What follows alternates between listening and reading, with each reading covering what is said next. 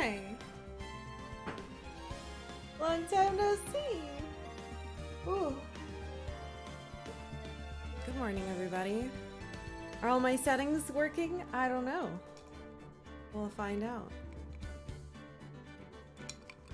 When you all yell at me. Hi. I hope you all had a good week without me. Oh. Hi. I have a lot of stuff to catch up on, huh? I also have a lot of stuff to remember. Hope your vacation was good. And we left off with the game on such a light-hearted note too. Ah, yes, we totally did. Welcome back, Karkalla. I can't think of any good puns on the word vacation right now, but it does have a cat.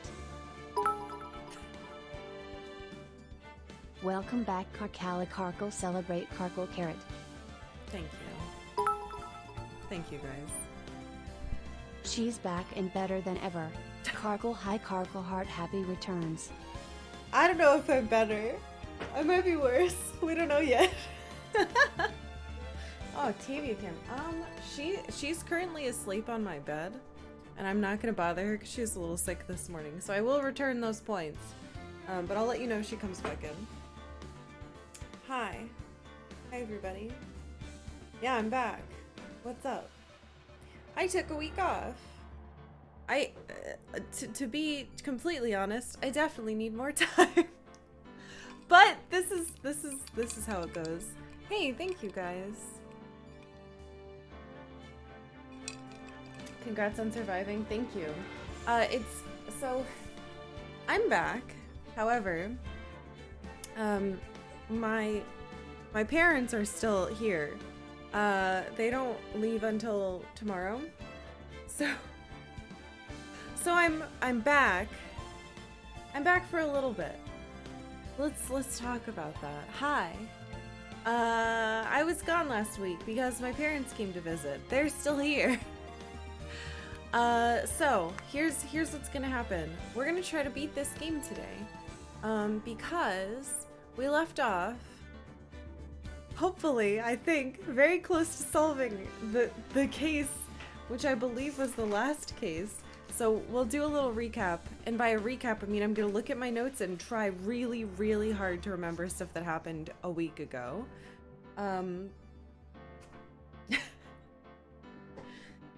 So, let's talk about tomorrow. Tomorrow, I have some things to do, including possibly more than one trip to an airport. It's hard to explain. But I have some stuff to do. So, tomorrow, I'm not streaming in the morning, but I think, depending on the timing of everything, I should be able to stream sometime in the afternoon. So we'll do something tomorrow, but I don't know what it is. So if we beat this game, I probably won't start a new game tomorrow. I might do some Pokemon Karkalla stuff. was filmed in front of a live studio audience of her parents. Okay, they're not in my house. They're somewhere else. But that's kind of true. No laugh tracks. On your vacation, did you see any mermaids? Because we mermaid for vacation. Thank you, I did not. Tell your dad I said hi. I think he's in the chat. Father, Birthday Shark says hi. You remember who he is in real life, I hope. Please don't say his name. I'll tell him later. I don't know if he knows your username. So, Jesus, thank you guys. So, we're gonna stream today. We're gonna play Phoenix Wright. I'm gonna try really, really, really hard to remember everything. And I probably won't, and this might be clown shoes. Tomorrow, I'm probably going to,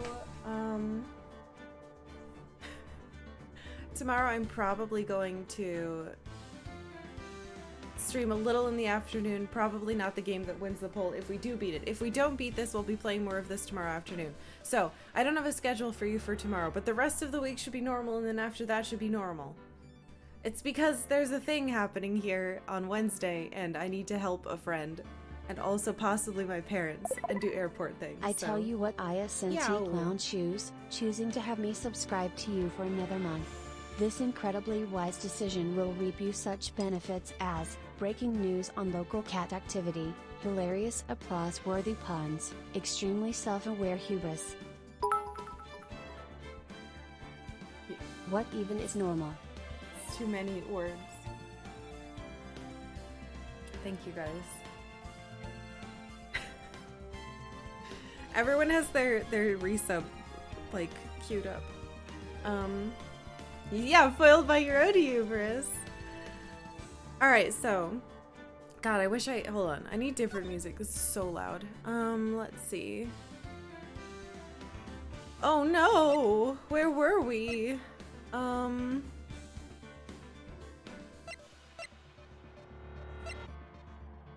Well, we're definitely in episode 4. 1544. 1544. I think we are here.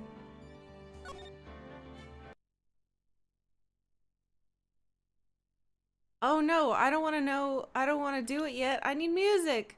Ah!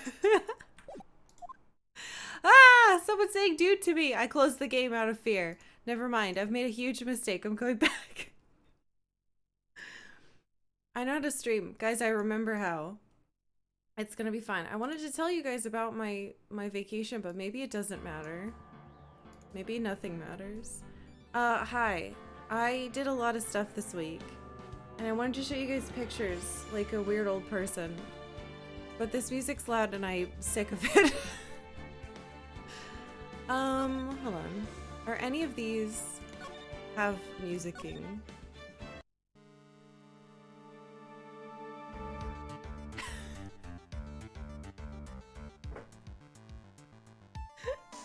Well, I guess talking about it could be backdropped with this guy's actually evil music. Hi. Oh, wait, can I do one of these? Does it look weird? Hi. I hate this layout. Hello. Welcome back. Thank you. Hey, guess what I did? I'm gonna do something really funny. And it's gonna make everybody laugh. I did... I'm so old, guys! I'm gonna show you something on my phone. I made these. Focus and stop reflecting. I made this. I did this. My dad and me and my husband and my mom a little bit made these. I made this. I made this. I did!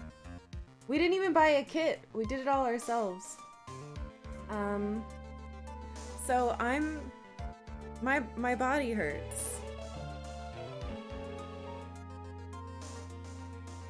Please.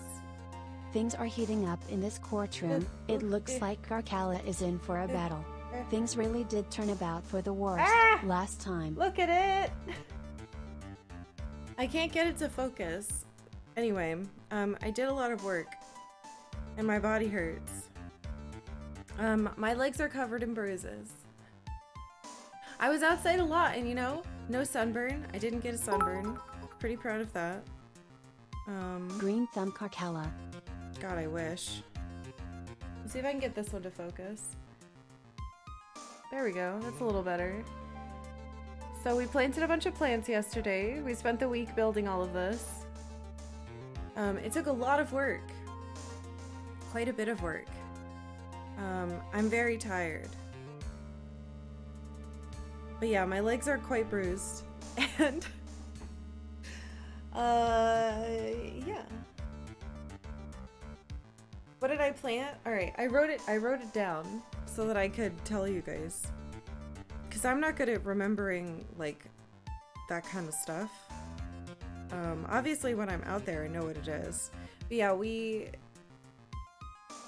had to buy lumber and then we had to come up with my dad who walked around the neighborhood and talked to my neighbors and we came up with the design, and we had to kind of base it off of certain things, and we had to come up with the measurements myself. So I like have a little chart that I drew, and I numbered everything so we'd know how much to do.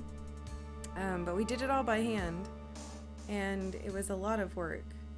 And then yesterday I went and got plants, and I wrote down the plants. All right, are you ready? We got 2 California sweet peppers, which are just like normal bell peppers, an Ichiban eggplant, a Black Beauty eggplant, 2 different types of cherry tomatoes, San Marzanos, because, you know, my husband's Italian, rosemary, oregano, Swiss chard, parsley, basil. Both of those are Italian. Should be easy to guess. I got some lavender, and on the ends I put, I don't know if you guys could see, I'll show you again. I put marigolds, different colored marigolds, to help see if I can get a good picture of them, to help with a couple other things. Here we go. These are the pictures of like before we planted, when I was just spacing them out. I know it's blurry, I'm sorry. Oh, I know what I can do. Hold on. I'm so dumb. Because I don't have them on my computer, but I did send a couple pictures to a friend, so let me just see if I can download it. And then I can show you guys properly by putting it into the screen, into the video game. Like what a normal streamer would do. Alright, where did it go? Oh god, where did it go? Also, so something really crazy happened. I didn't get to relax very much on this vacation because, how do I explain this? My computer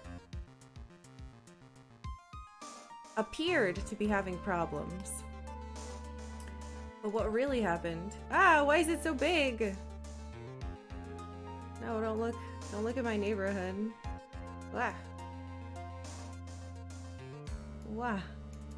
There we go. Here's a better picture. So you can see the marigolds and stuff.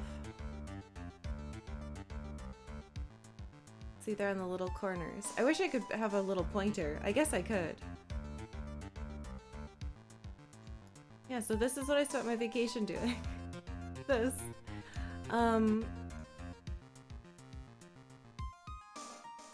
What was I talking about? Anyway.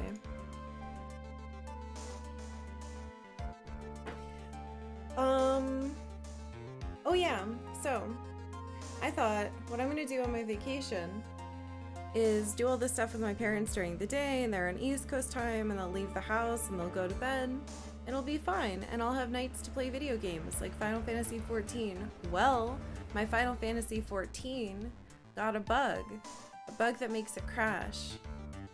So the new tier started, and I was like, hooray, yay, I get to start the new tier, and our static is stronger than ever, and I can't play the game, guys. So I've encountered, and I swear, let me say this.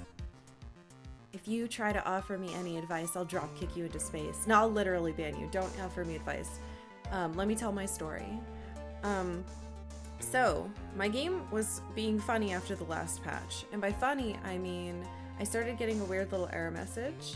And I thought, the way that it was worded, I thought it had to do with the new portraits that they added. And so I was like, whatever, it's portraits. Nobody has them working. Well, the new patch happened, and then they did an update patch, and my game started crashing, and it started giving me an error code that was completely not helpful. And basically it was just like, Final Fantasy has crashed. Numbers, numbers, numbers. So, it was only happening like once every couple days, and I was like, well, that's weird. Why is this happening? It's fine. It shouldn't interrupt anything. It's probably just, you know, I need to update my drivers. Hello, it's been a week, and I spent maybe 20 hours of my vacation. I'm not being like, haha, 20 hours estimate. No, I spent 20 actual real hours trying to fix my game. I removed my drivers, I updated my drivers, I removed my game and reinstalled it multiple times. I completely wiped everything on my computer of Final Fantasy and reinstalled it. I can't even explain to you the amount of things that I did, and there have been people getting this bug since 2017, and usually when they get it, it never goes away. Ever. Happy New Year. At one point, thank you. At one point, my husband tried to help me, and he accidentally deleted all the files off my computer, which includes all my streaming stuff. So this wasn't here 2 days ago. I had to find a way to get it all back. So it's not been a fun, relaxing vacation. Long story short, it had nothing to do... let me say this, because a lot of my friends were trying to help troubleshoot, and nothing that they suggested worked at all. And I hate when people try to help you and they blame your hardware, because this is a new computer, but it's not new enough where this should be an issue with any of my hardware. It's not like I just got the computer and it's broken. So people were constantly saying, well, your RAM is broken, or, you know, your graphics card is faulty. It's not, because guess what? I did a lot of tests, and there's nothing wrong with any of it. It's the game Final Fantasy XIV. So, what I think happened, and I believe I actually found a fix, but I'm trying not to jinx myself.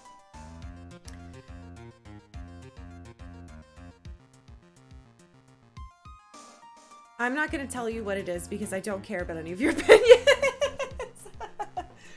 Anyway, long story short, if someone ever tells you that their video game doesn't work, telling them 500 ways that they can fix their computer or how they're stupid isn't a good thing to do. Welcome back. And that's what my week has been. Oh, thank you, Damien. Hey, guess what? The problem has been happening since 2017, and if you message Square Enix, they tell you that it's probably your computer. But guess what? It's not. It's not your computer. It's them. Anyway, I think I did something, and I have no way to explain it to any of you because no one will understand. So I think I've managed to fix it. But yeah, if someone else has this problem, they should leave me alone, because I'm just some random person. Thank you. So, I didn't get to relax on my vacation. I did a lot of yard work, and then I was tortured every single night staying up till 2 a.m. trying to fix a video game. So, I'm in a weird mood. We're gonna try to beat this case today. And then tomorrow, I have a bunch of stuff to do to help some people. I want to understand, but I just got here. What's the problem, yard worker Karkalla? Nothing. Anyway. Yeah, we're gonna play this today, and we're gonna see how much I can remember. And then tomorrow, I'm not streaming for sure in the morning, because I have a bunch of stuff to help people with, physically in my town. And then I might stream the afternoon or night. I'm not sure yet. It depends how exhausted I am. But then Wednesday, I should be back to my normal schedule. So yeah, that's everything. I can't really tell you anything else without either doxing myself or opening a conversation that I don't want to have. But I will say that, again, if you have a friend who's going through troubles with a game crashing over and over, don't offer them advice. Don't offer them advice. Say, oh man, that really sucks, I feel bad for you. And then if they ask for your advice, give it. Same on streams. If something is going wrong, don't offer them advice. Wait until you're asked. And that's the lesson that I learned on my vacation. Leave people alone. Go away. How do I get out of here? Alright, we need to go to where we actually were, which is, I think, is the last save. Your problem is your computer is possessed by a damn demon. It's not. Luckily you're in Portland, so there's a ton of Wicca shops where you can go to learn the right incantation to get this thing fixed. Nope. Incorrect. Was the solution to upgrade from Final Fantasy XIV to the latest version, Final Fantasy XVI? It's not. Karkalla notes. And I don't know anything about 16 at all. I watched like one thing, so that's a weird thing to say, so I'm gonna delete it. Try to say hello a different way. Anyway, so I really wanted to spend a lot of my vacation like relaxing, and that didn't happen. So anyway. But yeah, I don't know anything about 16 yet, but I'm really excited.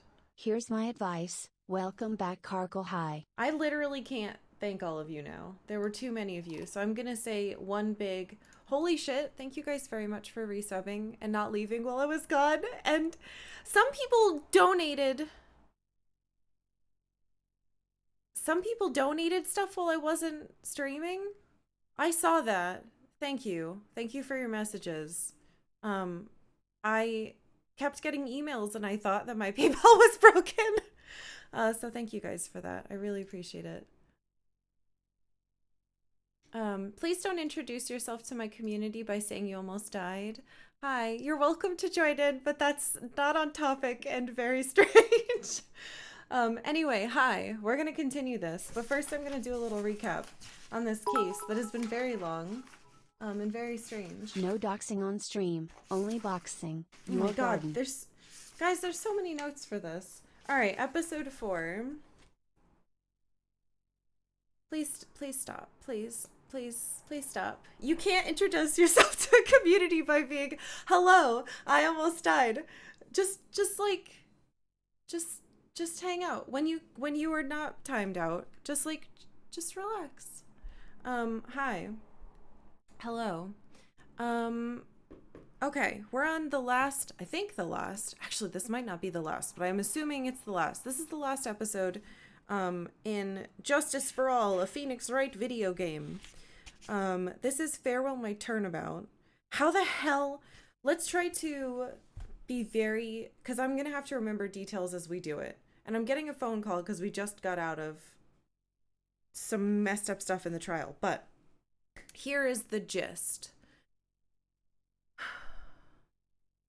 Two rival actors who play fantasy kids characters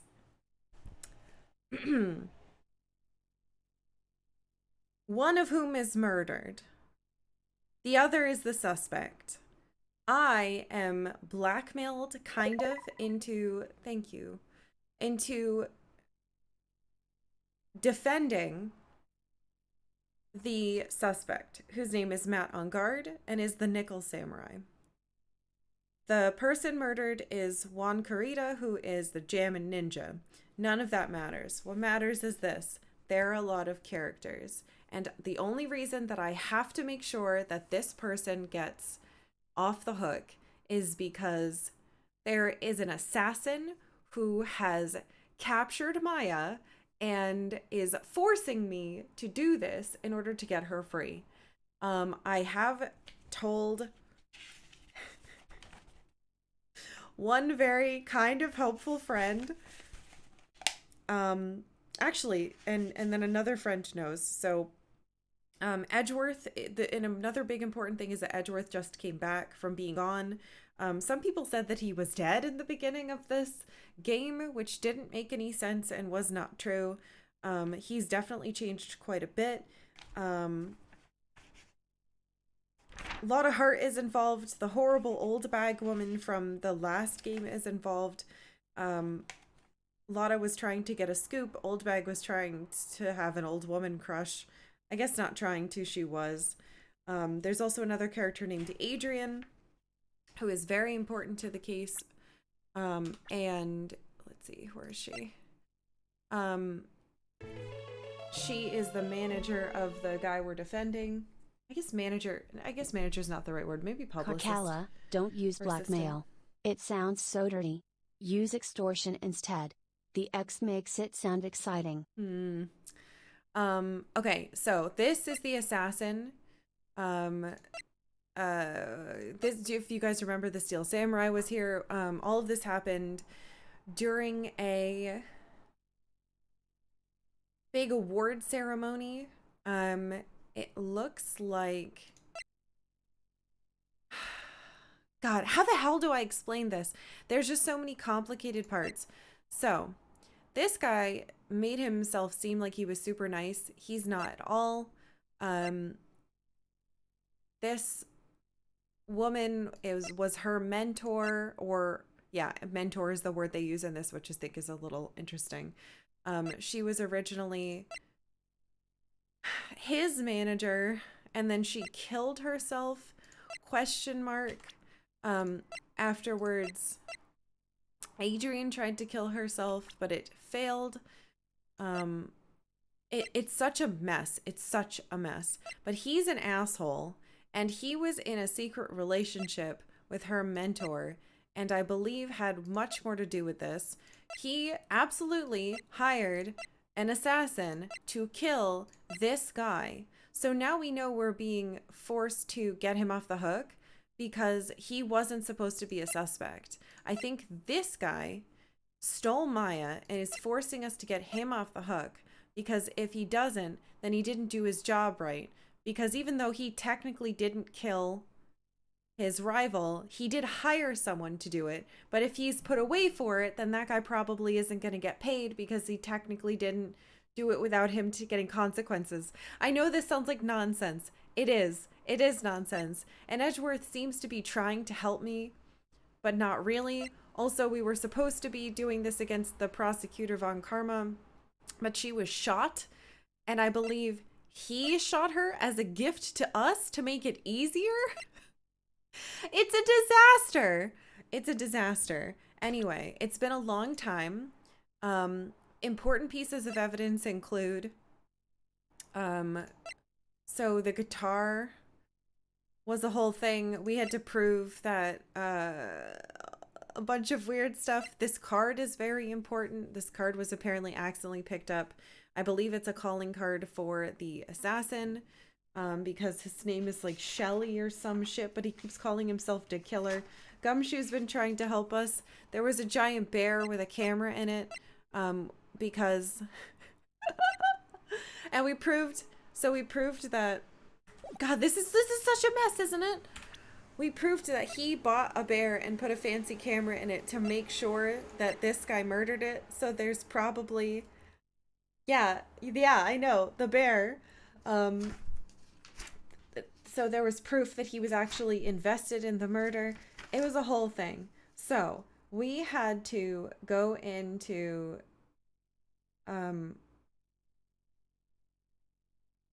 unlock 5 locks off of Matt, and he changed completely. He has a scar over one of his eyes. He's a complete dickhole. I know it does sound like I'm describing a fever dream. It's ridiculous. It's ridiculous. What? You thought we would forget about you on your vacation. You can't escape your comeuppance of PTO. Karkalla heart. Thank you. That's very nice. Anyway, that's what I remember at the moment. I think all the other stuff is kind of just like crazy details that are very, very messy. We also found, yeah, so there was like a transmitter and a camera. This is really weird. We found another bear that's got like cuts on it. I don't know how I'm supposed to deal with that. Inside of Ungar's mansion, this is important. We found this picture of Celeste. So I don't know what's happening. So we're going to have to figure it out together. So, hello? My phone is ringing outside of court. Oh, right. You don't look so well, dude. You're going to prove me not guilty today, right? So, right, this is the beginning of the day. We just discovered that he's a crazy evil person. And now he's acting normal again. See? And for some reason, they're giving him like a very large thing of juice. If you please, Mr. Lawyer, remember, it's not just me, your precious friend's life is riding on today's verdict too. Right, so if we don't do this, the assassin's gonna kill Maya. But I'm pretty sure Maya escaped. So, it's, guys, no, it's juice. The game says it's carrot juice. Clearly. Yeah. Now listen up, you better get on guard a guilty sentence, okay? If you get that creepy slime bag not guilty, I'll never forgive you ever. Maya. Phoenix? Phoenix? Who? Oh. So this is Mia, but she's inside of like an 8-year-old's body, which this is like the one trope of the game that I don't like. I wish the kids wore more Will clothes. Phoenix Wright achieve justice in the courtroom today? Oh, justice. She said justice. Sounded like a cetus lapidus. Thank you. Mia? Maya, how's Maya? 29 is a magical mystical number. Also hello. Thank you. You don't know? She hasn't tried to channel me since yesterday. Mia, what am I supposed to do? Well, like I said, for a lawyer, the worst of times are when you have to force your biggest smiles. What? That doesn't make sense! You can't give up. There's still some hope left. Stop it, please! There's nothing left. Not here, not anywhere. In my phone? The phone can't ... Ugh, set a cursed on guard again! Will you leave me alone? Look, don't call me anymore. I mean it. Oh, it's Gumshoe. No! He's been so nice this case. He's so trying to help me. God damn it. You're really mean, pal. Oh, Gumshoe, I'm really, really sorry. Where are you? They let me join the investigation team and we're chasing after the killer, pal. Oh, right. Because there's like another... I forgot about that. There's like a separate group that's trying to go after the killer. So it's like... And Edgeworth is involved. It's a whole thing. Then you have some sort of lead? Sorry, but right now we've got 0 leads on this guy. But we're not gonna give up. Gumshoe. Until the trial is over, until the verdict is handed down, we're gonna do everything we can to find a killer. If we can get Maya out, then you can get on guard. The guilty verdict he deserves, pal. That's true. I could do that if they found Maya first. You got that? So you have to do whatever you can to make the trial last longer. I have to make the trial last longer? Whoa! Okay, that's a twist. I don't know. Well, I'm good at stalling. We're gonna be save scubbing today.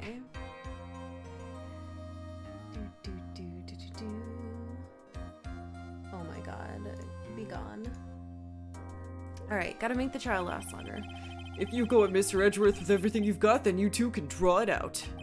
Oh, with Edgeworth. Okay, so I wonder if he's supposed to play along with me. I believe in you, pal. You and Mr. Edgeworth can do it. So, believe in us. We're going to give it all we've got, just like you. Got it. Thanks, Gumshoe. Hey, Phoenix. You understand now, don't you? You have something money will never be able to buy. Friendship.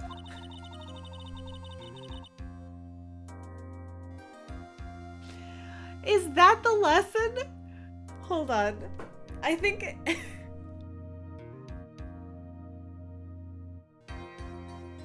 So the lesson...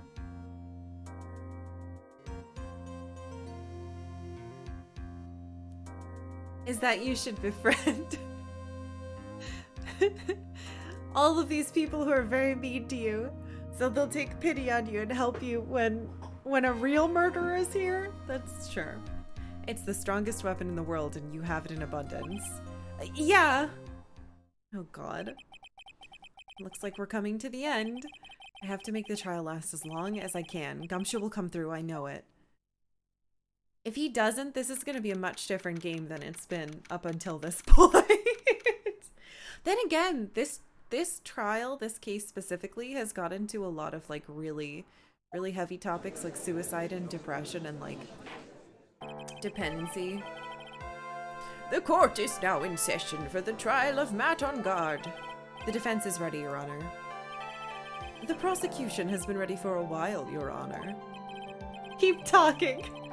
Now, as I recall... Oh! I wonder if we can trick the judge into going into, like, a tangent. Now, as I recall, we concluded yesterday's session with a big mystery on our hands. Yes, yesterday's session, not last week's. The mystery being what exactly was Miss Adrian Andrews' role in this murder. That is to say, is she really connected to the crime itself? Mr. Edgeworth, if you would please inform the court of today's proceedings. Adrian Andrews. She forged evidence that threw suspicious onto Mr. On Guard. Oh, right, I forgot to mention that happened, but it's recapping for us. And then proceeded to escape the crime scene by wearing a nickel samurai costume. The guilt of these actions are those from which she cannot escape. Then you're saying that she's guilty after all? I'm not finished, Your Honor. Miss Andrews has nothing to do with committing the actual murder. I would like to direct the court's attention to this card. What is that? Looks like a shell. This is the calling card of a certain assassin. Assassin, you say? Hold on. Right, because yesterday, it should have ended in a mistrial. And then Adrian revealed to Edgeworth that she found the card at the scene, and he got super pissed off. So I think he will work with us now. Yes, Juan Carrita was killed by a professional assassin. And the person who hired the assassin, his client, so to speak, is Matt on guard. Wait, no, we have to go slow, actually. What a surprising turn of events! I would think it's become commonplace by now, Your Honor. I know what's going on this time. So I know that everything Edgeworth has said is true. But we still have to hold out as long as we can. At least until Maya is safe and sound. I wonder how the trial will turn out today! Oh boy, is that a save sign? Alright, let's save at the very top.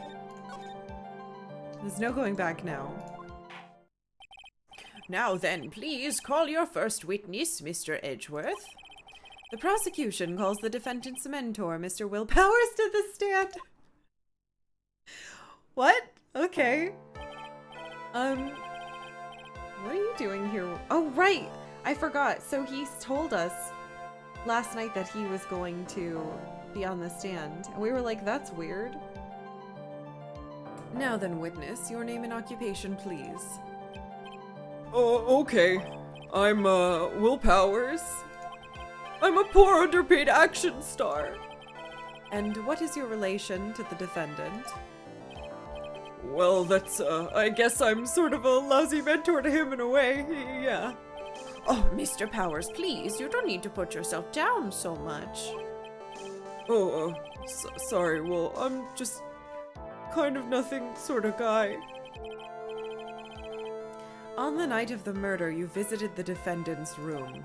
Is this correct? Yes! Wait, what? I didn't know that. Hold on. Please, no, I don't want any more stuff.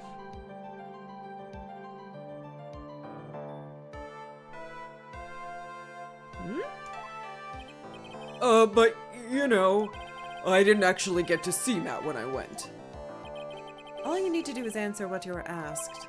Now then, I would like you to testify about when you went to Mr. Engard's room. Okay, sure. Visit to Matt's room. After the award ceremony, I went by myself to Matt's room. Matt was standing there in front of his room, still in his nickel samurai costume. He was talking with someone. At first I thought it was the bellboy. I watched the two of them for a while, but then I gave up and went back. I had guests with me that night and I couldn't make them wait for me. Those me, I was the guest. Hold on. Saw him in costume. Well, we know he didn't take off his costume. But talking to bellboy. That must have been the assassin then. Nothing sounds out of place in Mr. Powers' testimony. And talking with the bellboy's no big deal. Yes, it is!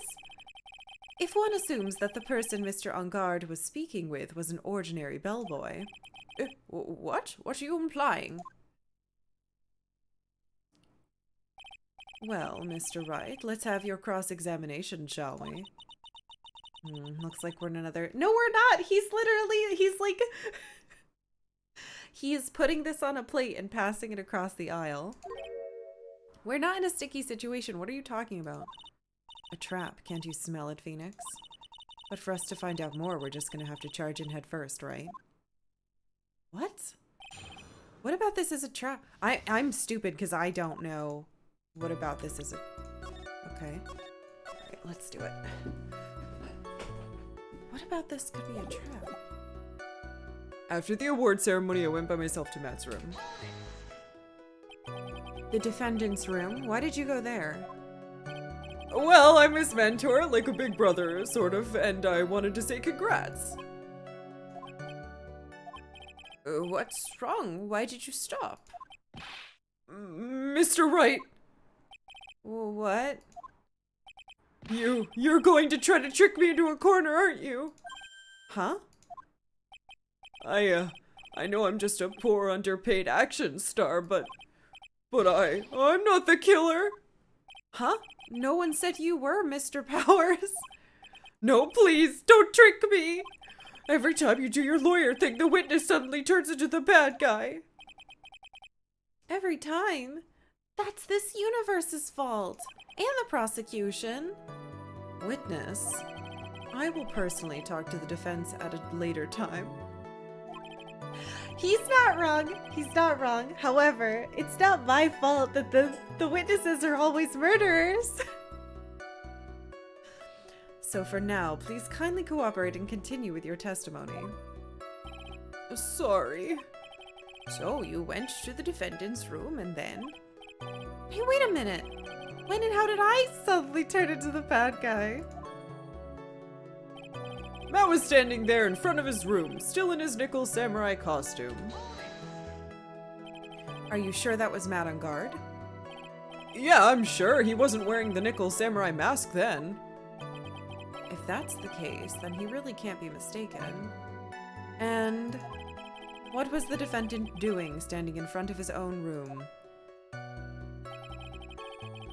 He was talking with someone. At first, I thought it was the bellboy. At first? Icy Pig. Oh, haha! At first, what do you mean by that? Oh no, I am becoming Phoenix. Oh, well, he was in a bellboyish uniform and had a bottle of juice on a tray.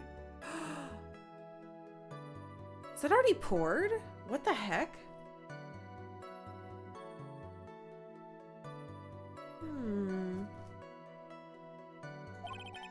Sounds like an ordinary bellboy to me. It's the juice. Yeah, but I didn't think he was a normal bellboy. And why is that? Why did I think that, Mr. Wright? What? Well, how am I supposed to know? Oh, sorry, but I can't remember right now. Sorry. I guess I'm gonna have to wait patiently on this one. You can't remember? I watched the two of them for a while, but then I gave up and went back. You saw the two of them, the bellboy and the defendant, together, correct? Yeah, the bellboy just wanted to say congrats. Now, while you were watching the two of them, did you notice anything strange? You know, I did feel something weird. I think it was because Matt, well, he gave the bellboy a tip. What's wrong with that? Was it gold or something? A tip? That's a perfectly normal thing to do. So, how long did you watch the two of them? Not more than a minute or two, I think. Do you not tip people, Will? Judging my opinion on you. I had guests with me that night, and I couldn't make them wait for me. So who are these guests? No, it's the trap. Who are the guests? You guys, of course! You and Maya and Little Pearl. I thought it would be really rude since I invited you guys if I disappeared on you. So I went back to my seat pretty soon after seeing Matt in the hallway. It's like squeezing water from a stone. It's probably pointless to press further. Do you remember this incident? Did Mr. Powers leave his seat that night? I don't remember that happening at all. Maya was making such a racket in her hyper state. I ended up focusing on her. I see. In any case, from his story, he probably wasn't gone very long.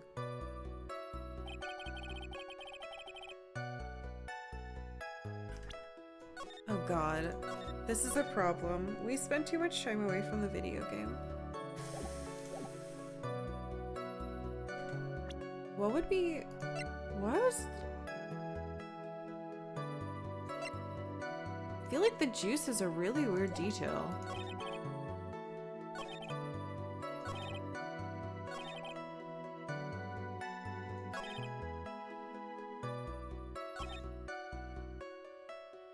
I have no idea. It's been so long. Let's see. What's weird too is there were two people lurking around here and they didn't see him here.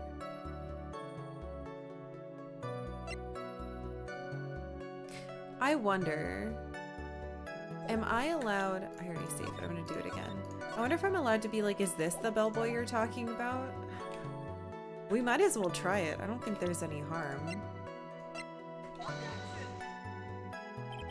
Nope, I'm not. Okay, well, that's good to know.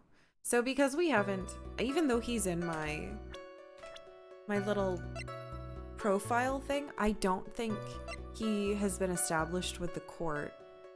And I don't think Phoenix has made the connection enough. At least not within this, to be able to provide that, even though it makes sense to me.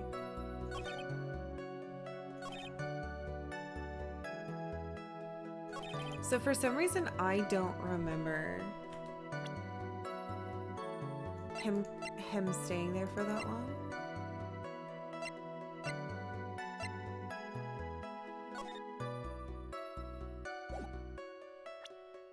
My character, I mean. Because that's what you just said, right? Hold on. Mr. Powers leave his seat that night. I remember that happened. I feel like me the human remembers that happening though. Not me the Phoenix.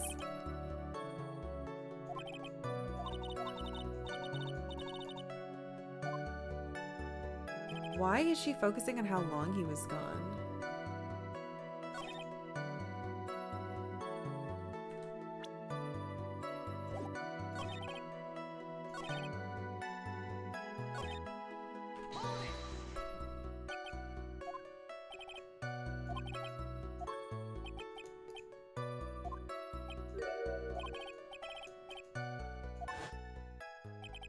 Wait.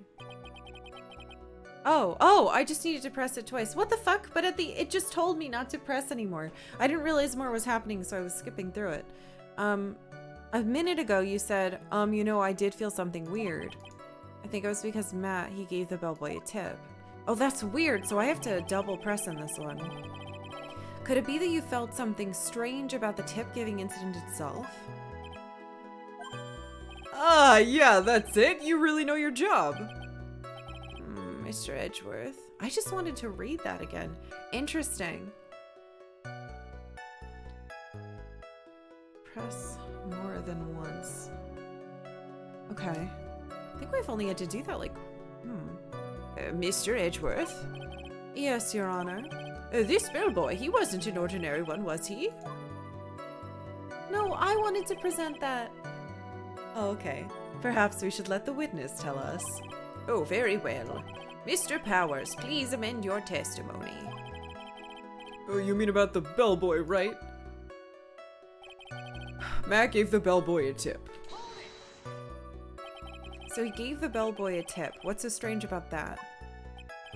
Oh, well, you see, Matt's not a poor penny pincher like me. I was trying to figure out how much it was because the tip really shocked me. How much was it? Oh, but that's when something even more surprising happened. The bellboy was putting the tip he got in his pocket, and that's when I got my first good look at the guy's face. It was really, I was really shocked. I'm afraid I don't follow at all. Sounds like Mr. Powers was surprised twice by this event. Wonder which of his shocking moments I should ask about. The face. Shit. Oh, good. Thank you, save stuff. What was so shocking about the bellboy's face, Mr. Powers? Well, he wasn't exactly a boy, more like an old gramps. I hope you know that discrimination towards old men is a no-no in my court.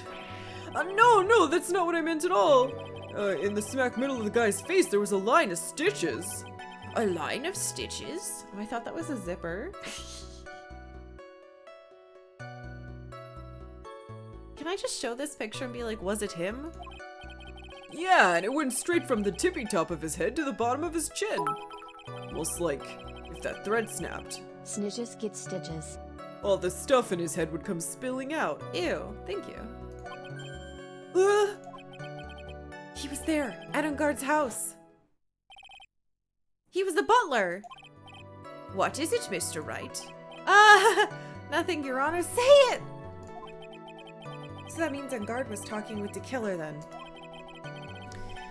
If that fact were to be exposed, Enguarde would be declared guilty in a blink. Phoenix, you have to play dumb here. Pretend you don't know anything. Yes, Chief.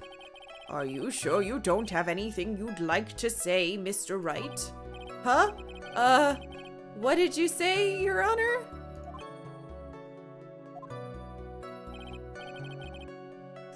Nothing, Mr. Wright, nothing. Hey, Graham. We're just going around and around in circles. Now then, Mr. Powers, please continue with your testimony. Why did he... Well, I watched the two of them for a while, and then I gave up and went back. Let's hold at everything else. You saw the two of them, the bellboy and the defendant, together. Bellboy wanted to say congrats. Did you notice anything strange? Felt something weird. Gave him a tip. Okay, that's the same. Let's go back.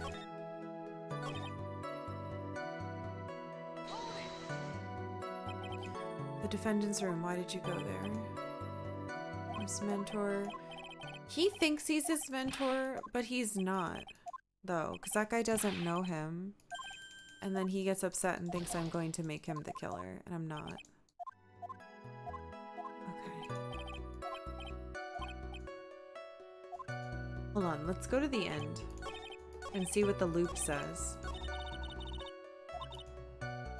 She says the same thing.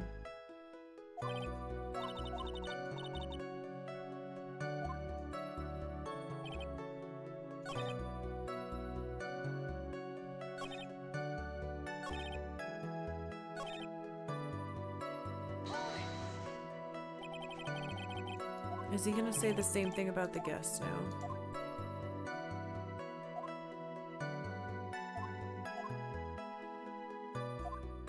Yeah, I don't remember. I wonder. Let's see. Now can I do that? I wonder if I can... No, but I'm supposed to pretend that I don't know. So what the hell am I supposed to be doing?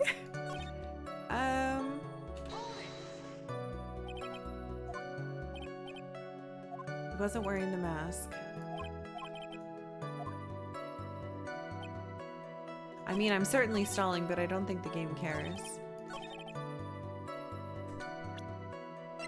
Can I ask about this drink? No! Alright, it's not the guys, it's not the drink.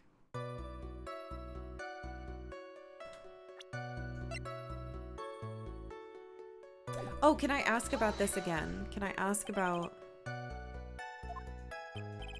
the amount? How much? Yes, yes, yes. Something surprised. Okay, we have to ask about both of them. His face and the tip. This happened once before too. It's like one of those funky... Here we go. Okay. The defendant is a huge star. He can afford to give generous tips, wouldn't you agree? Sure. But giving him that much was maybe a little too much, I think. A little too much? Would you please clarify for the court about how much would you say the defendant gave to the bellboy? Honestly, I don't know. I can't even begin to guess. And why is that? Because he gave the bellboy a really, really fat roll of cash. A roll of cash? Oh, well, how interesting. That certainly was a very generous tip, wasn't it? A very fat roll of cash that can hardly be called a tip, Your Honor. The judge is beginning to look awfully suspicious of us. Of us? I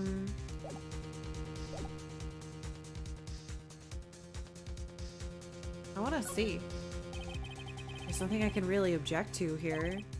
I mean, who can argue that a fat roll of money isn't really odd? So supposing that roll of cash was not a tip, then what was it? Payment, Your Honor. Payment? Isn't it obvious? For the murder of Mr. Juan Corrida. Then the bellboy the witness saw? Yes, he was the assassin.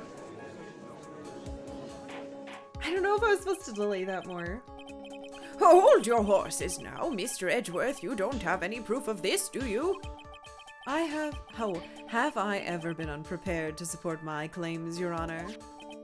I have here the card Shelley the Killer left at the scene of the crime. Shelley? Did you kill her?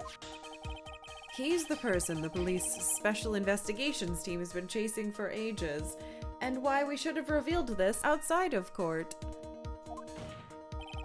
I'm certain that the person the witness saw was this very assassin, Shelley the Killer. Really? Oh, what's wrong, Mr. Powers? No, nothing. Something just clicked in my head, and I think I just figured something out. Oh? Actually, I saw that bellboy again later on that night. What? Mr. Powers, please testify. Tell us what you saw. Yes, sir, right away. Huh? The second time? This time I was in that hallway because I had to go to the bathroom. And that's when that bellboy I saw earlier came out of the room. Of course, when I say room, I mean Juan Corrida's room. Now that I think about it, that bellboy did seem kind of out of place. Yeah, so he had to be the assassin, I'm sure of it. I mean... Thank you very much. That's all we need for now. Huh? But I'm not done. There's still more, Let us first establish that the bellboy was truly Mr. the Killer, then we shall see. So the bellboy came out of the victim's room? And if that bellboy really was the assassin, then I think the answer is fairly obvious. That would be correct, Your Honor. Well, Mr. Wright, I believe it's your turn to entertain and make us laugh. Ah! This is no laughing matter. Sorry.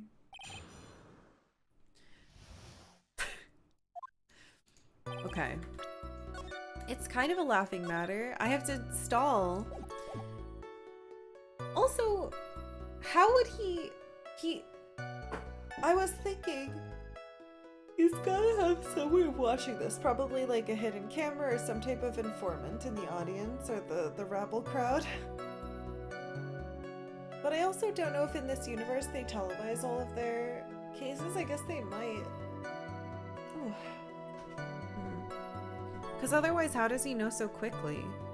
Because it's not a closed court. But this universe doesn't make any sense. So who knows? This time I was in the hallway because I had to go to the bathroom. Oh yeah? Prove it. And what time was it? Adventure time. Oh, well, I don't remember. The award ceremony ended around 8, right? And I went to Matt's room pretty soon after that, and then I came back. And then I went to the bathroom. So I guess maybe it was around 8:10 by then? Okay. You're not one for details, are you, Mr. Powers? Sorry. I thought I could maybe catch Matt and say my congrats. My congrats. My congratulations. All right, I'm gonna take a super quick break. I want to find a snack. Thank you all for being here today. It's nice to be back. I'm gonna take a quick break.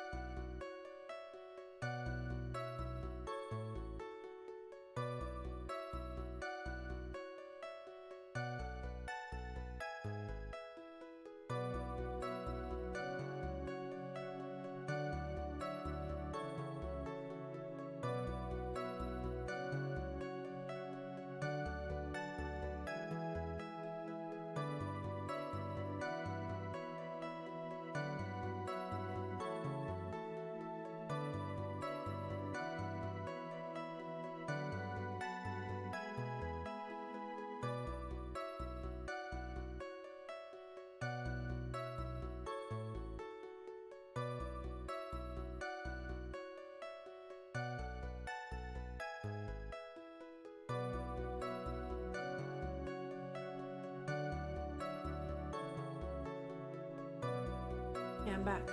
I forgot to tell you guys. So we got a bunch of dirt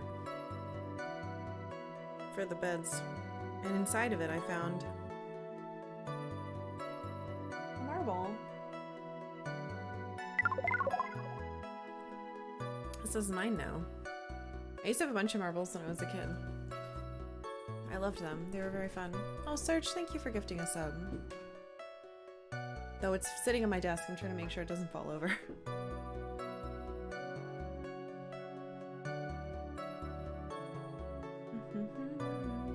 Alright, let's keep let's keep ruining Will's life by stalling and delaying and hopefully saving Maya.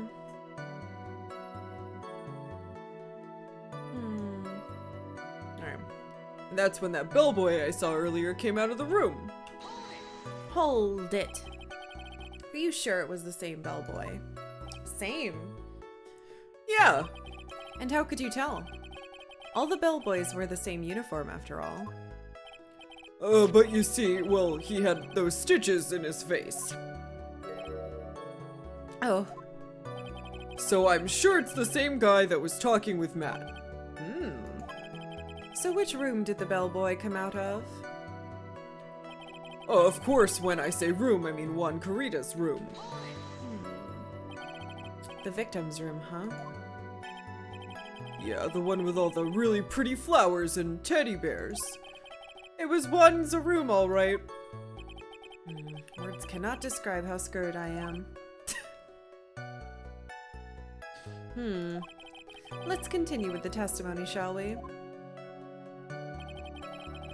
Yeah, the assassin, for the first time ever, having the person be incredibly memorable is not working in our favor because we don't want him to get caught until someone else is...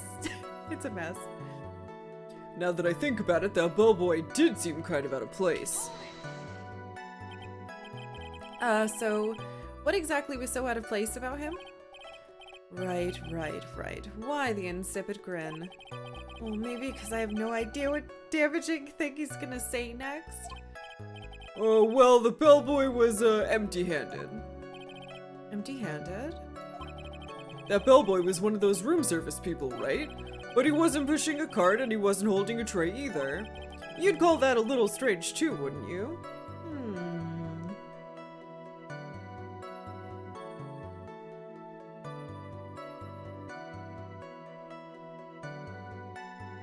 I did leave all of that in there. I agree that it is a bit strange, Mr. Powers. But is it really that unusual for a bellboy to be empty-handed? What should I do? Should I let Mr. Powers' testimony slide, or try to pull a fast one? Yes! Let's do it. Why not? Let's have some fun. There's nothing strange or unusual about an empty-handed bellboy. Oh, but there really is! There really isn't. Oh no. If you two are done being school children, bellboys are for room service. There's no reason for them to be empty-handed ever. Oh! Your Honor, I ask that the witness's previous statement be supplanted with this new one. Ugh, Edgeworth. Wait, what?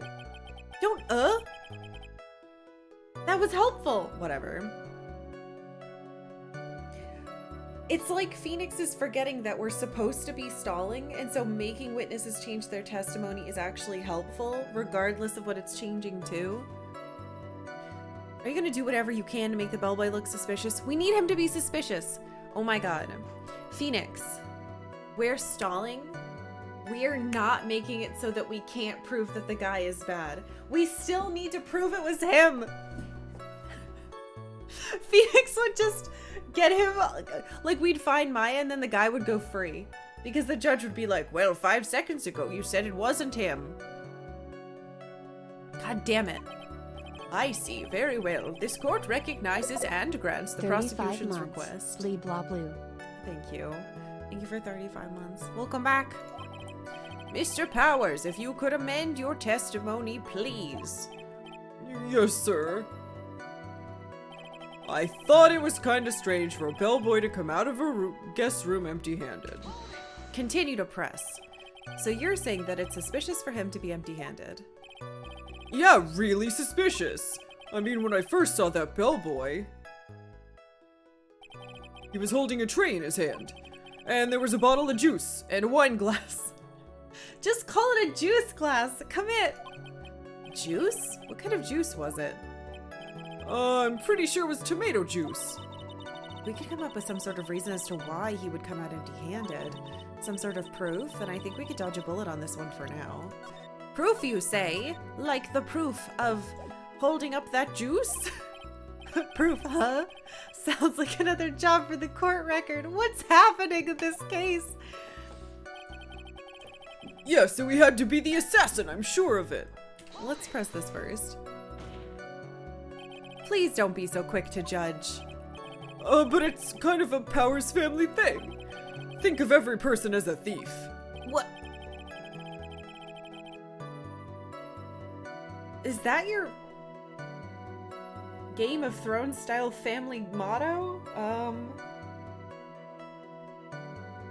Okay.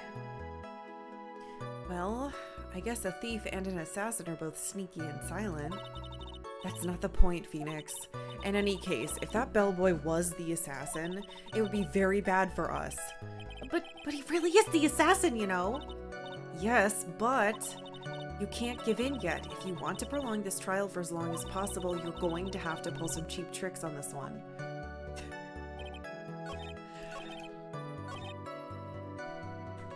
Oh yeah? What about juice? Oh my god, it's right!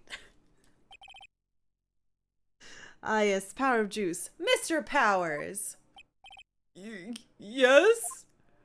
You're easily influenced by other people's words, aren't you? As soon as you heard that the bellboy might have been the killer, you got caught up in believing it must be true. But isn't he really suspicious? He's got all those stitches and... How dare you? So, a baseball has stitches? I thought he was gonna say anyone could have stitches from being injured. Not a baseball has stitches! Thank you for the hydrate. This is not a helpful thing to say. Christ. Are you saying all baseballs are suspicious because they have stitches? Oh. Well, there's also, I mean, what about him being empty-handed? If Karkalla is amused enough by the game, she'll be in stitches. No. I would like to ask the court to please take a look here. This is the crime scene? There's a wine glass sitting next to Mr. Kurita's body. The liquid inside is glass. This glass is tomato juice. That's a little orange for tomato juice, but sure. Maybe it's some type of mix. And now, if you would look at what is on top of the table in the lower right-hand corner, anyone can clearly see that it is a tray with a bottle of tomato juice on it. It's VH Splash, that would be the right color. The bellboy had just brought this to Mr. Kurita's room. He left the tray in the room, which is why he was empty-handed when he left. But that would mean that the bellboy had seen and left a dead body in the room? Ah, but can you prove that Mr. Kurita was already dead at the time? Oh, Mr. Edgeworth? Yes. I blame you for leading me down this route.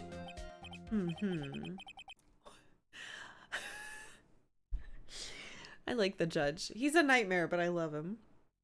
I'm terribly sorry. Wait, what's with him? Why is he laughing? Witness, isn't there one more thing you'd like to share with us? Is there? The bellboy was empty-handed, or should I say empty-handed. I recall you had something interesting to say about his hands. Oh yeah, I almost forgot. Huh? What? That bellboy, he was wearing gloves. Gloves?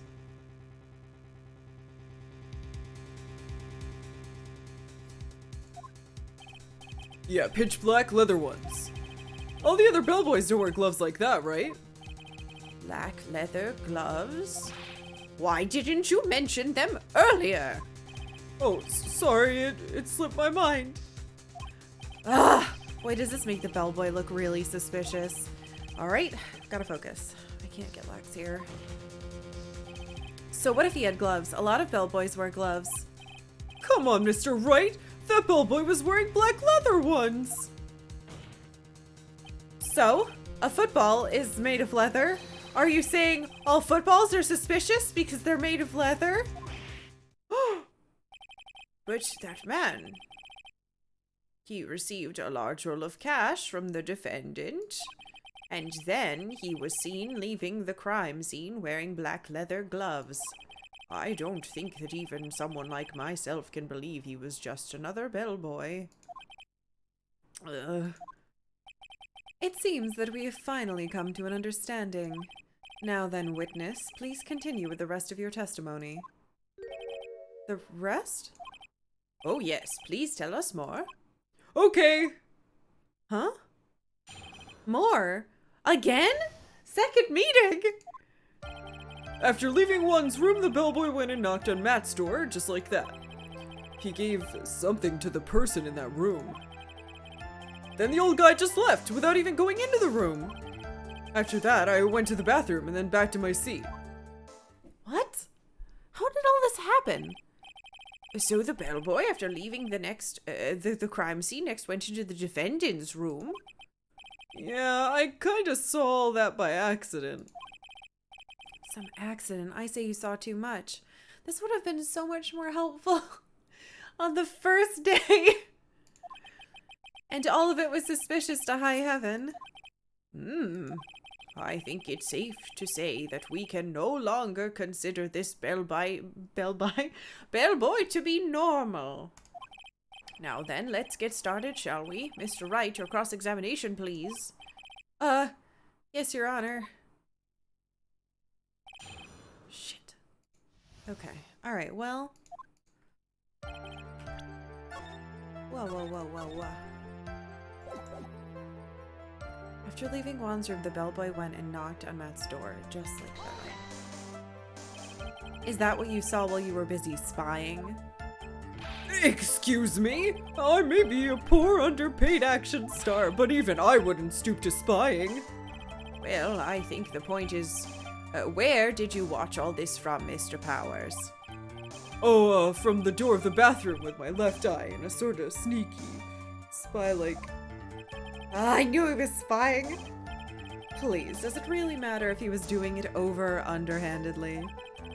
What did the bellboy do next? That's all I care to know. Well, he gave something to the person inside the room. Oops, I need to press. Hold it. I said hold it. Okay? That's better. What kind of statement is that? Please elaborate and give us a few more details. Okay. I should probably ask him only one question at a time. Oh, I might have to do this one multiple times.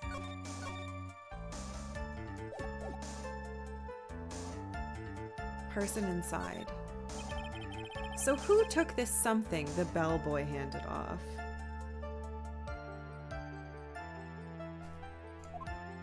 There's another choice there. Actually, I don't know. What do you mean? I'm sorry, I only saw the person's arm. Only an arm? Then you're saying you didn't see the person's face? Yeah. Well, it was Mr. Engarde's room, correct? So it could have only been Mr. Engarde himself, I'd say. And then, what did the bellboy do after that? Oh, so, after he gave the person inside the room the thing, then the old guy just left without even going into the room. Where did this bellboy go after he left Mr. Engarde's room? He opened the door to Viola Hall, went in there, and who knows after that, right? I do. After that, I went to the bathroom, then back to my seat. Hold on, we gotta do...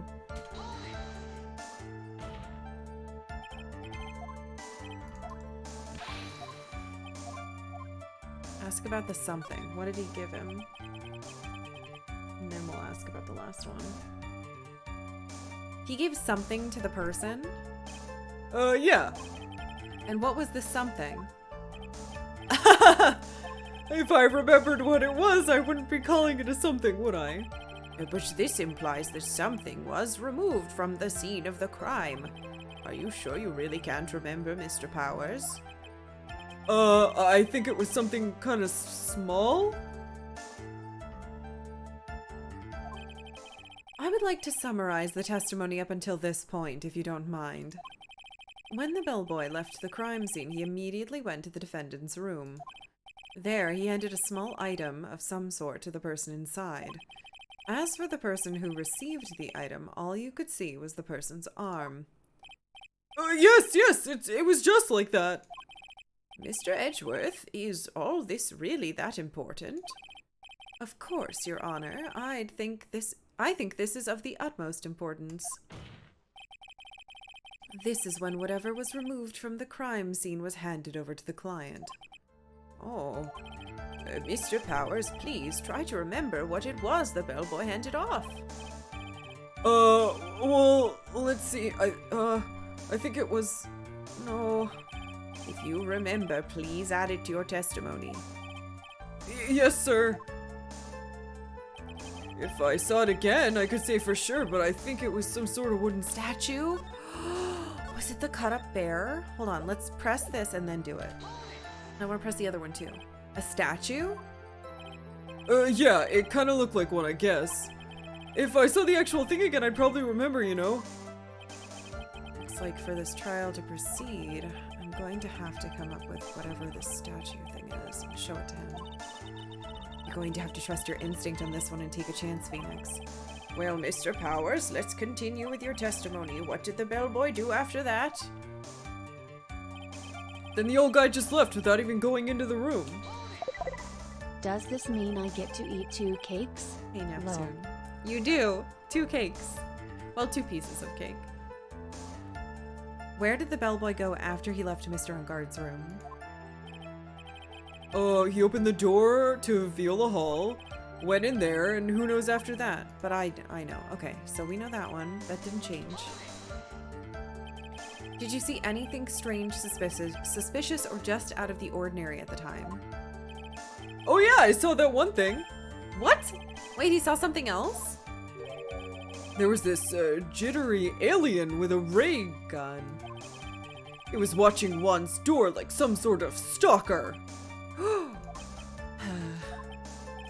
I think we can forget about the alien. Well, Mr. Powers' testimony just now was just as vague as his first. It's a little troublesome, isn't it? But I'm sure if you press him enough, everything will become clearer. Although that just makes it harder on us, doesn't it? Ugh, talk about a lose-lose situation. No, we're fine. We're fine. Okay, wooden statue. I think it's the bear.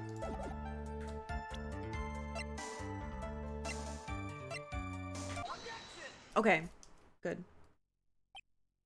Wooden bear. Oh. What was the point of that pregnant pause? Oh, where did that objection come from? Well, speak up. It was me, Your Honor. What is it, Phoenix? I have a feeling that something bad is going to happen once I show this. Mr. Wright, if you have something to say, please spit it out. Wait, what bad is gonna happen? Yes, Your Honor. Okay, Phoenix. Deep breath. Mr. Powers. The something you saw. Was it this item? Oh, hey, that's it. That's the something. Well, Mr. Wright, you really figured it out. I recall we found this at Madangard's mansion. At the defendant's house? Maybe we're going too fast? What does this mean? It's simple, Your Honor. Shelley the Killer assassinated Juan Corrida in his room, and then he stole this wooden bear from the scene of the crime. Then the bear being found at Mr. On Guard's mansion would mean... It goes without saying, Your Honor. Mr. Matt on guard is DeKiller's client. I think I did. But why did he... Oh, God. I might have done it too fast. But there was nothing else I could do, I don't think. Order! Order! Order! I said order. Interruption. Thank you, Tylo. Welcome back. Mr. Wright, this is a most unfortunate turn of events for you. Yeah. Sorry, Mia. No, it's all right. Your judgment was sound. Actually, I figured the bear would come up. If not now, then it would have later on. Even if you hadn't shown it to the court, I'm sure your friend Edgeworth would have. Oh, I almost forgot he knew about it too. But I think I did it too early. I think it is clear there's no need for us to continue this trial. Wait, I can't let that happen. I have to do something. There has to be something we've overlooked. Your Honor. A minute, please. Yes, Mr. Wright? There's still a few points left that we've not fully explored. What are you trying to pull? Oh, well, we can't have that. All right, Mr. Wright, what questionable point would you like to explore further? Can I save? Let's save somewhere else, because I don't know if that was a mistake.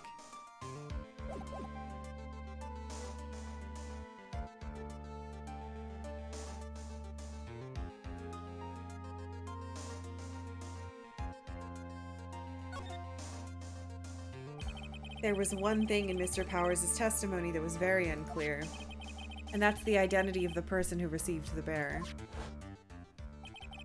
He gave something to the person in the room. I'm sorry, but I only saw the person's arm. As long as we don't know who it was that took the bear, we can't be sure of— Ah! What? Huh? What is it, Mr. Powers? Why are you screaming? If you're going to scream like that, then at least give us a good reason why. You know? Almost said the same thing. Oh yeah, sorry. Actually, so I remembered. I remembered who took the bear. Eh? What? Really? I mean, I only saw his arm, but the arm... It was the Nickel Samurai's arm, I swear it. You've got to be kidding. Are you sure of that, Mr. Powers?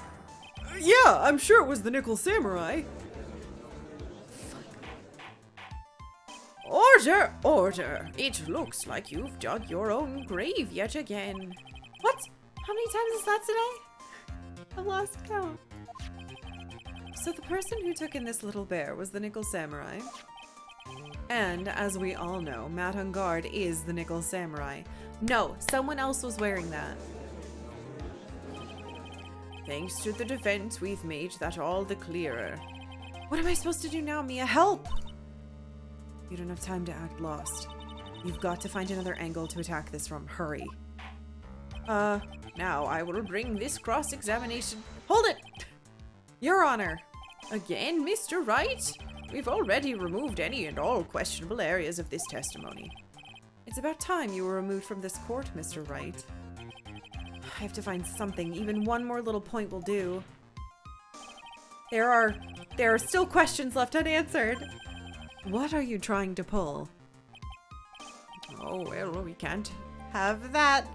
Can't have any more of that. All right, Mr. Wright. What questionable point would you like to explore? The bear?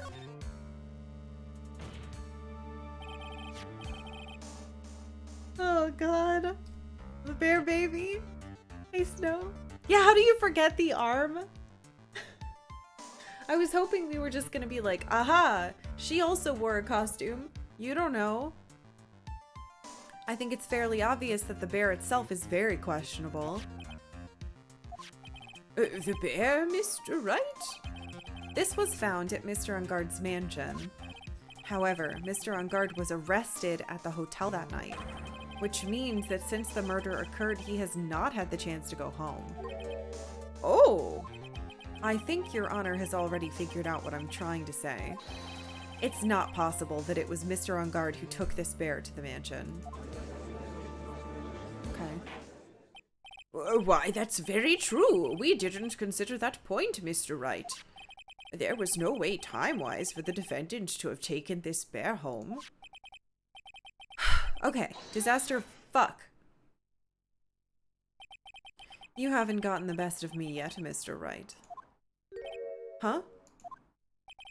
I remember it as clear as day. I remember what you muttered to yourself at Ungard's mansion.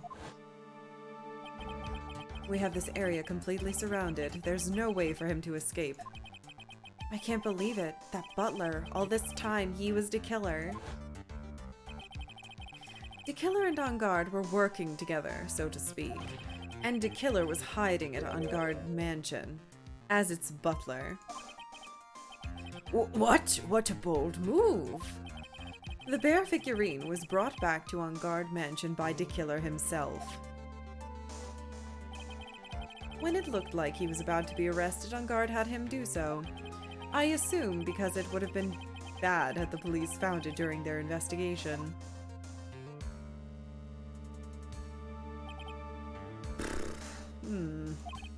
Well, Mr. Wright, you've been quiet for a while now. Oh god, this is too much. Isn't there anything you can attack at all? I think we've heard enough. We now know why this bear figurine was at the defendant's mansion, as well as who it was that received the bear and the assassin, from the assassin in his room. Everything has become very clear. The client who hired the assassin to commit the murder was Mr. Matt Ungard. I see no reason for this trial to continue.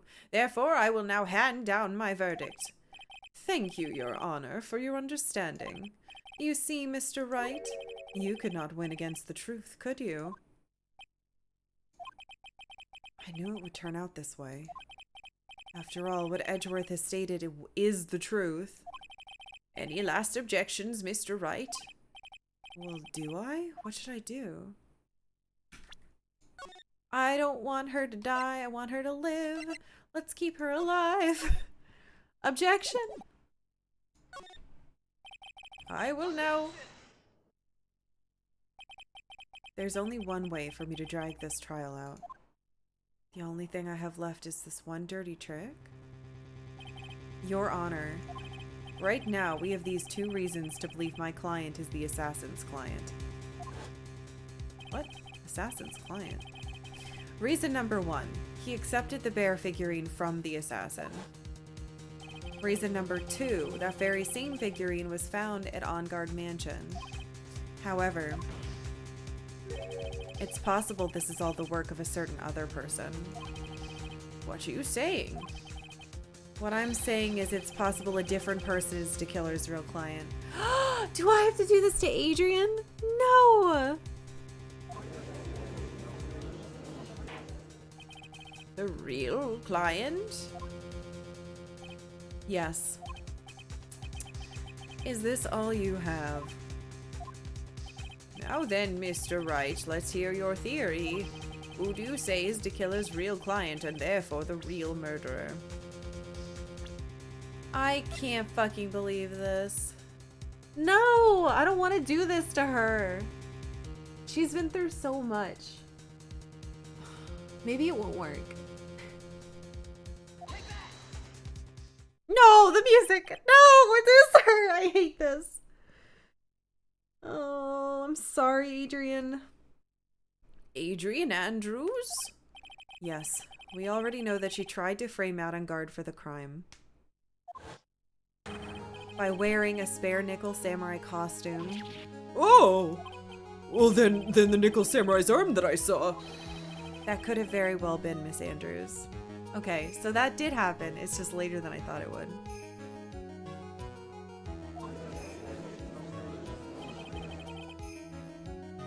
But what about Mr. Ungard? If you would please recall yesterday's testimony. The defendant was taking a nap during the break period. Oh, that's right. Then, finding this figure at Mr. Ungard's mansion? It was a well-laid trap set by Miss Andrews.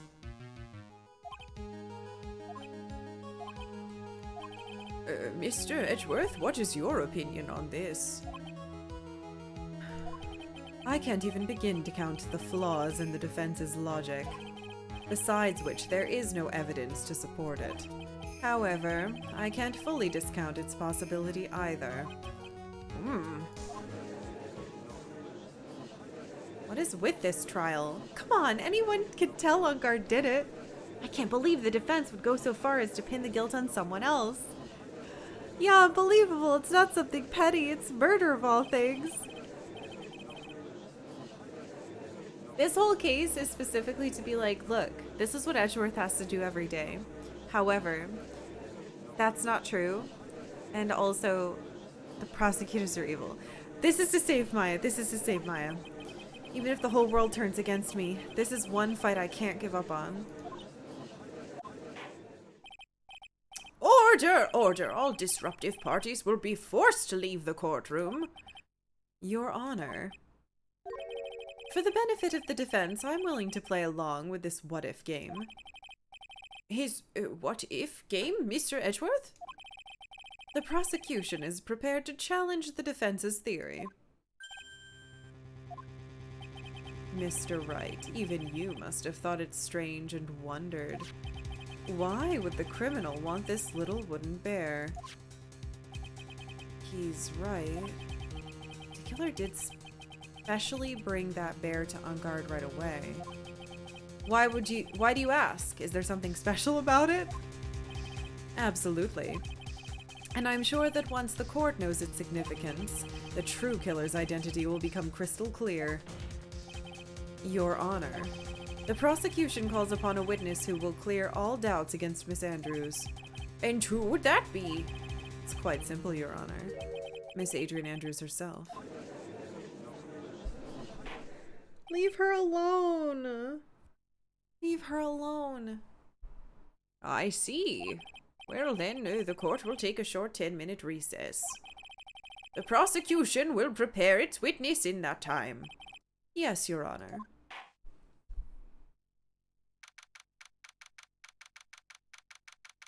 How did this happen to us? How did this happen to us? Also, that's very close to the actual time. Oh. Hi. Ha ha ha. Oh, I knew it was a good idea to hold her hostage, don't you agree, Mr. Lawyer? But I never thought in your desperation you'd try to pin the guilt on Adrian.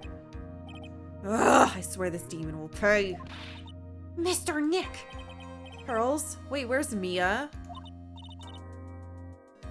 I don't know. A really strong power suddenly called her away. A really strong power? Maybe to Maya. Oh. Oh, Mr. Nick, your phone. It's from Gumshoe. How's it going? Have you been hanging in there, pal? Yeah, sort of. We just barely found something to latch onto.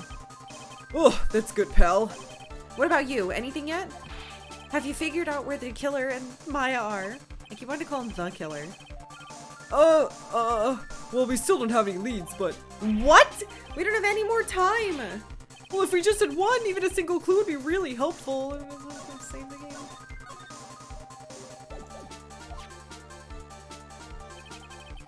I was only able to come this far because I kept thinking to myself, I've got to keep the trial going until Maya's been rescued. But have I just run out of luck this time? Is all our hope for naught?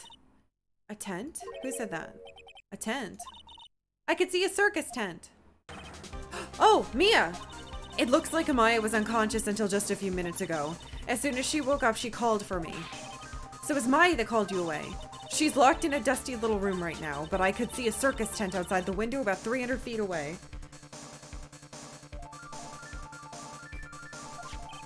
Gumshoe! Is there a circus in town right now? We know there is. Well, there's only one, pal, the Berry Big Circus. Maya's somewhere within 300-foot radius of the main tent. What? Oh, okay, hold on, pal. Hey, draw a circle on that map about a 300-foot radius from the main tent, hurry! And I could see a mailbox under the window just outside.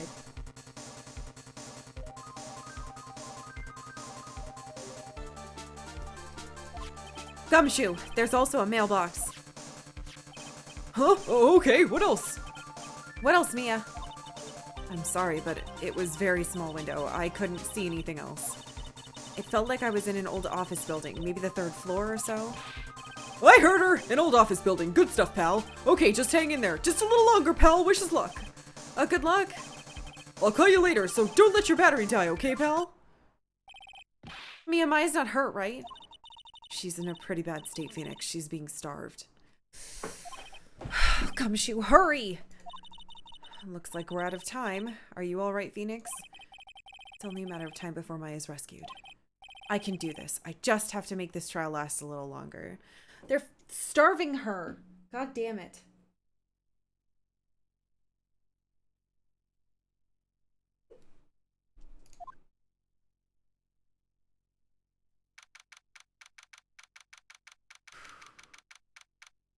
I hope we feed her many, many hamburgers when she gets out and is not murdered. Please don't kill her. Court will now reconvene, and I will be scared and sad. The killer, the man who murdered the victim, handed this to the client. From this, one obvious question arises. Why this particular item? I believe the answer to that question will provide us with the name of the real culprit. Now then, the prosecution calls the defendant's manager, Adrian Andrews, to the stand. Currently, the witness is accused of tampering and obstruction of justice. However, you have been called to the witness stand today to ascertain who exactly is guilty of murder. I understand. Very good. Now, have you ever seen this bear before, Miss Andrews? Of course I have. You've seen it before? That's right. It's only natural that the witness has. Miss Andrews, could you please enlighten the court to this bear's secrets? What are the bear's secrets? Hey, Yak. Can Maya channel someone who just ate? God, I wish. All right. Why does she know the bear? All right, whatever. All of this is stalling. Back to Adrian. Actually, this is an elaborate puzzle. Huh? It is? If you know the correct order, it can be taken apart one piece at a time.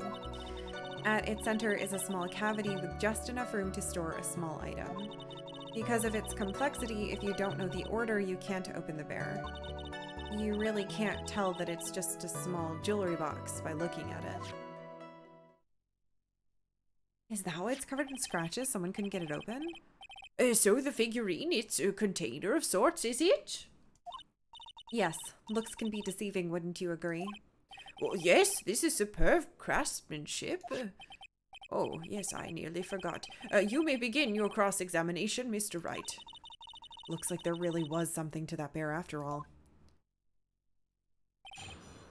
Okay. More new information, which is kind of shocking. An elaborate puzzle. A puzzle? That's right. But it looks like an ordinary figurine. True enough. To people who don't know, I'm sure they would never guess that this was a puzzle. So what kind of puzzle is this exactly? If you know the correct order, it can be taken apart one piece at a time. So you can take it apart. And how would one go about doing that? Well, you first turn its tail to the right and then push it in. Oh, yes, I see. After that, the arms and legs are free to move and can be removed. Oh, it's most interesting. It is like it's a Millennium Bear puzzle. It's wonderful. A boy and his new toy. It's like he's 5 all over it. Let him enjoy it. He's the only thing that gets me through this shit. I'm glad he's having fun. Oh, don't mind me. Go ahead and carry on. think he's lost it. So, what do you find after you take the puzzle apart? At its center is a small cavity with just enough room to store a small item. And how do you know about this? I know because I was the one who bought it.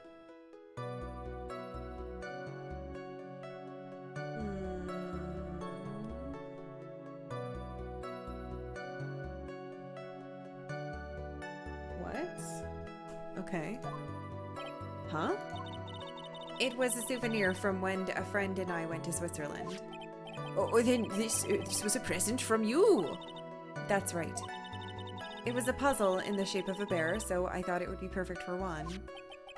So it was a present for Miss Andrews? Witness, let's continue with your testimony. Because of its complexity, if you don't know the order, you can't open the bear.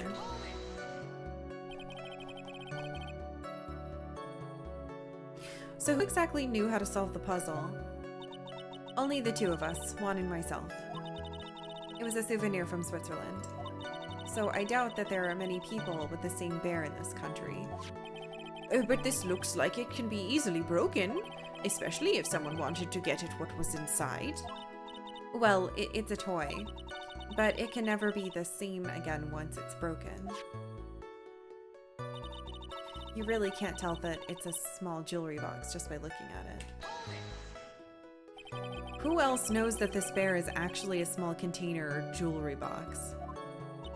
I never told anyone. And as long as Juan never told anyone either, then only the two of us knew. The two of you, huh? Then of course that means Mr. On Guard didn't know, right?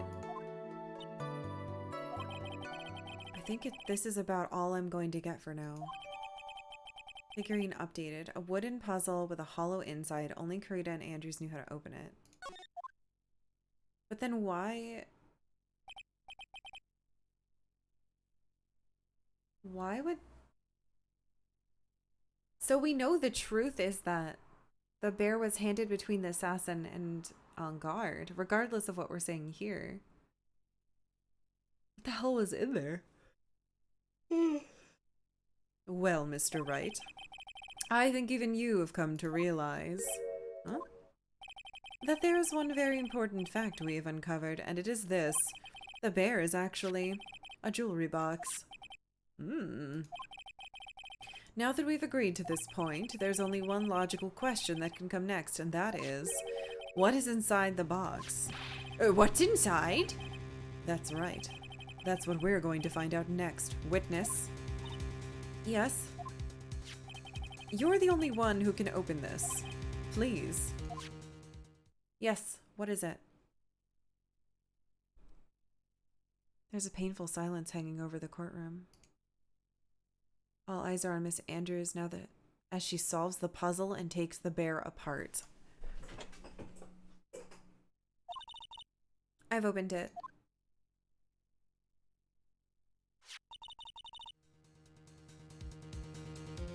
Is this what you wanted? Oh, what is that? It looks like a note. Is this a suicide note? I don't think we need to guess at what that is, do we, Mr. Wright? It's the suicide note. Holy shit.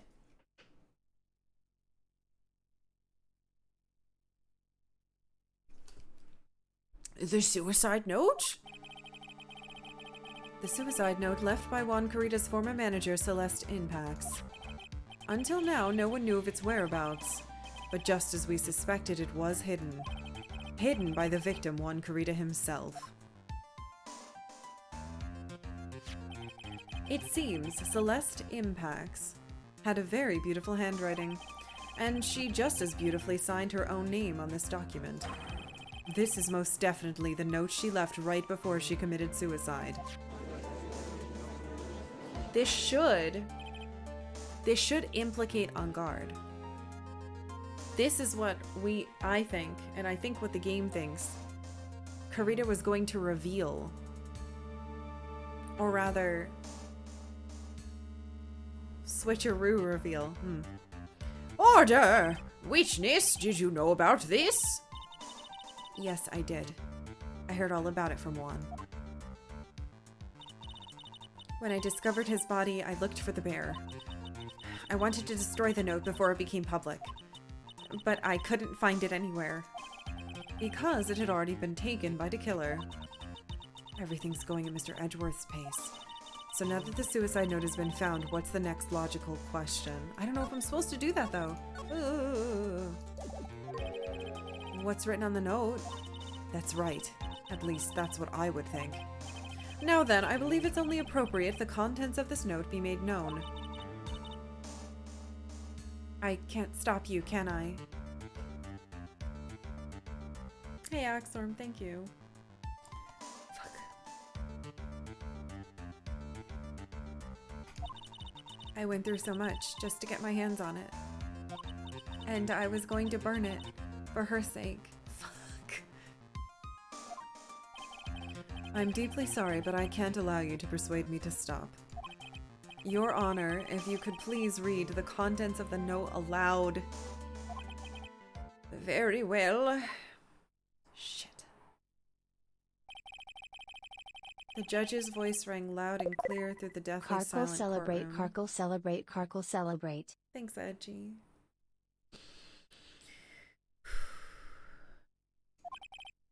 In her note, Celeste Impax left to us a record of all that had happened to her. About being used and then thrown away by Ungard. About being engaged to Karita and Ungard's role in destroying that. And about how she decided in her despair to end it all.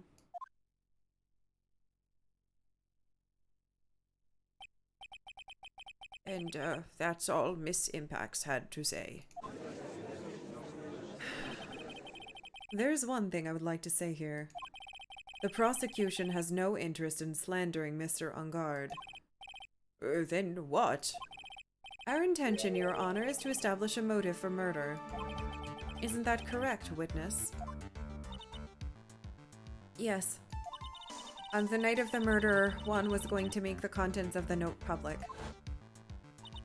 After the post-ceremony show, he was going to hold a press conference. My word! Matt Ungard values above all else his refreshing like a spring breeze image. Which is why he had to stop this note from being made public. Yeah, I'm glad they told us the contents of the note and it didn't make me read the actual note, because I would probably cry. At any cost. Oh god. Celeste suicide note, found inside the figurine. It tells of Ungard's horrible misdeeds.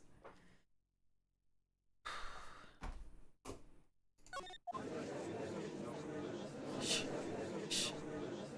It's Ungard's fault that woman killed herself. And this time he even went so far as to kill someone to stop him from revealing that. How terrible. What a selfish person. Well, I guess there are slimeball lawyers out there who'll defend these creeps too. There's no reason for doubt here. That guy didn't have to say that. Mr. DeKiller's client's goal was to obtain this suicide note. And the only person who needed this note that badly is the defendant. Let's not forget that the bear with the note inside was found at the defendant's house. It seems we have come to the truth at last. The defendant's motives were entirely selfish. He deserves no sympathy from anyone. How am I supposed to escape from this? Why the hesitation, Phoenix? Gumshoe hasn't called yet, so you know what you must do. I hate this! I know, I have to carry on and buy him some more time. Okay. There are two deadly pieces of evidence, the figurine and the suicide note. Maybe somehow I can find a way out of the situation through one of those? The gavel is already in the judge's hand, Phoenix, hurry! Suicide note or the figurine? Which one of these should I pursue?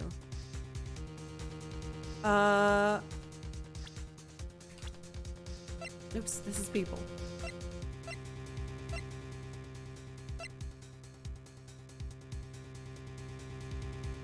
I don't know! I guess we'll just try one.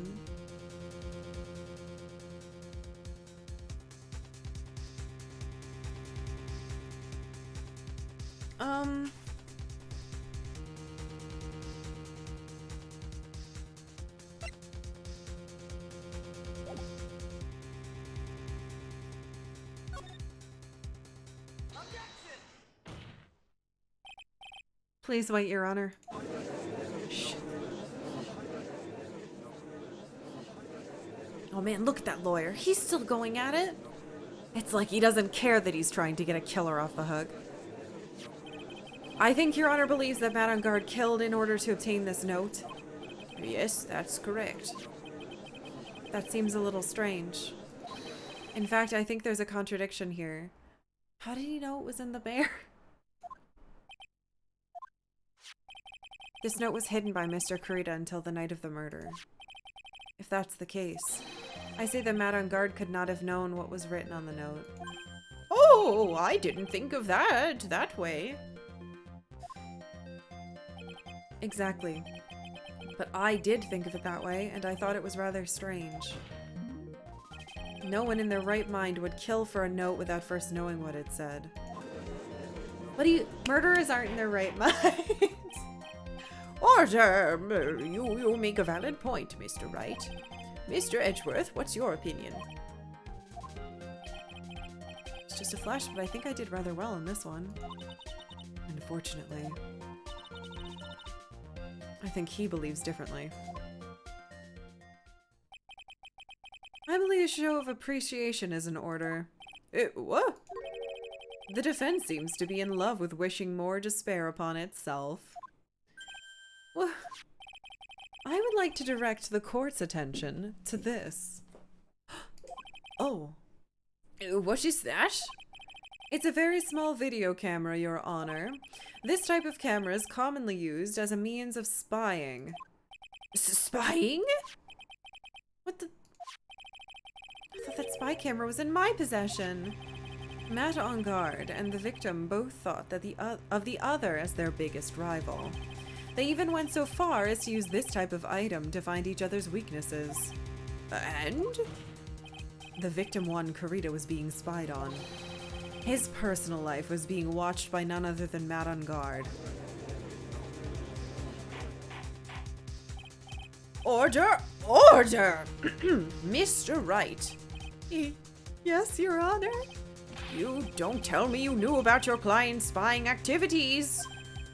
Well, sort of. Sort of is not an acceptable answer, Mr. Wright.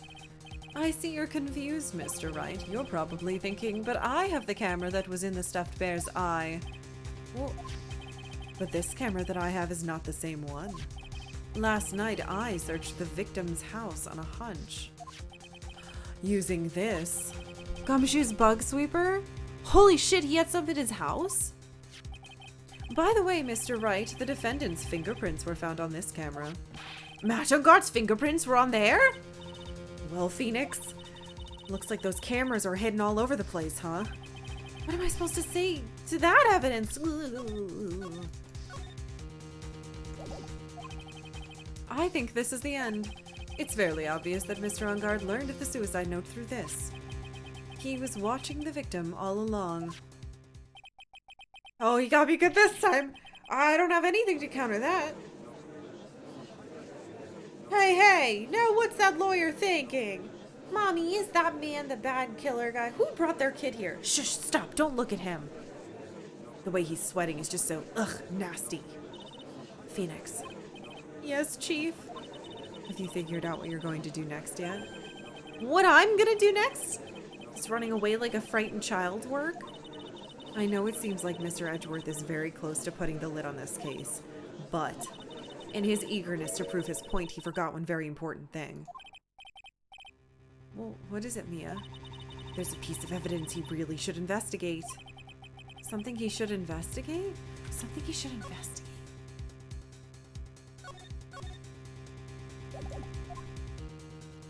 I would really hate to see the good prosecutor get scolded for not remembering to look into the item when he had the chance.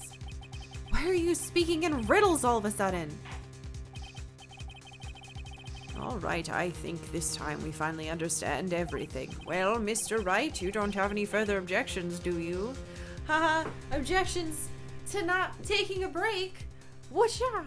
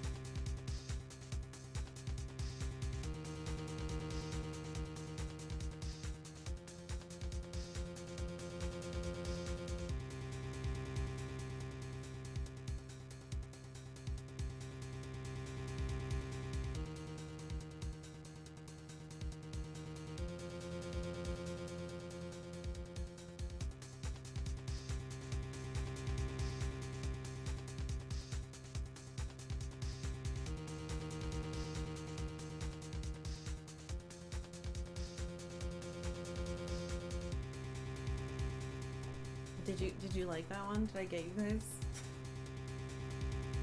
We went to the coast one day and I got a little block of fudge and I just ate some of it. It was very good. It's a good bit. Good. If I don't get to play, I might as well make it fun. Also, we just got some really good news from a friend. Ooh, okay. Alright, so we have some type of weird choice to make and now I'm scared. Well, Mr. Wright, you don't have any further objections, do you? What's a piece of evidence that Mia's talking about? Can I figure out what it is that still needs to be looked at? Or should I let go? Well, I have to present something. I have an objection, Your Honor. I just don't know what. That was about the weakest objection I've ever heard, Mr. Wright. Oh, Your Honor! The defense has no intention of letting this go so easily! You're beginning to sound desperate. That's just your imagination, Your Honor. Mr. Edgeworth, this is not like you at all. In your eagerness to prove your point, you've forgotten one very important thing. Hey, isn't that what I just said? So you're telling me that I forgot something? You're so close, Mr. Edgeworth. But there's something you really should examine about this piece of evidence.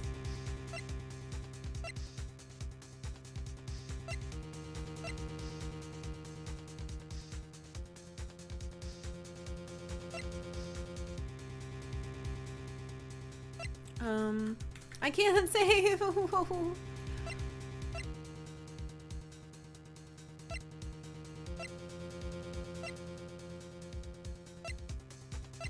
I think it's the spy camera, but it might not be. Well, Mr. Edgeworth? Yes, I do believe some special examination is needed, but I think the item that should be examined is the defense's gray matter. No! Oops! Okay, so it's not the other camera. I thought it was gonna say something about being on a timer, but I guess if they found the other ones. So that's not quite right. Whoops! Mr. Wright, after this trial, I'd like to see you in my chambers. Shut up, shut up. You can't say that to me. Back in time button. Not remembering to look into the item when he had the chance. Oh, the bear! Is it the bear? Yeah. Objection! Don't insult me. I'm gonna objection your face. Bop, bop, bop, bop, bop, bop, bop. Okay, let's save here, closer. It's the bear, I think. He didn't look into the bear? Am I dumb? Is it this? Let's try the bear for fun. No? Okay, it's not the bear. I was hoping it was the bear because it's funny.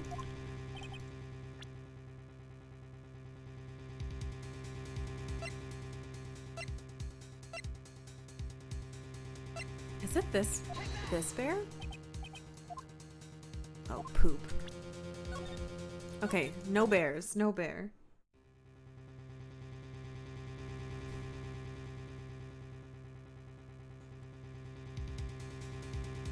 You should examine my badge. You didn't notice. I was an attorney the whole time.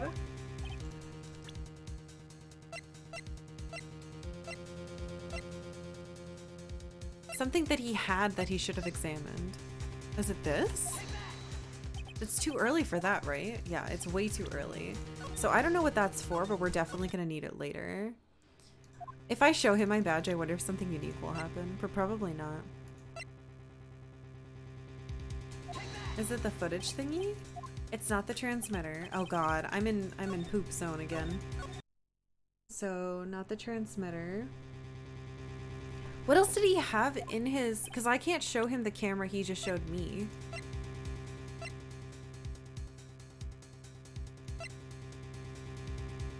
Oh shit, I already did this one. My bad.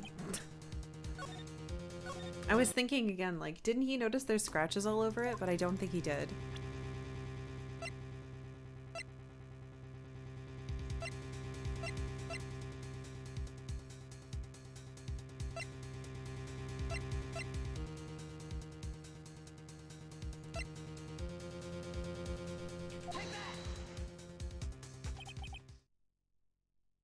my god, is it?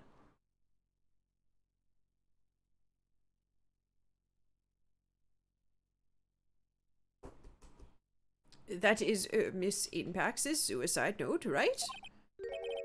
Who knows? I mean, sure, this suicide note was found inside the bear, but this bear was in my possession until only a few moments ago.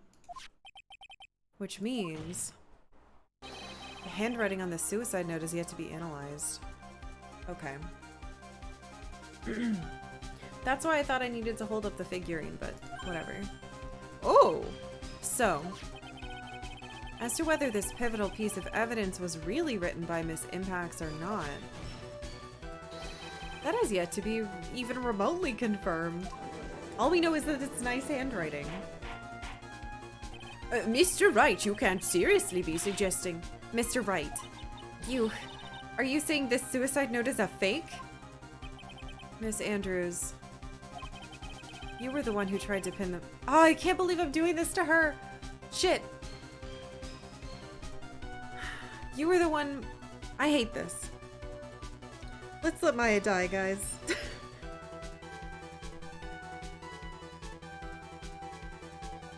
You were the one who tried to pin this murder on Mr. Ungard. Who's to say you didn't create a fake suicide note and put it into the bear? How dare you! Your Honor, the defense is indiscriminately accusing the witness again. There's no evidence linking the witness to the suicide note whatsoever. But if this is a fake, then the witness is the only person who could have made it.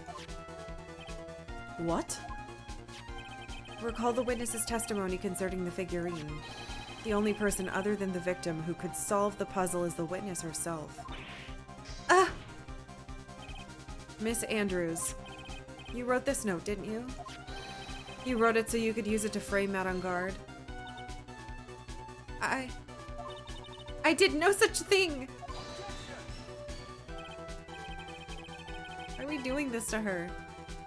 Right, if you're going to pronounce the suicide note a fake, then show this court some evidence to support your theory. Mr. Edgeworth, you were the one who presented this scrap of paper as evidence. That means the burden of proof lies with you, the prosecution. Oh, that's enough. Mr. Edgeworth, can you confirm the handwriting on this suicide note? It is, as the defense has stated, the handwriting is yet to be analyzed. If that's the case, it seems yet again we've reached a point where the verdict is impossible. Impossible. That's impossible! This isn't good, Phoenix. What? Why isn't it good? What's wrong with that? They're about to go get her! The judge is going to carry- that was what delaying was for! I don't think Maya will physically be able to make it another day. Hello? There's no continuity anywhere. I didn't want to have to do this, but I don't have a choice. I request that both the prosecution and defense further investigate. Handwriting analysis, my butt. That's just more time buying for the lawyer. Ungard's guilty. Look, any idiot can tell you that. I think we reached the end of the line. Guilty! Guilty!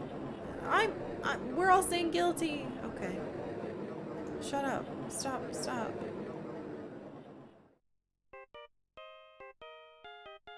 Huh? Why is my phone on? What is that sound? It's Gumshoe! Hello, Gumshoe? Oh, what's with him? What's with the sigh? Where's Maya? What happened to the killer? Yeah, he got away. What?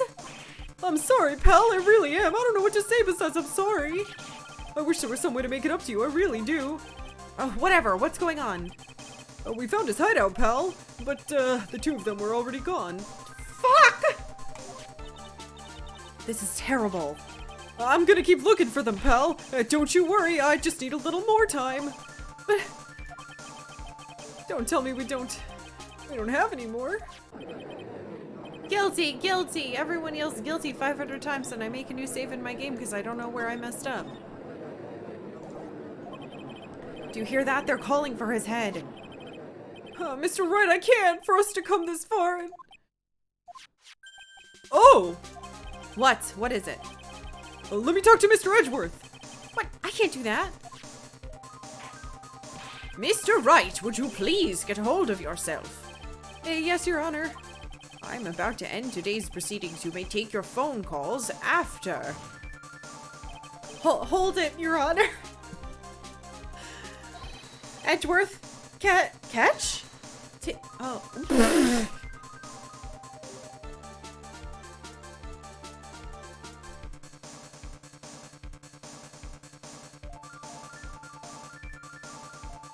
I'm sorry. Did a JPEG just spin across in the middle of the screen?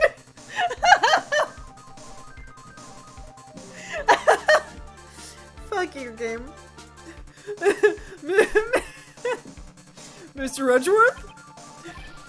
Please, you gotta buy us some more time. Court is in session. Throw the phone back, please. He hung up! I'm sorry, Your Honor. You were saying... Mr. Wright, this is a court of law. I'm sorry I threw my picture across the screen. I'm sorry, Your Honor, but... No! I am reluctant to do this, however. It appears that I have no choice. Sorry, I keep picturing it in the middle of the screen. It didn't even go across the screen, it just spun in a little circle in the middle. Fuck me, man. That's the best part of the game. It appears I have no choice but to suspend proceedings until tomorrow. This time I really can't do anything. This court is now adjourned for the day. Rabble, rabble, rabble. Oh god, that was so... Huh?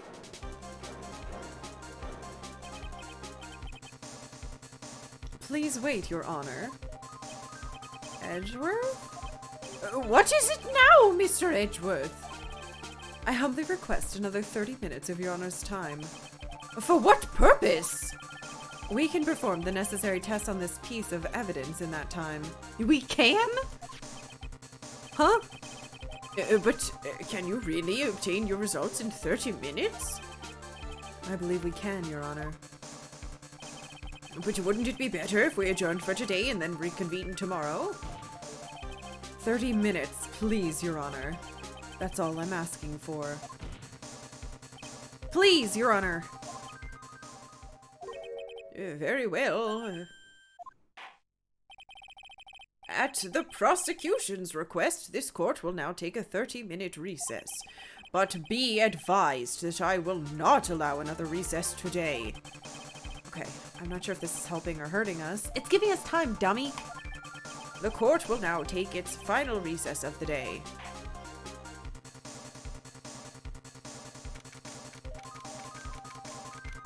Jesus, 32? Okay.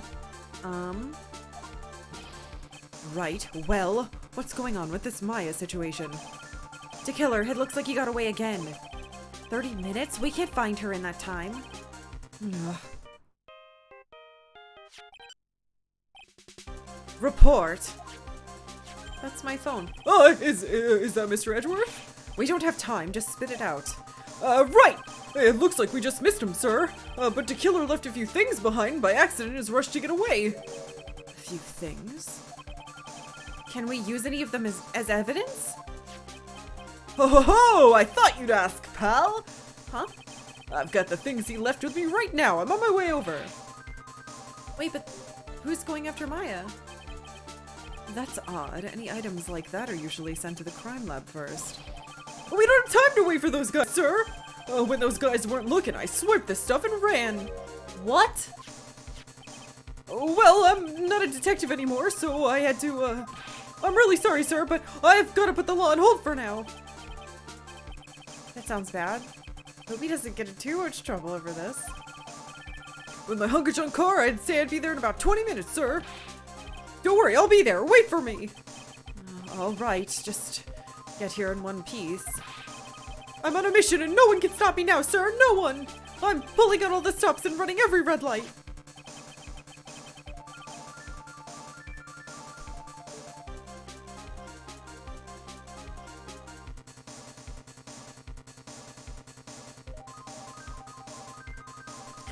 Items left by the murderer. Maybe there's something among them that'll be decisive enough to end this. Did I just get hit by a car? Is he here? Huh? Oh god. Hey, what's wrong? Detective Gumshoe, answer me. Oh no, that was through the phone! No one can stop me!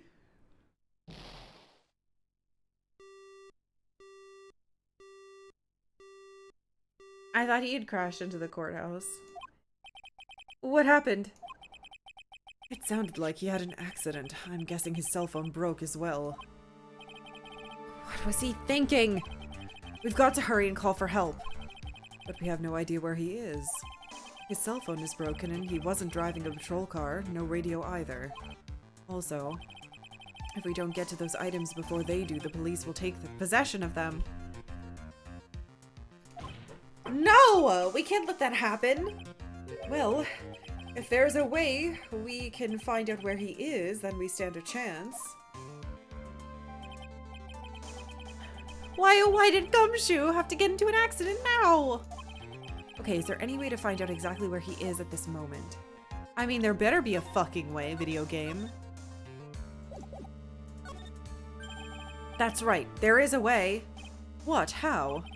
I'm sure we can find out where Detective Gumshoe is through this. What? Through this?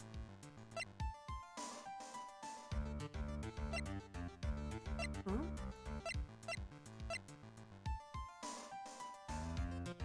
What?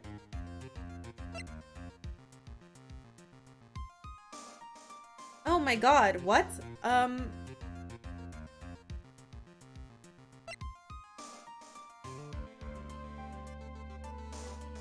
Not the badge!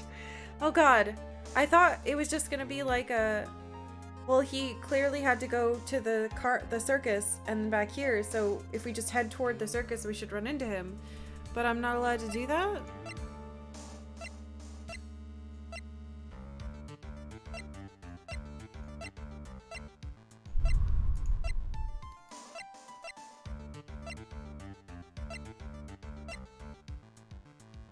I don't have the scanner anymore. So is it this? Right, we're not in the middle of a mock trial here.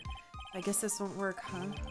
Guess it's up to me. Alright, I think I'll think of something on my end. Don't get your hopes up too high. I'll try my best. Did I say something wrong? Edgeworth, what is it? I don't have any right to judge anyone ever again. I know my client's guilty. But what I'm doing now, I'm pinning the guilt onto someone totally innocent and using the evidence to do so.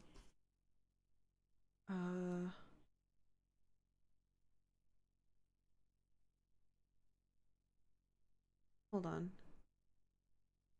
Failed to this one. I wonder if there's a way to do it right. Maybe I don't have to?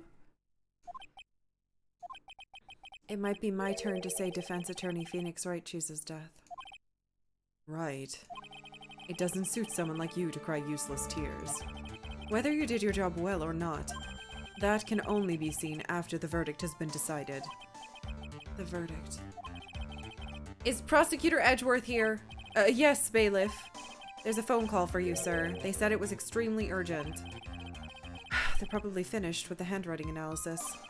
I have to go take this call. In the meantime, think hard about what it is you must do. To be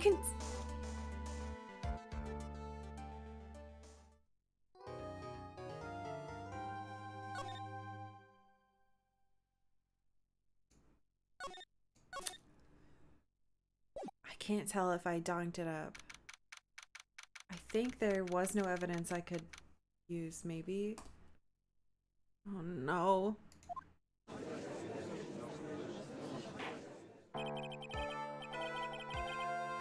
Court will now reconvene. I assume both sides are ready. Yes, Your Honor. Yes, Your Honor. I can understand the defense acting like this. However, why do you also seem distraught, Mr. Edgeworth? It's nothing, Your Honor. Wait, what's wrong with him? It looks like something unexpected just happened to him. The writing? Now then, Mr. Edgeworth, if you could please tell the court the result of the handwriting analysis on Miss Impax's suicide note. Yes, Your Honor. Unfortunately, we have discovered that this suicide note is a forgery! Oh, shit! What? Huh? What do you mean, Mr. Edgeworth? This note was not written by Miss Impax herself. It is a fake. Now I'm rabble. What? Order! Mr. Edgeworth, would you care to explain what's going on? If this was not written by Miss Impax, then who wrote it? We would need more time to do a more detailed analysis, however. It appears the handwriting matches that of the victim? What?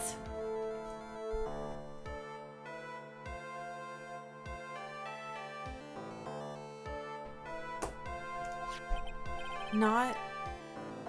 Huh? Mr. Kurita? Well. It looks like Miss Impax never left a note after all. She never wrote anything about On Guard. However, Your Honor, even though this suicide note is indeed a fake, Mr. On Guard could not have known that, and so that facts remain unchanged. Sure. Acting under the assumption that it was real, he had plotted to possess it. That does sound very plausible. This theory that On Guard had no idea that the suicide note was fake. Something seems a little wrong with it. It does? Oh, Christ.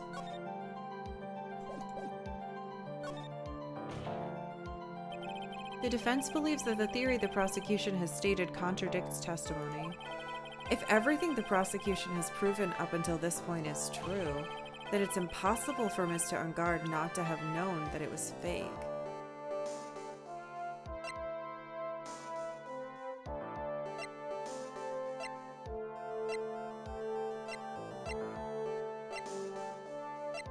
Because of the camera? That might be wrong. No, I think it's right. Because he had cameras everywhere, which we just proved.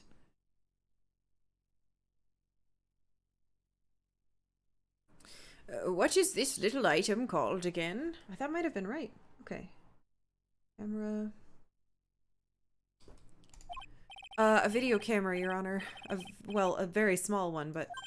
Oh, that's right, a camera. Yes, you kids and your fancy toys nowadays. Mr. Edgeworth, earlier you claimed that Mr. On Guard knew of the existence of this note because he was spying on the victim. Isn't that right? If that were true, then this means Mr. On Guard would have known that the victim had forged the note. It's not necessarily true, but sure. Ah! So then the defendant knew the suicide note was a fake. And if that's true, then the situation suddenly changed in a very dramatic way. Exactly, Your Honor. The prosecution's theory as to what Mr. On Guard's motive for murder was, it has suddenly disappeared into thin air. But, Your Honor, it's not as if Mr. On Guard monitored Mr. Kurita 24 hours a day. Perhaps the victim wrote the note in a place Mr. On Guard didn't know of. Well, right back at you, Mr. Edgeworth. Why don't you show us some proof that the victim made the forgery at an unknown place?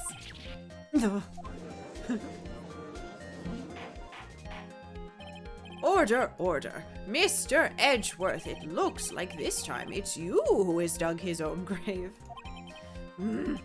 As I figured. Oh, as you figured? As I figured, it came down to this after all. Mr. Edgeworth, you're not making any sense.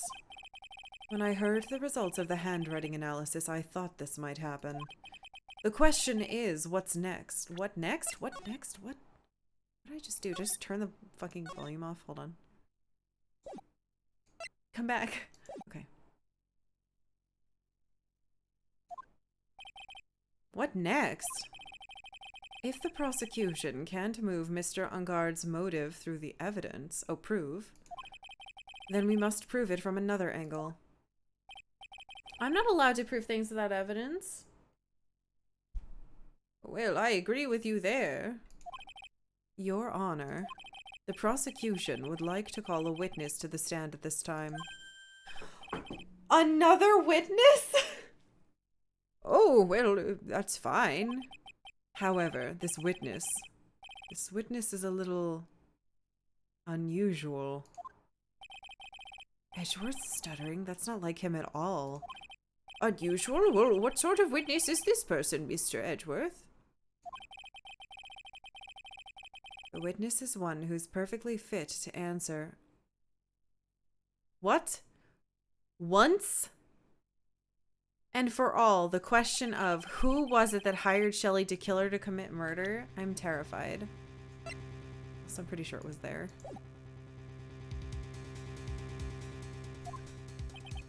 That's impossible. Who?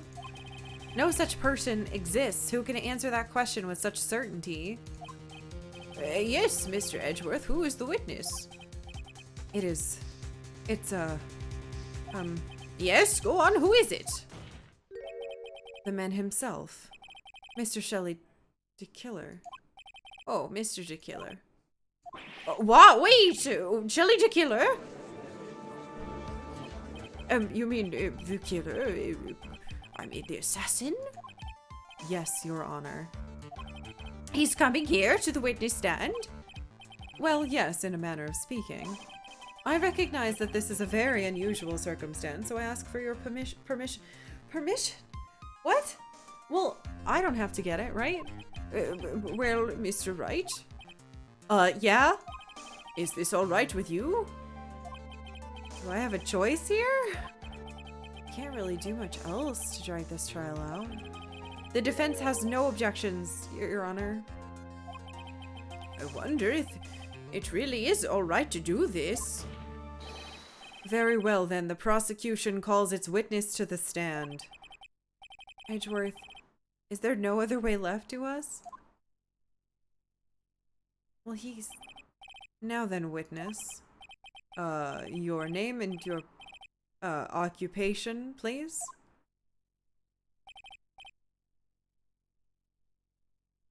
Oh. The radio. Okay.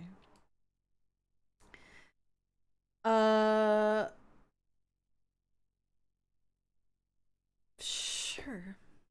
Very good, sir. My name is Shelley de Killer, and I'm a professional assassin. What is this? I say! What is going on here? Your Honor. How can you remain so calm, and what is the meaning of this two-way radio? Actually, Your Honor, it was delivered to me just now, and it came with a condition. As long as we do not trace its source, Mr. de Killer will testify to the court. Do it anyway! Trace the source, please! Who cares? So this must be what the urgent phone call he got earlier was about, not the lab results. Oh no, this will not do. I cannot allow this in my court. First of all, we can't even be sure this is really Mr. de Killer himself. Witness, please present some sort of proof that you are in fact Shelley de Killer. Okay. I understand. Please wait a second. I'm so hungry. Maya? A voice? Mr. Wright, can you confirm anything from this? The defense has no objections to this person. We're satisfied that this man is indeed Shelley de Killer. Well, it looks like we've run into yet another unexpected turn of events. Well, it does seem like we have too many choices under these So it doesn't seem like we have too many choices under these circumstances, so, Now then, witness. There's one thing I would like to confirm before we speak of anything else. And what would that be? At the request of a client, you killed Mr. Juan Carreta, is this correct? It is as you say. I did indeed kill Mr. Carreta. Oh! Now that we have answered that, let's move on to the name of your client. Very well. this is all just a bad dream. That's it. It's a bad dream. Shelley to killer. What's he gonna say? Who is he gonna say? Testimony. Oh my god. Okay. Let's just save before... What the fuck am I gonna save? Here, I guess. There is something I must first state. To an assassin, nothing is more important than the trust between a client and himself. And that is the reason I'm here today on this witness stand. It's my wish that you grasp this concept before I give the name of my client. Wait, what? That's not...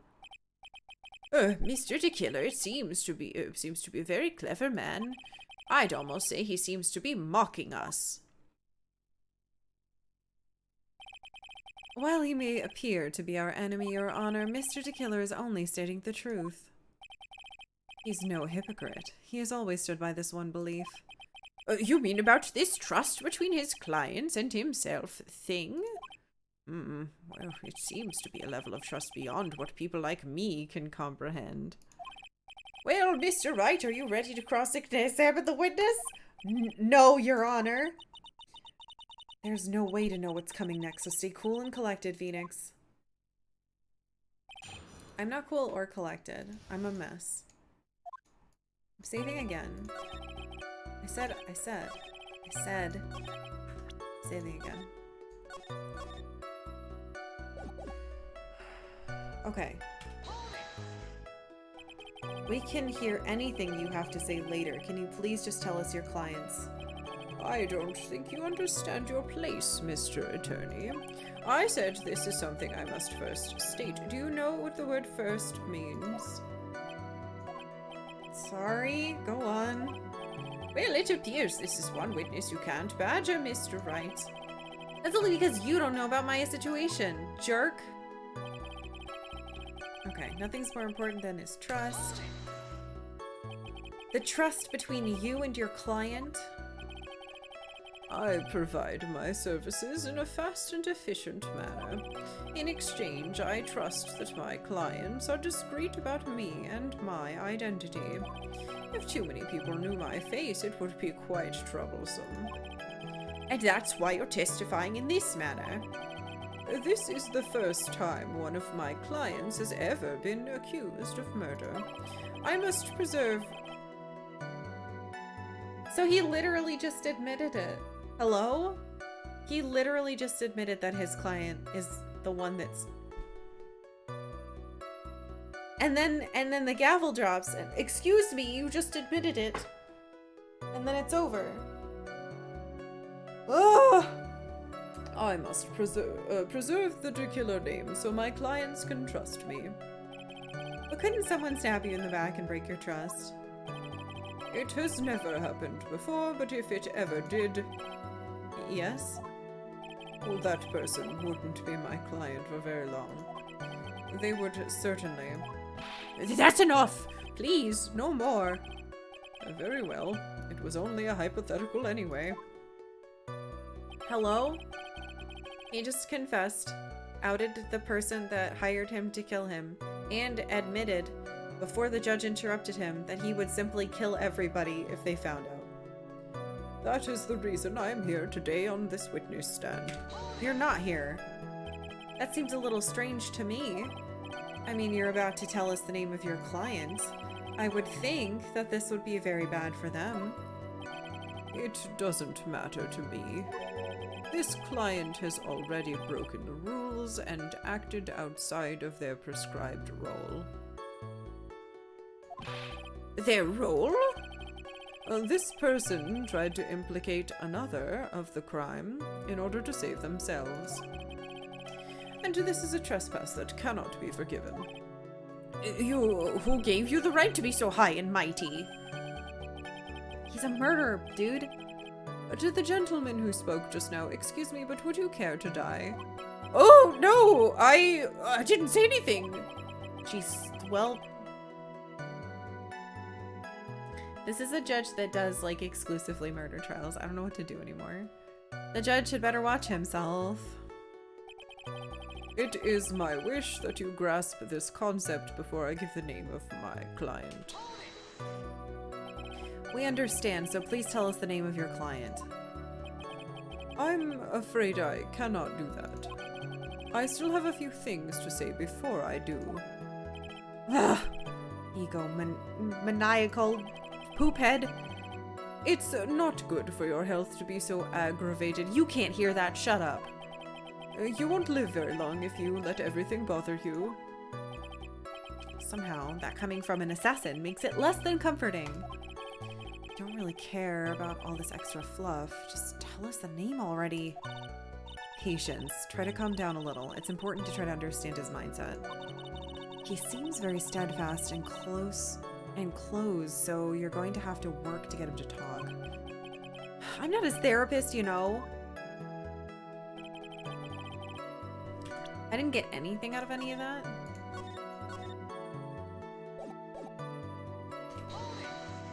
Do I have to double something?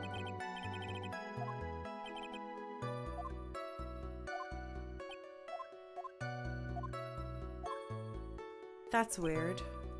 Is there anything that updated? That's between you and your client. Discretion. I'm sorry, but I was wondering about something you just said. You said that your client had already broken the rules. There we go. Okay. A person who frames another is the worst kind of human. And that's why you feel you can betray this person? I have no trust relation with a client who can't understand their assigned role. Just my luck. An assassin with a conscience? Who would have figured?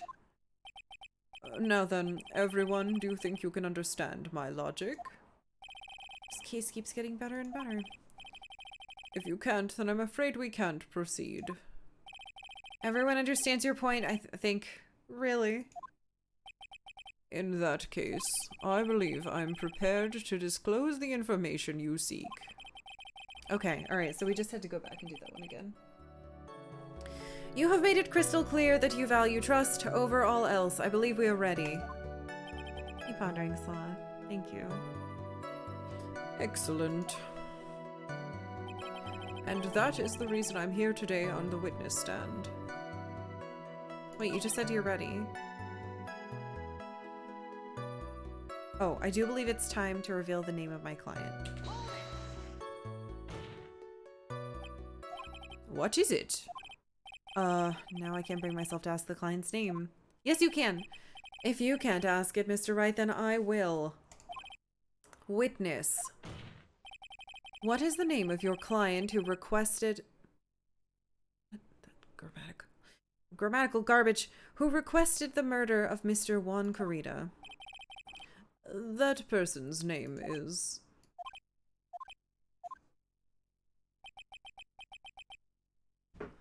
Adrian Andrews.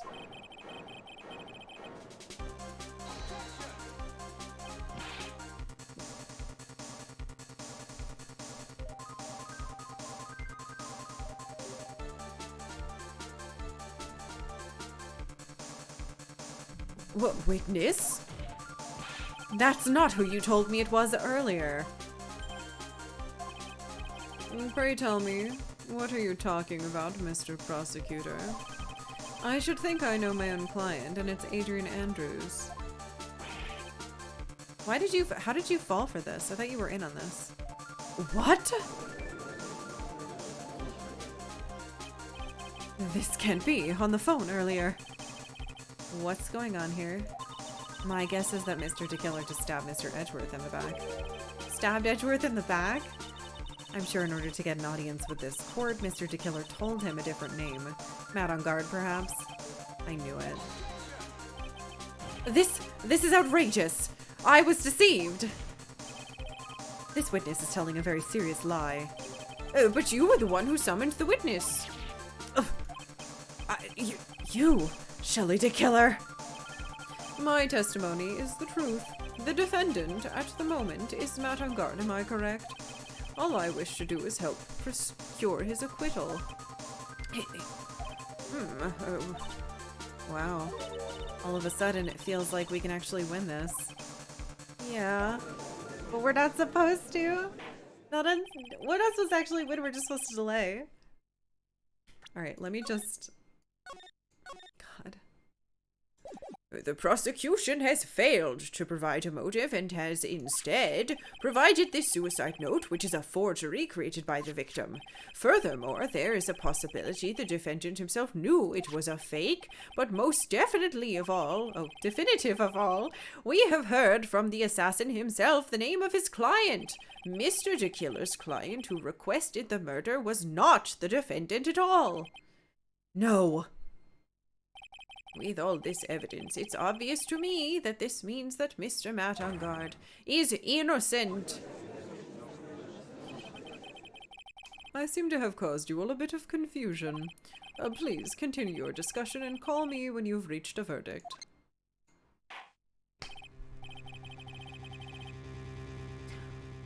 Why couldn't we have just done this as like a little joke? Like we could have all been in on it and not had a problem at all. I don't get it. Also, one of my OBS screens has turned completely white. So I hope you're all still here. Bailiff, please bring Miss Adrian Andrews in immediately.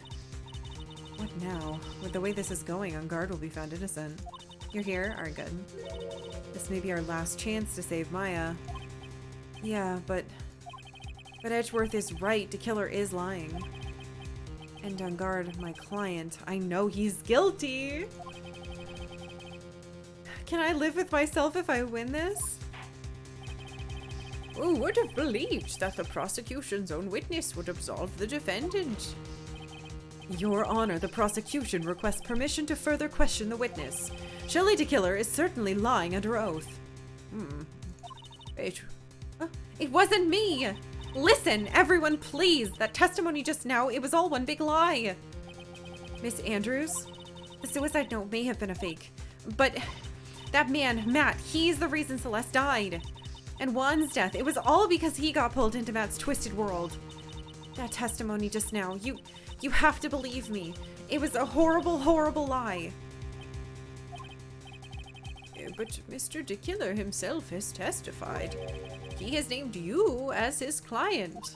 No, that's not true. Also, there's quite a bit of evidence that points to you. The knife, the button, donning the nickel samurai costume. But that's... You even have a motive. We know that Miss Celeste Inmax was a large part of your life. You wanted to follow her, and you wanted revenge against the two who hurt her. I would say you have plenty of reasons to want them both dead. No! Mr. Wright! Huh? What? Wait. Just... You know the truth. Tell them. Tell them the real story. Who the real killer is. Tell them. Please. Help me. Yes, I know the truth.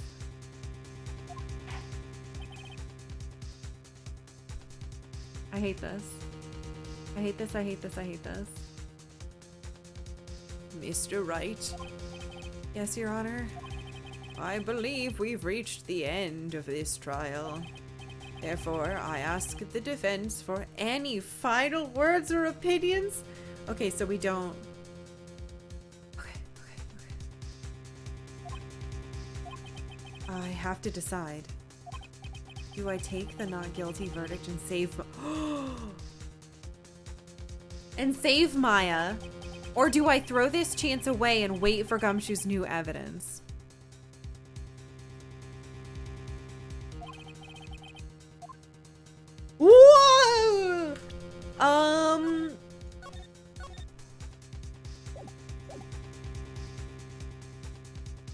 Okay. What the fuck? Okay.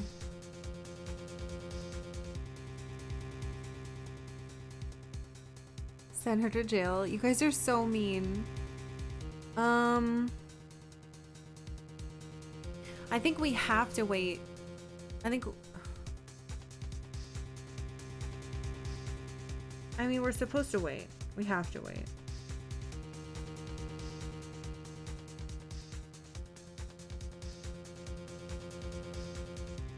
We have to keep going.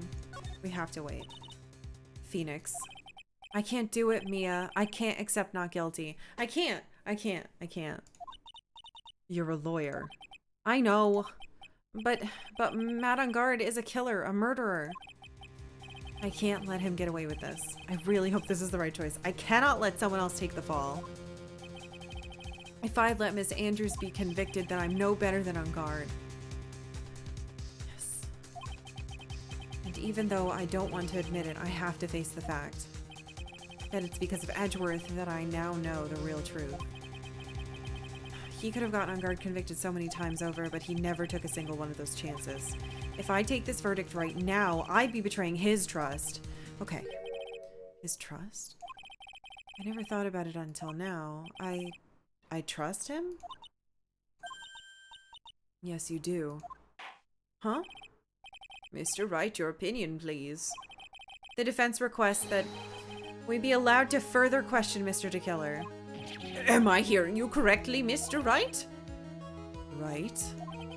But that witness has cleared your client through his testimony. Your job here is done.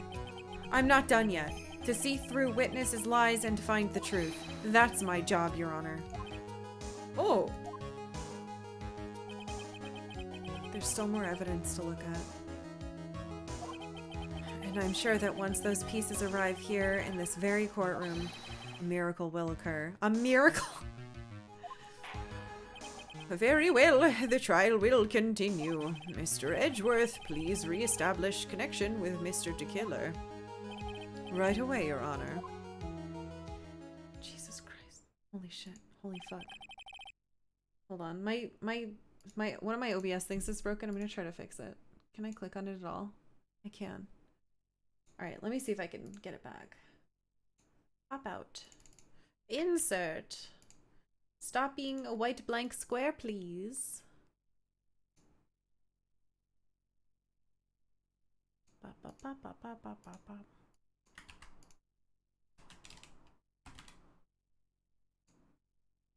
There it is. Now I can see. Hooray! It made a bunch of my stuff disappear, but it's back now. Alright. Has the verdict been reached? No. We should have just said yes. Yes, it is. And then he'd let Maya go. He might kill her no matter what, though. Before that, we would like to talk with you a little more. About? All you needed from me was the name of my client. What else could you need me for? Well, actually, we would like to hear everything you know about this case.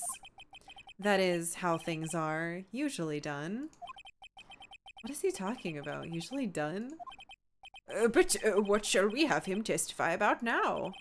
Mr. DeKiller, if you don't mind, please testify about your client in more detail. You legal people and your procedures. Is it any wonder that no one likes going to court?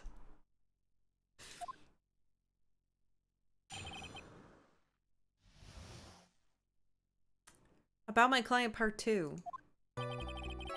As I have already stated quite a few times, Adrian Andrews is my client. However, one thing I simply cannot overlook is tampering with the scene of a crime. That's what? My client did it to frame another for the crime.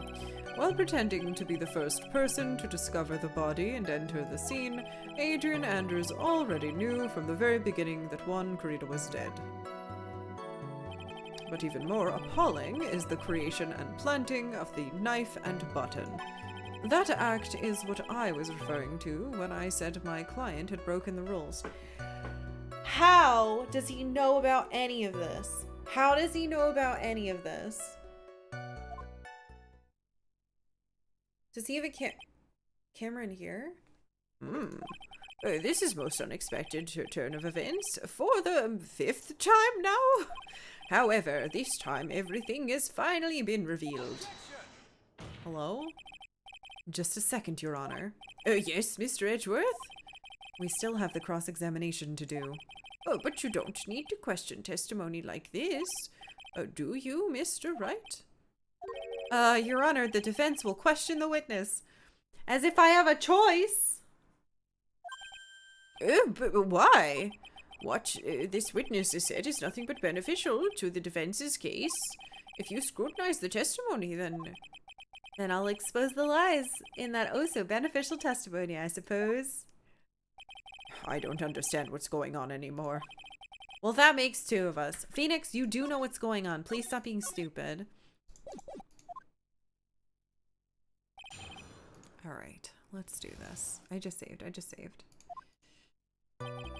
So I've already stated Adrian was my client. We have to press on everything. What is it, Mr. Wright? If I press him the wrong way, it might raise suspicions on his end. But I have to do something to waste more time. Witness. Oh shit, maybe we'll save a lot. About requesting a hit. Yes? How much is your fee? I see you're also quite a dark-hearted man, Mr. Attorney. Huh? If you would like to talk business, we can do so after the trial. No, I'm not thinking of hiring Mr. Wright! Yes? You want to kill me? You want me dead, don't you? What? Why would you think something like that, Your Honor? Guilty, Mr. Phoenix, Wright? You're hereby declared guilty. Witness, let's continue. Why did you disclose the name of your client? They're your client, are they not? That's pretty good. I like the judge a lot. One thing I simply cannot overlook is tampering with the scene. I would think that most people wouldn't be able to overlook a person hiring another to kill. If I had a problem with such a thing, I wouldn't be very effective at my job. Ah, yeah, well, teach an occupation might be good for you. However, I will say this. Even though I'm the one that does the deed, my clients are always the real guilty party. That goes without saying, Mr. Dekiller. And their fate is to live with the knowledge of their guilt on their shoulders. However, my client this time thought they could run away from their guilt.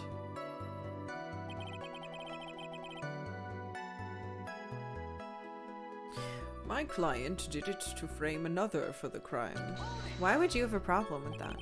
Are you talking about the button and the knife? Yes, and my business card. Oh, the card?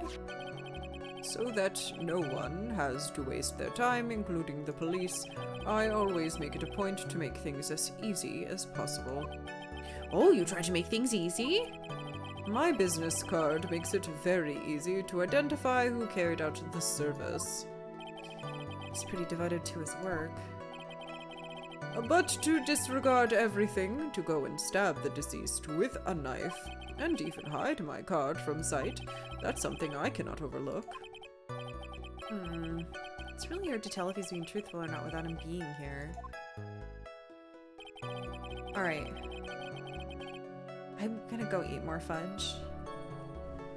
Thank you all again for being here today. I'll be right back.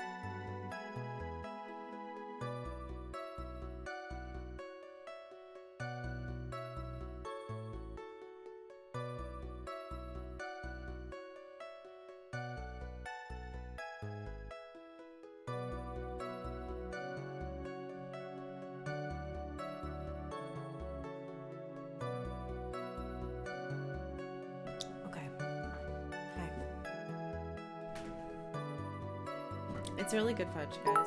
It's like salted caramel. I haven't eaten fudge in Only years. she didn't say fudge, she said the word. The big one. The queen of games' dirty words. The F dash dash dash word. Thank you. Dorks. Alright.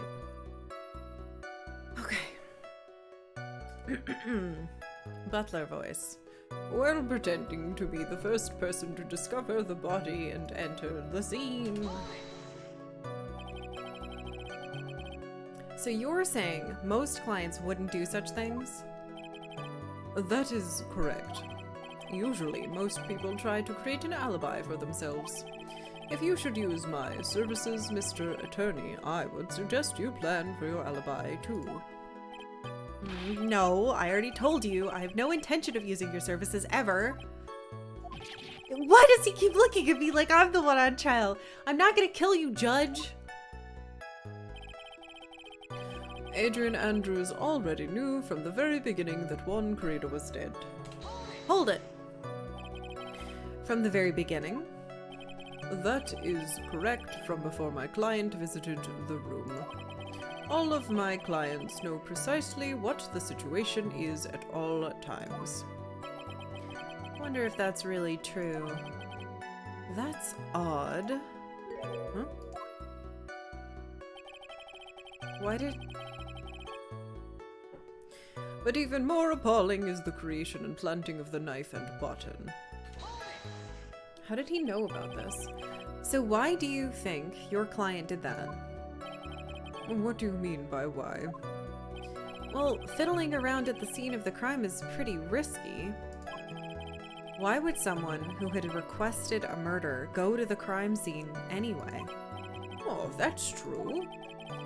I assume it was probably done to frame Mr. Ongard. If that's the case, then why didn't the person just request that you do it? Sadly, that is not possible. My job is to kill, that is all, and to leave my business card behind, naturally. The business card is so my clients may escape blame. To protect them is my duty. Even if they say it's for some revenge, setting someone else up to take your fall. That act is what I was referring to when I said my client had broken the rules. And that's all you have to testify? Yes, and I pray that I will never be called to the stand again. Again? As in you plan to continue? I must, as I have yet to find a person to take my place and become the fourth successor. Actually, how would you like a new life, Mr. Attorney? Excuse me? No, I'm fine, really. Are you really now? I wonder what kind of man the judge thinks I am now. What are you going to do now, Phoenix? Become an assassin, The I dread guess. pirate Phoenix Wright. Oh, you're right. It is like that.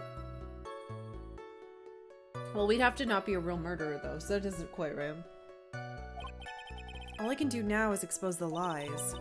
That's true. However, you realize that will be very bad for our client, right? Ugh, I'm so confused. Phoenix Wright, Ace Assassin. Now that's a game we could play. That would probably be way even more difficult. There'd be like 500 assassin rules. And it would all be weird, and none of them would make sense. And they would change depending on everything. This is one thing I know for sure. I can't let this trial end yet. Boo, boo. I think I lose. Guys, I lose.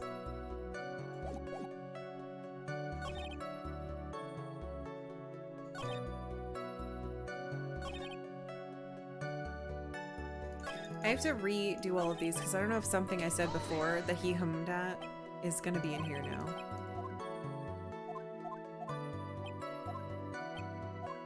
And now the judge is going to get mad at me.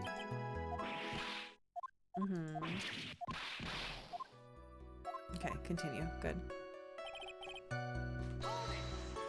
If you lose, do we win? That's a great question. I don't think... I don't think anyone's allowed to win this one.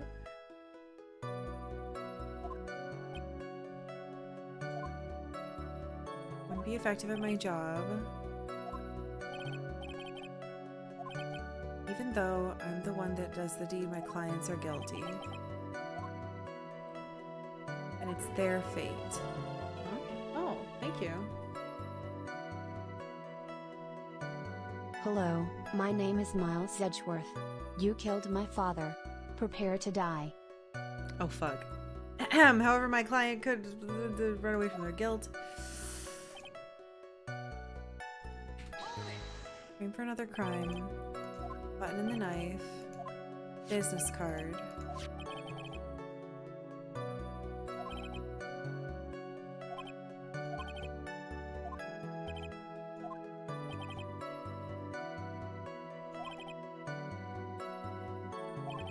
She didn't hide your card though. But I don't know what I'm supposed to do because I'm not supposed to win. But I'm also not supposed to lose.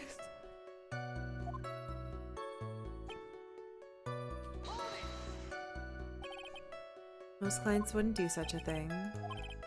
Usually most people try to create an alibi. Stop talking about this. Adrian Andrews already knew from the beginning that he was dead. From the beginning. All of my clients know precisely the situation. That's odd. See, he says that's odd there.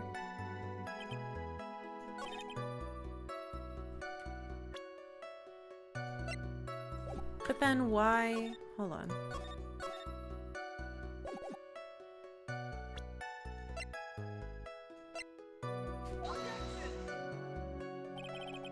Oh, fuck. I was gonna say, why would she pick up the card and hold it then? Why would she pick up this? Oh, I was right the first time. You guys saw me hover over this and save, and then I chose the other one. Damn it. Alright, I'm pretty sure this is right. We need some way to show that, like, she didn't know it beforehand. So she spaced out, and she picked up the glass, and then she put it down, and then she picked up the card and put it in her wallet. So, I knew it had to be something like this. All right, thank you so much for taking the time to testify, Mr. DeKiller. What is the meaning of that attitude? When Adrian Andrews entered the victim's room, your client had no idea that Juan Carita had been murdered. But how? How do you know that? From this wine glass, Your Honor. The glass? Mr. DeKiller's supposed client thought that Mr. Carita had only fainted, which is why the glass of tomato juice was poured for the victim. Oh, but isn't that just a part of Adrian Andrews' calculated plan? That's not possible, Your Honor. This glass bears the fingerprints of that person. Had this been planned, they would never have left their fingerprints behind. Oh, I see your point. Mr. Edgeworth, what's your opinion? Strangely enough, I had the same exact thought just now. I'm glad that he hummed at it, because I wouldn't have tried. Witness, how do you explain this strange phenomenon? Isn't it a waste of time to ask about such a minor detail? It's not a very important point anyway, correct? Finger. I'm afraid you're mistaken. If Adrian Andrews really is your client as you claim, then your client should have had knowledge of Mr. Carita's death. If not, then that can only mean that Adrian Andrews was never your client at all. This is such a mess. How strange. Yes? Why is it that the attorney has yet to raise an objection to this absurd situation? Huh? Phoenix, if DeKiller figures out what we're up to, we're in real trouble. I think he already did.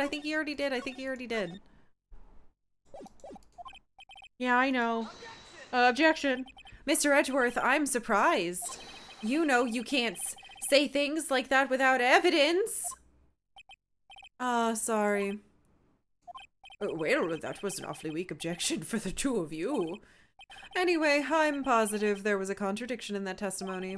The prosecution requests further testimony concerning when the request was taken.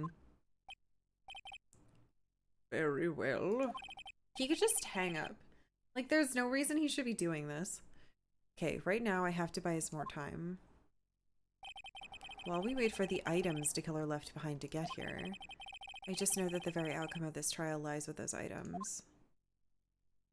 Oh god. Alright, well...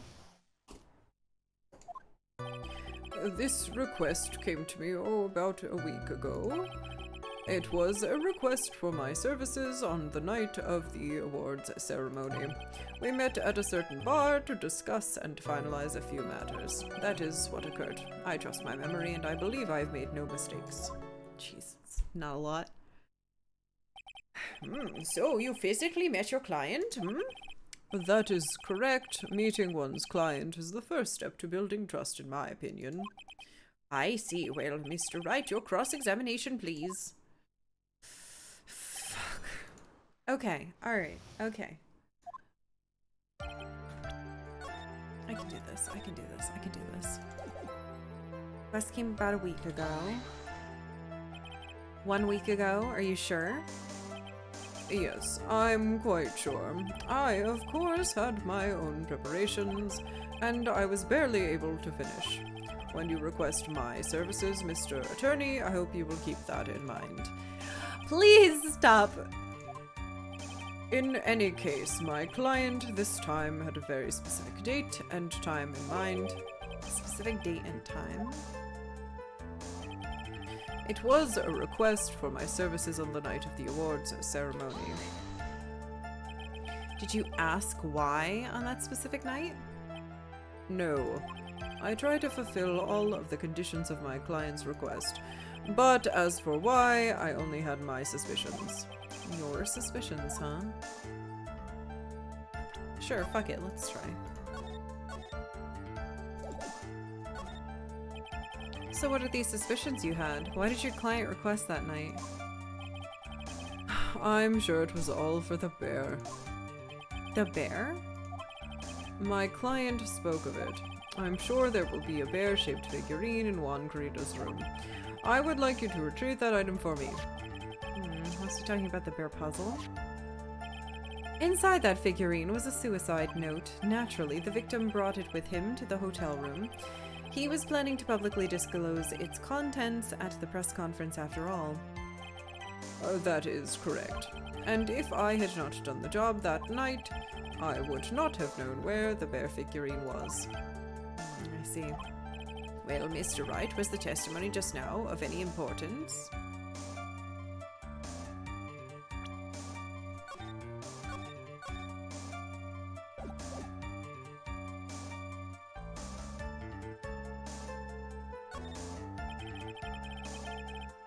She could have just gone and taken it. That makes no sense. The testimony just now has made one thing very clear, and that is... the client knew the secret of the bear figurine. Yeah, and only... Why is everyone so quiet? Mr. Wright, I think all of us already knew that. Oh, really? Witness, please continue with your testimony. Well, I didn't lose any points, it's fine. We met at a certain bar to discuss and finalize garbage. So you physically met Adrian Andrews, right? Of course I did. What was that? What was that brief pause? Witness, I would like for you to give us a few more details. I always meet my clients as a matter of principle. I have never taken a request by telephone or mail. And why is that? That's because I value the trust between a client and myself above all else. And the only way to establish that is to speak to the client while looking them in the eye. Well, Mr. Wright, was the testimony of any importance? Probably. Of course, it was very important. And it's because if he had met his client before the murder, then it's unlikely he's mistaken. So you're saying that his client really was Adrian Andrews? I guess. You see, it's just as I said. Ugh. I'm so lost. Who the heck am I supposed to be helping? Calm down, Phoenix. Think carefully and relax. This is difficult because, like, I understand I'm supposed to be stalling and helping Edgeworth here. But I don't know what the game wants because the game could want me to do something weird. And there's no way to know until you find it. Because there's no hints as to which way you're supposed to go and what will work. So it's making you look like a dingus no matter what. They just want me and Phoenix to look stupid. Wow. Now then, could the witness please continue? Well, that is what occurred. I trust my memory. I believe I've made no mistakes. So your client was Adrian Andrews. That is correct. Well, he says the two of them met, but if they did, then there shouldn't be anything wrong with the killer's testimony. Well, there doesn't seem to be anything strange this time around. You have to draw more information out of him, but you can't draw a suspicion. If you can do that, you should be able to find a flaw in his testimony somewhere. Oh god, talk about a delicate, shitty balance.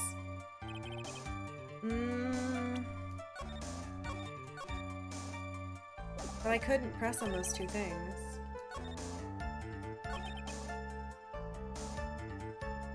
Didn't she not know, though? Oh no, that's just what she claimed, but she did know.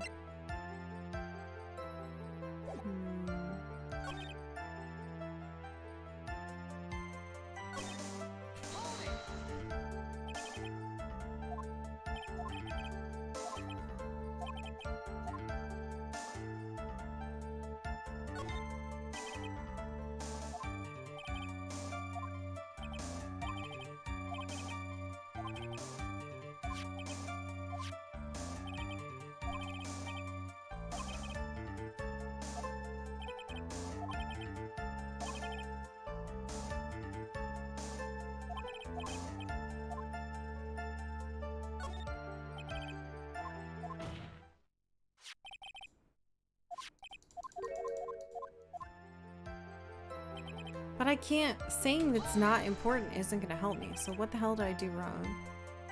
Physically met her.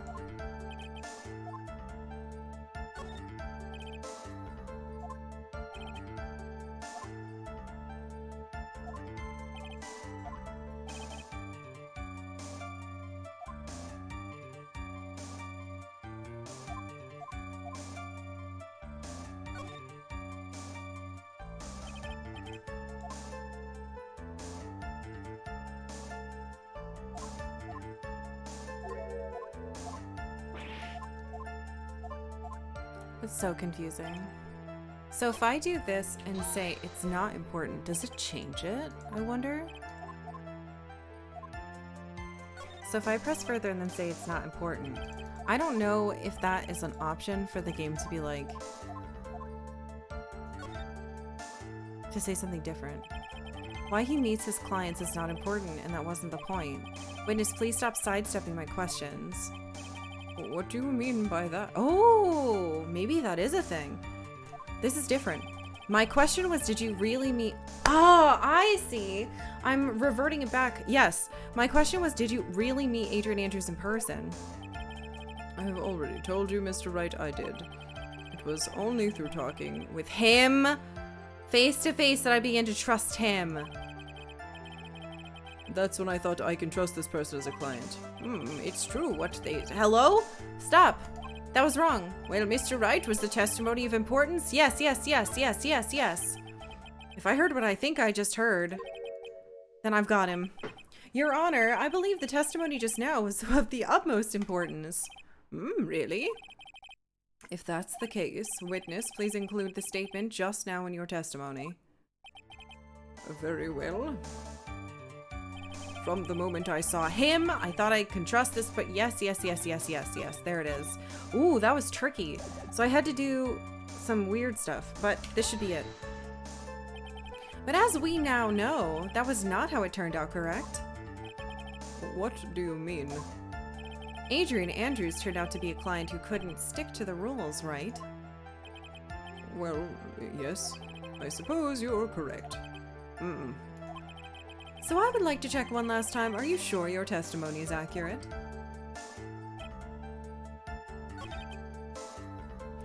Okay. Let's try to show her face and be like, hey, she, her, not he, him. Oh. That's creepy. Alright, music stopped. I think that's it. I would like to go over this one more time. You met Adrian Andrews at a bar and took the request at the time. Yes, that is correct. And that's when you thought he was trustworthy? How many times must I repeat myself? Yes, that is correct. I'm sorry, but that's an impossible tale. What? Shelley DeKiller. You've never met the real Adrian Andrews. Why would you say that? Because you made one very big slip up about her. So what is the issue? Oh. Well, what did you say just now? About her? If you'd ever met Adrian Andrews in person, one look would have told you that she's a woman. This is stupid. What the fuck? Well, we should just... Well, they're gone now. Order in the court, Mr. Wright. What is the meaning of this? This witness testified to the following. That he always meets face-to-face with his clients when taking their request. But he's never met Adrian Andrews in person? Yes, Your Honor, that is exactly the point. That means that Mr. DeKiller's client could not have been Miss Adrian Andrews. Ew! It's full of goo. Apparently that radio is made of the same material as Adrian's glasses, proof that they're working together. Oh no, you're right! Another connection! It's full of goo. It does look like gravy, doesn't it? Mr. Edgeworth, I understand your logic on this one. However, why would the assassin make such a basic mistake? I believe it has to do with her name, Your Honor. Her name? Yes, Adrian Andrews is, without a doubt, a very androgynous name. Oh, yes, I see. Unluckily for Mr. DeKiller, the entire time he was on the stand, no one had stated Adrian Andrews' gender, and so he simply picked the wrong gender to go with. What? What's going on? Radio gravy? Shelley DeKiller, this court demands an explanation from you, murder man. Oh, I think somehow I must have mixed up this client with another. So does that mean you remember something different now? Yes, of course. Please, if you would allow me to testify once more. I know he's just gonna spit out more lies. Very well, but this time please give us the truth and nothing but the truth. Or we could be smart and say this guy's not trustworthy. Let's go find him and put him in jail. God damn it. Alright, part 2. Yes, now I remember I took that request by mail. There have been times when I took a job without having to meet my client. The request was for the murder of one Corrida and 2 or 3 other small things. When I saw the name at the end of the letter, I thought my client to be a man. 2 or 3 other small things. So you took this job through a letter. He didn't mention anything about a letter in his earlier testimony, which means he's definitely lying. Be careful, Phoenix. If you break the assassin's testimony completely, it's over for us. I know, I'm only allowed to do a little bit. I think we're okay. Like, we can do this. As long as he's standing there across from me, no matter how strong of a punch I throw, he'll counter it. The trust of a rivalry in a silly game. Okay, now then, let's begin the cross-examination.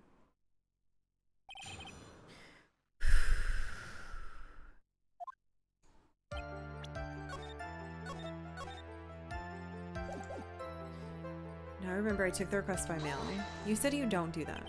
Didn't you just say you always met your clients? Yes, I suppose I did say that, but I'm a literal murderer, talking through a box. However, there are some clients for whom a meeting is simply not possible. But didn't you meet your client this time? No, I did not. Oh, come now. Let's stop with this game of cat and mouse. Using your silkiest voice is not going to work on me. Alright then, just cough it up and confess. Mr. Wright, you can't badger a witness with such harsh words. Yes, I can! What about all the other prosecutors? You're a lawyer, so behave like one and present evidence instead of mindlessly yelling. Von Karma whips you! This isn't fair. I'm being mistreated. Now then, do you have any proof that Mr. The Killer met with his client? What? No? Because he didn't. No? I'm sorry, Your Honor. Unfortunately, I don't have any proof. I see. And your line of questioning was just another waste of time.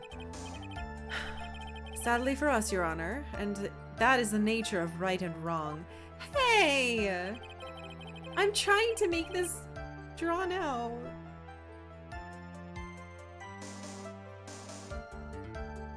There have been times when... I see you're Good back. Lord. I was hoping you'd be accused of murder and be sent to prison. And then a giant floating continent fall on top of the prison that falls into the depths of the oceans. And you would be stuck there forever. Thank you, Rezo. That would be fine. If you want to somehow set that up, I'll do it. There have been times when I took a job without having met my client. Liar. Name some other murders you did. And why could you not meet certain clients? Recently, I have been receiving more requests. If I met each and every client, I would lose some nice business opportunities. Nice business opportunities! On top of which, the times have changed. It is now the age of information and computers, correct? Well, I've joined the times and now take requests via electronic mail. Electronic mail? Do you have a mail that is in a special insulated envelope? I'm very sorry. I despise the shortening of words. What I meant by electronic mail is what is commonly referred to as email. Email? In a contest of mimicry, the judge would be a parrot. Hands down.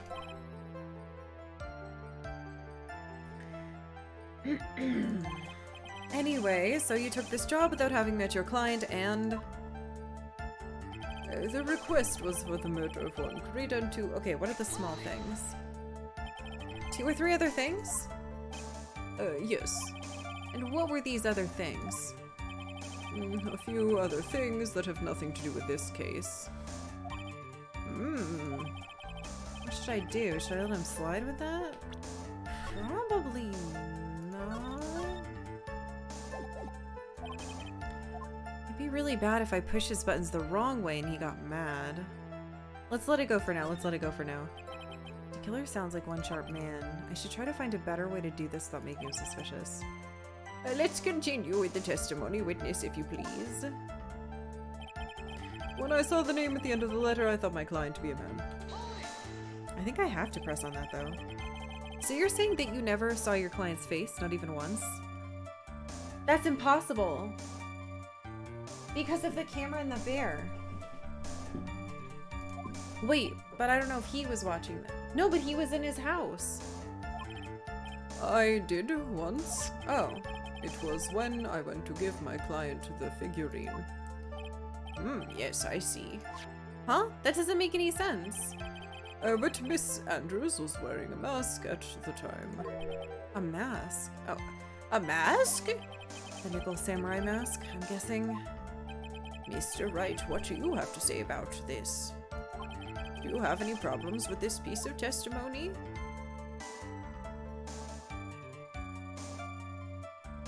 I mean, why not, right? We might as well. This seems less... One thing does sort of stick out to me, Your Honor.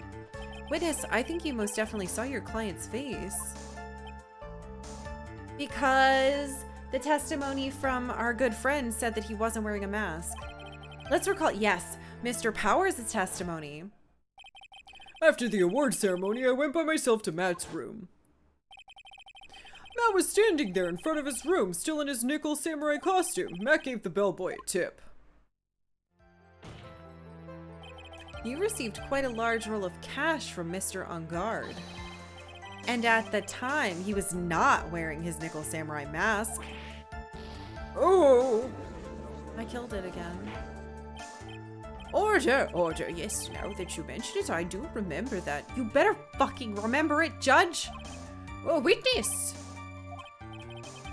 Yes, that night I did wander the floor as a bellboy. I received plenty of tips that night for carrying juice to the various rooms. Ah, yes. Hotel juice. A personal favorite of mine. Is that so wrong? The man who gave me that tip was not my client. He was probably just a very generous person. Bullshit. He squeezed them for those tips. Oh, boo! Objection! I'm sorry, but sadly we're not nearly so generous here. If I could receive large rolls of cash by simply bringing people things on trays, then why on earth would I stand around here prosecuting? Oh, déjà vu. And isn't his salary more than enough for one man? And where's your evidence that the large roll of cash was not in fact a tip? Come, Mr. Edgeworth, show me the money. What? Yeah, it's fucking hard being me, isn't it, Edgeworth?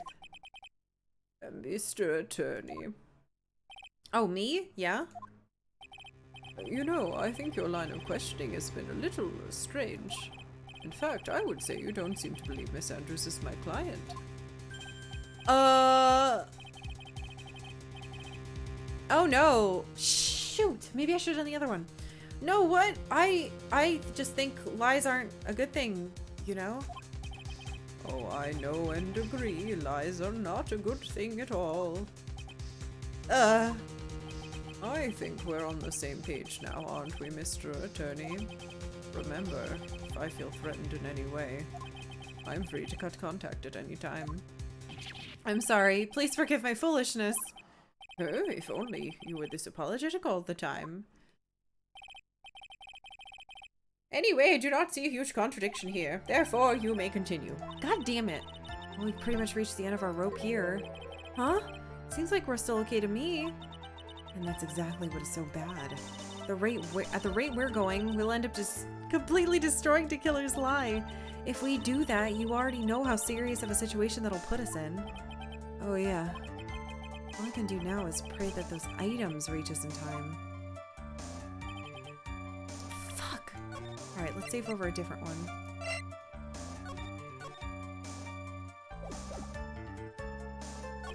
Okay, let's go back to... Was it this one?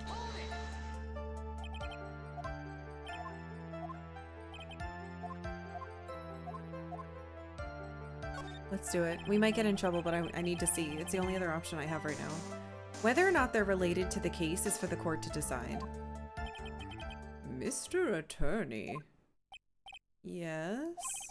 everything I have said from the beginning has been Oh my god. I don't think I'm supposed to do this one. Huh? has been nothing but beneficial to your client, which is why I wonder what is pushing you to continue with this cross-examination. Could it be that you're planning to betray your own client? That's... I smell the stench of a backstabber, and should you turn out to be one... Wait. Oh, fuck. Okay, this looks bad. I shouldn't press my luck. Alright, I have to think. Is this worth pursuing? Fucking no, clearly. What am I supposed to do then? God damn it. Shit.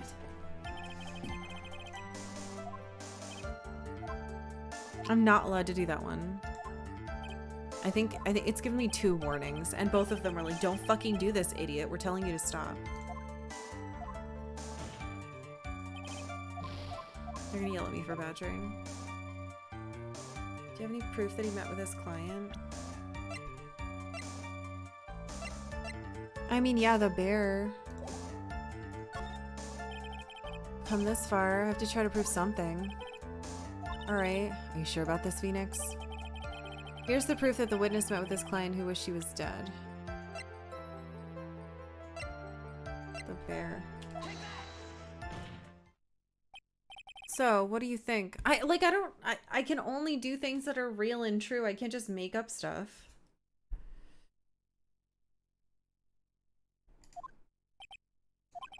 You may say what do you think, however, I'm, for all intents and purposes, a transceiver radio. Oh, that's right. You can't see the evidence. Well, I don't think this was the one I needed to see. I can hear the pure silence in the air there. Fuck. Alright, that's not right. Shit.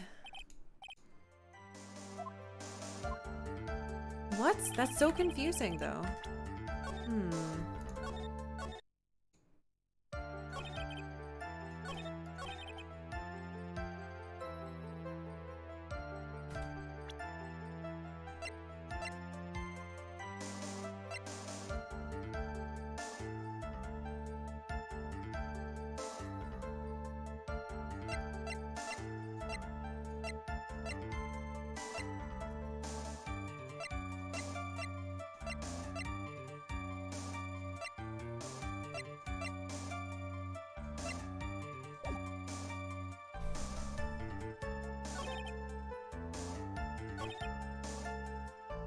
Fuck it. Let's do what we're not supposed to do. I want to see what happens. He's like threatening me and saying don't fucking say anything, but I'm gonna do it anyway. Witness, this is a very important matter. Please cooperate and tell us what the other jobs your client requested were. Is he gonna hang up? If it's truly that important, I suppose I don't have much of a choice. The bear figurine. The bear figurine? After the assassination of the target, I was to find that figurine. I was told that this job was just as important as the actual killing. And where was the figurine? It was inside Mr. Krita's suitcase. And then, what did you do next? I handed it over to my client right away. You gave it to your client? Interesting. This information certainly sounds important to me. Witness, please include what you just stated in your testimony. It fucking warned me away from this twice and I was supposed to do this. As you wish. That's infuriating. Now the game is just lying to me. One of these was to find the bear figurine and give it to Adrian Andrews. You didn't give it to her. I found this figurine at Mr. Ungard's mansion. If you gave it to Miss Andrews, then what was it doing there? I was waiting for her there. That was also part of the plan to frame Mr. Ungard, I'm sure. That makes a lot of sense. Well, Mr. Wright, do you have any problems with this? Yes! He just said that he gave it to her. The killer says he gave the figurine to Miss Andrews, but I know somewhere in that statement there's a contradiction. And yet, I know that if I present something trivial here, he'll cut the connection on his end. If you want to make a strong point, Phoenix. Karkalla love. Hey B, thank you. You have to present strong evidence.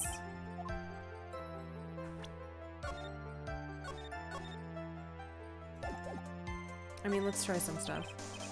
Let's go over this one more time. You gave Miss Andrews the bear figurine, and she told you to take the bear and wait for her at Ungard Mansion? Is that correct? Yes, where are you going with this? Well, I think maybe you might have remembered a few things incorrectly. What?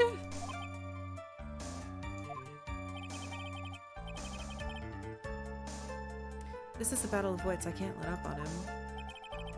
I don't think it's possible for Miss Andrews to have been the recipient of this bear.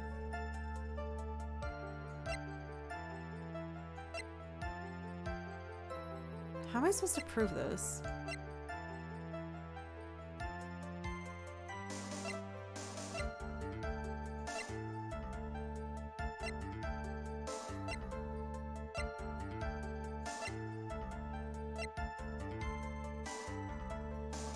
mean, she would have opened it right away.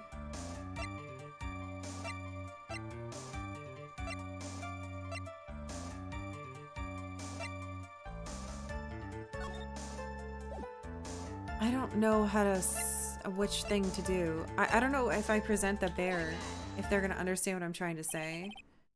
But maybe they will. Shelly to Killer. If you'd really given the bear to Miss Andrews, then this item should not have been inside it. Okay, see, yes, good. This item? I see where you're going. Yep, that's where I'm going. Where's everyone going? Do I need to pack a suitcase? Your Honor, please think back to Miss Andrews' testimony. And I was going to burn it for her sake. If even for a single minute this bear had actually been in Miss Andrews' hands, I'm sure she would have taken the suicide note out and burned it. Order! Order! So that's where you two were going. So, by the very fact that this suicide note was still inside the bear, it tells us that your client didn't know how to disassemble the puzzle. Oh, which means...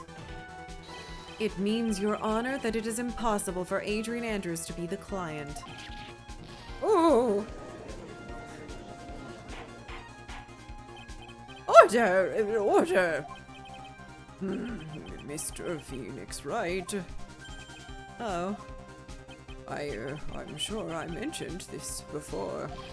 How I hate traitors above all else. I think your cross-examination has clearly demonstrated something to me. You must wish to break your end of our agreement. Shit! No! That's enough, if this is your intention, but there's only one thing for me to do. If you kill Maya, I will turn this game off.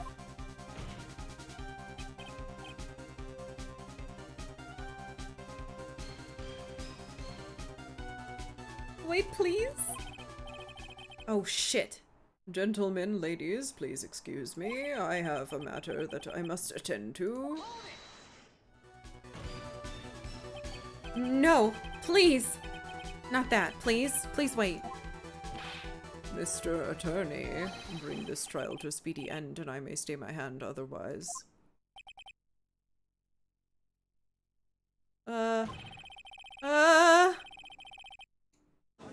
Did I lose?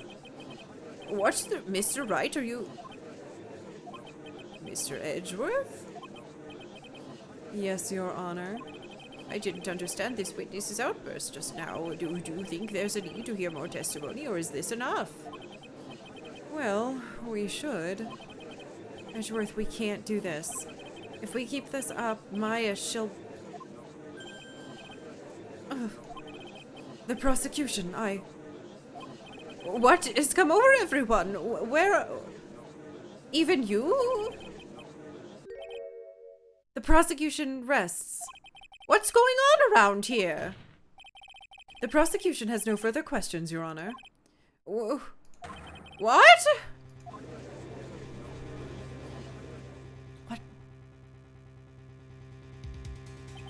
Well, I never thought I'd see the day. This is a most unusual situation. If the prosecution rests with no further questions, then the prosecution has failed to uphold its stance. If that's the case, then even though I am reluctant, I must believe that Mr. DeKiller's testimony is accurate. That would mean that Shelley DeKiller's client is Adrian Andrews. Mr. Wright. Yes, Your Honor.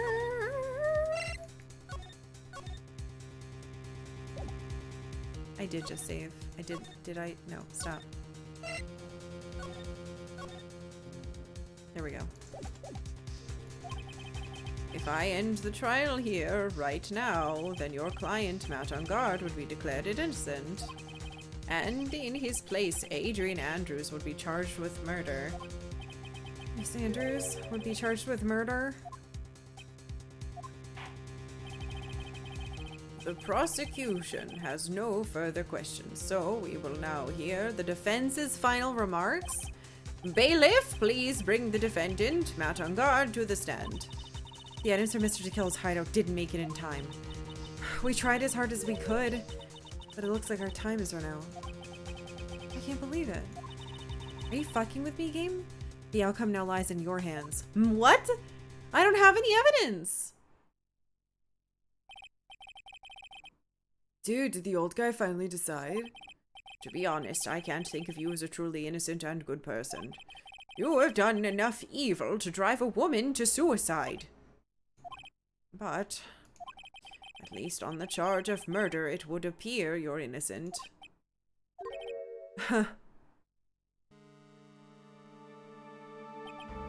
So, I guess even the old fuddy-duddy figured me out. Mr. Engard? What an atrocious lawyer I have, giving his own client up like this. He's gonna give himself up! I don't have to do anything! And that refreshing like a spring breeze crap is just as atrocious, don't you agree? Anyway, get on with it and pronounce me innocent already. Right, Mr. Lawyer? What? Should I side with justice, or should I save Maya's life? You better get on guard a guilty sentence, okay?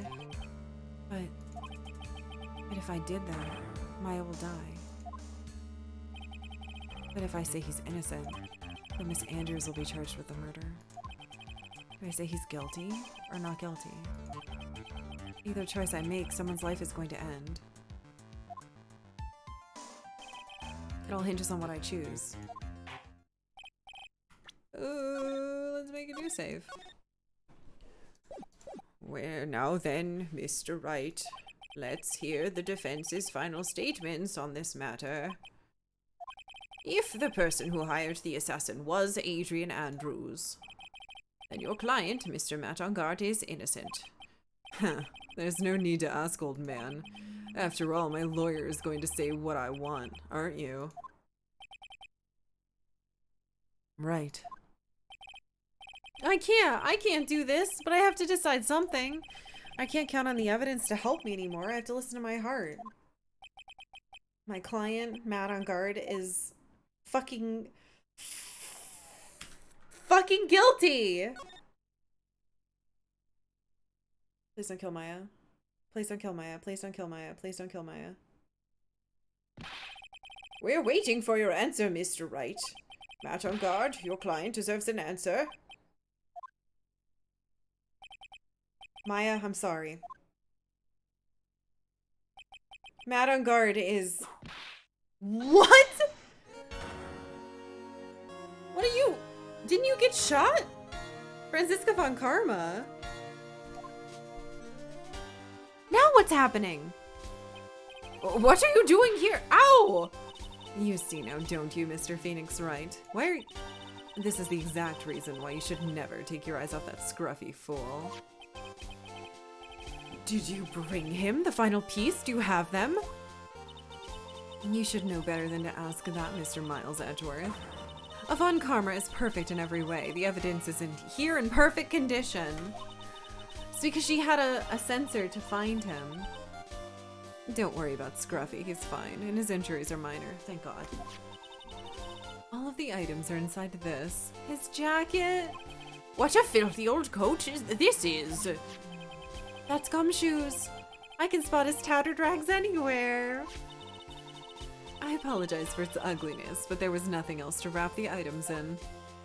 What is it? Okay, I fought long and hard in this whole trial, all for what's inside this raggedy coat. I'm sure that inside that coat lies a crucial piece of evidence.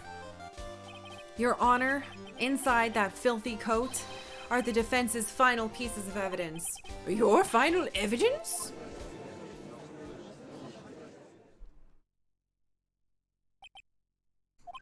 This trial is already over. All that remains is for me to hand down my verdict. I do not believe that any evidence presented now would change the outcome of this trial. What? Your Honor, it is our duty to examine every piece of evidence down to the last. I request that Miss Von Karma be allowed to present these pieces of evidence. I suppose you're right, Mr. Edgeworth. Thank God. I grant permission to do so. However, this one obvious rule applies here. If these items do not bring up any new points, then they will not be accepted by this court. Now, Miss Von Karma, if you please. These pieces of evidence are items left by the killer during his escape from the police. Okay. He must have been in quite a rush. Yes, Your Honor. The killer left 3 pieces of evidence. Oh, God.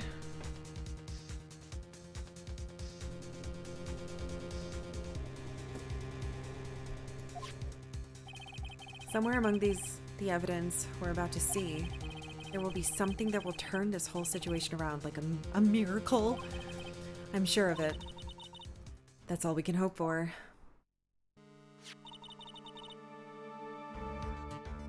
The first item is a fucking pistol?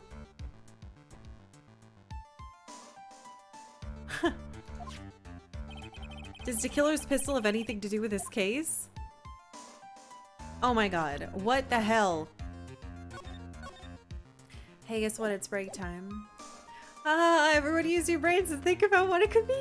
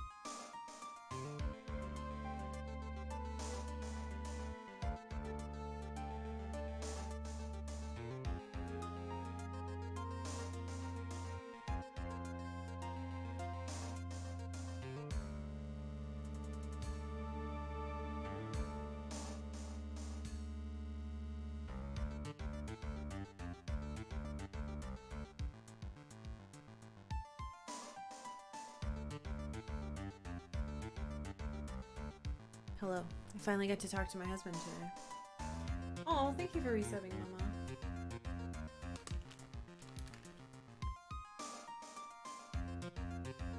The subs are coming from inside the house. They're coming from a nearby house, kind of. I have to be careful and check my water. Bugs got in our house because we were working in and out all day. Alright, so what just happened is that does the killer's pistol have anything to do with the case? Fucking yes? I hope. Does that pistol have any relation to the case? We've yet to perform ballistics tests, so we can't find it. Why did they show this to me? Oh, the game. Hold on. There's something wrong with the game. I see what it is. Give me a second. This is because all my stuff broke.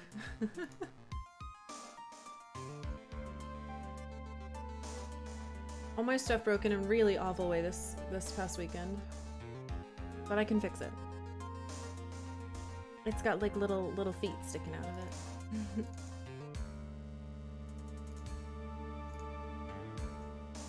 There we go. Rounded corners. Like nothing's wrong. Beautiful. Alright, they haven't performed the stupid ballistics test, even though we could probably say, hey, this is the gun that murdered the guy in the face. However, I believe it has something to do with this case, at least with me. Oh! Is this the gun that shot you? That's the pistol he used to shoot you, isn't it? That's what I believe, yes. Oh. I kept the bullet they removed from my shoulder as a sort of memento. I'm sure it'll be an excellent sample for the test. Well, they should have kept the bullet from the murdered man as well. So that's the pistol that was used to shoot Franziska.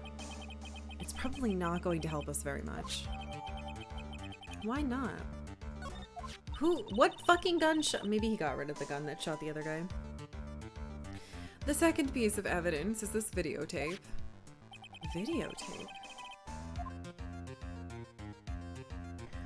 I bet the killer took that from On Guard Mansion. Have you checked the contents of the tape? Unfortunately, there was no time to. Oh, yeah?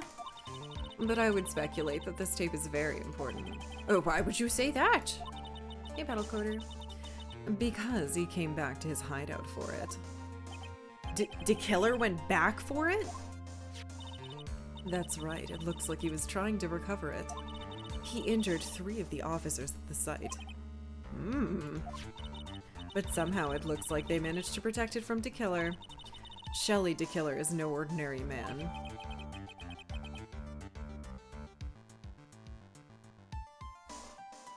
Well, so far that seems like the big one.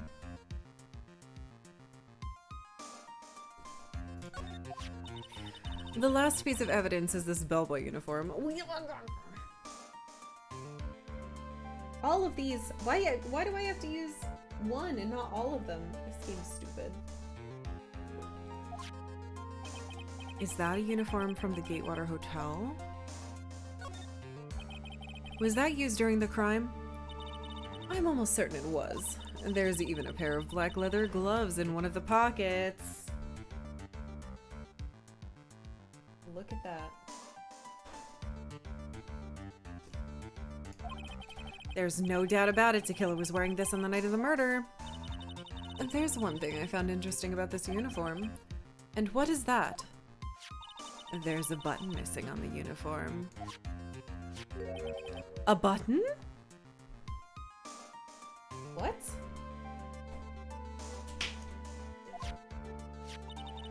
It's a very unique button. I'm sure if we were able to recover it, it would provide us with an interesting clue. Oh. Worn by DeKiller on the night of the murder, one of its special buttons is missing. That's all I have to present, Your Honor. It's just as I thought. Huh? What's that, Your Honor? I'm sure were we under normal circumstances, these items from Shelley DeKiller's hideout would be very important clues. However, I'm gonna kill you. Our question is not who did the killing. It's who's the client. Yes, that's correct. And these 3 items do not tell us anything about that. Thank you for your hard work, Miss Von Karma. You may step down now. Hold it, hold it, hold it. Wait, Your Honor. Please allow me to examine this new evidence. Overruled. This court has already had all the evidence it needs to hand down a verdict. Wonderful. Absolutely splendid. This judge is such a brilliant man, isn't he? Is this the end? Phoenix? I knew it. There's no such thing as a miracle in this world, is there? Stop saying that! Just evidence! I think you're wrong. I think they do exist. But you have to make that miracle happen. What? You've come this far. You can't give up now. But no matter how you think about it, it's... Try, for my sake. Just think about it for a second. Think about what?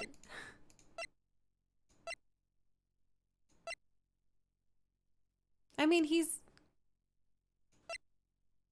it doesn't matter if he did the killing.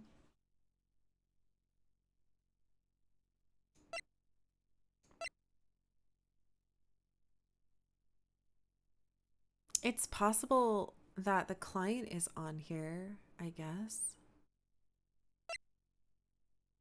They tried to make it really clear that it's not the pistol, but now I don't trust them because the last line of questioning I had to do, the game was trying to tell me it wasn't that, and it was. There are 2 ways out of this situation for us. 2? The first.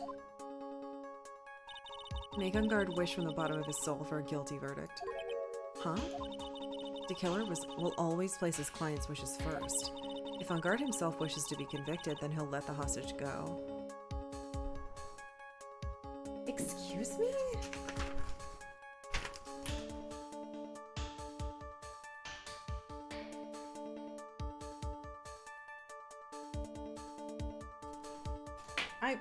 But where's my eraser?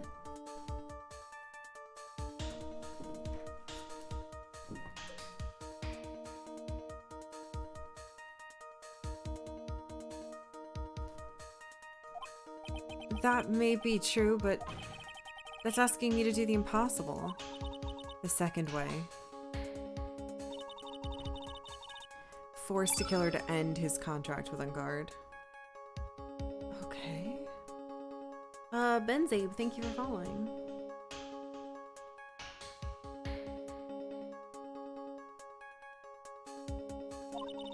If the killer were no longer think of Ungard as his client, then he'd let Maya go. Mia, that's even more impossible. He's a man who values his duty toward his clients above all else.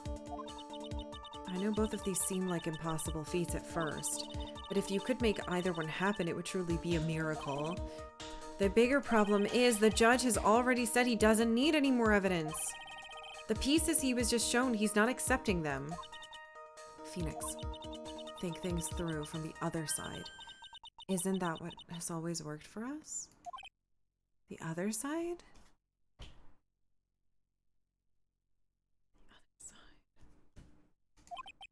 The other side? Wait, does she mean... You mean to turn things around? To do a turnabout?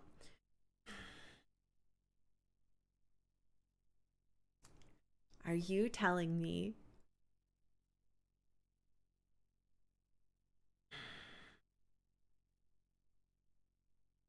I need to do a turnabout? The name of every case? Phoenix, the judge says he doesn't need the evidence.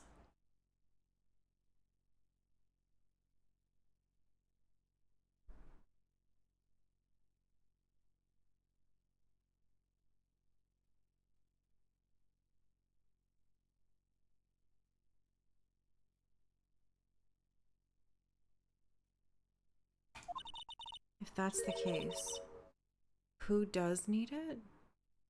The judge doesn't need it? What the fuck? The person who needs the evidence? The defense, prosecution, and the judge. We've all seen the pieces of evidence. And that's how we come to know the truth.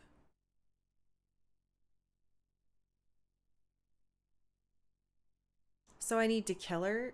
I need one of them to see the evidence?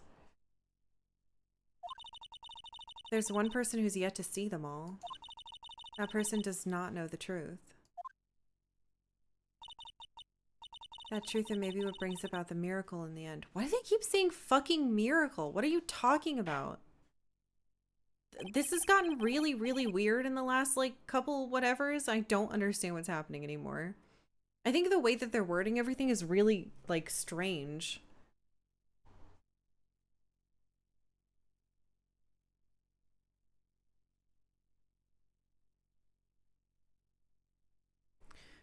There are no objections this time, correct? Now then, I will pronounce my verdict.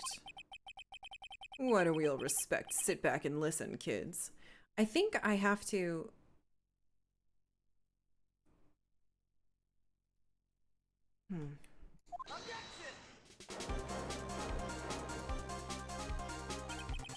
I've already told you, Mr. Wright, this court does not need any more evidence. I'm not saying it's us that needs the evidence, Your Honor. I think... He's not here, so he wouldn't see it. Then you want to show the evidence to that person? The fucking murderer. Yes, Your Honor. Please, Your Honor. Mr. Wright, for you to ask with such passion, I will grant you one Chance, why? Why? What's wrong with you? You're a terrible judge. One chance.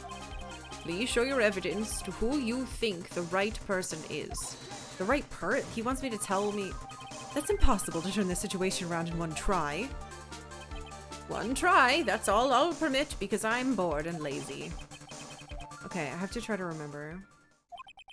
Everything that has happened up to this point. Think, Phoenix. There must be a way to save Maya while getting Anga. The only way to save Maya is to get the killer to change his mind. I think I have to do number one. No, I have to... Can I do them both? Yes, because...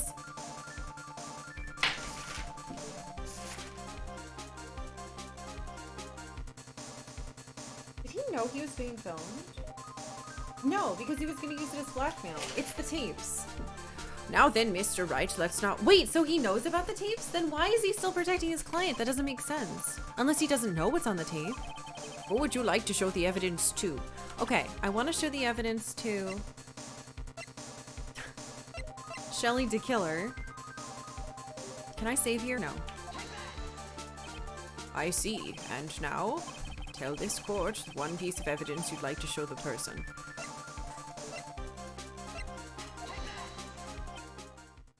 The music stopped. If it could be good. Well, what do you think, Mr. Edgeworth? I think there's some merit. Oh, in showing the evidence to that witness?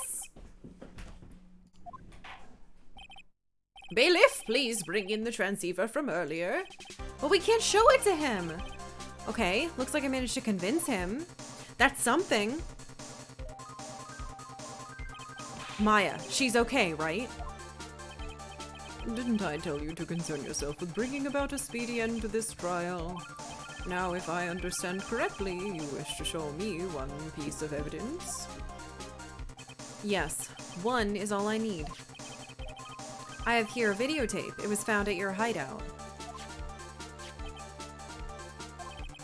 I heard you injured 3 officers in your attempt to get this back. That was most regrettable. However, it was an order from my client. I was told to protect that videotape. Oh, no, he doesn't know. Okay, this is perfect. I thought so. No, I didn't. I thought that he knew it was on the tape and he was trying to protect himself. I'm afraid I seem to have failed in that regard. Do you know the contents of this tape? I was sternly told by my client not to watch it, Oh my god. so I've absolutely no idea. Actually, you're on this tape. Me? There was a video camera hidden at the crime scene. Your actions were being recorded. What?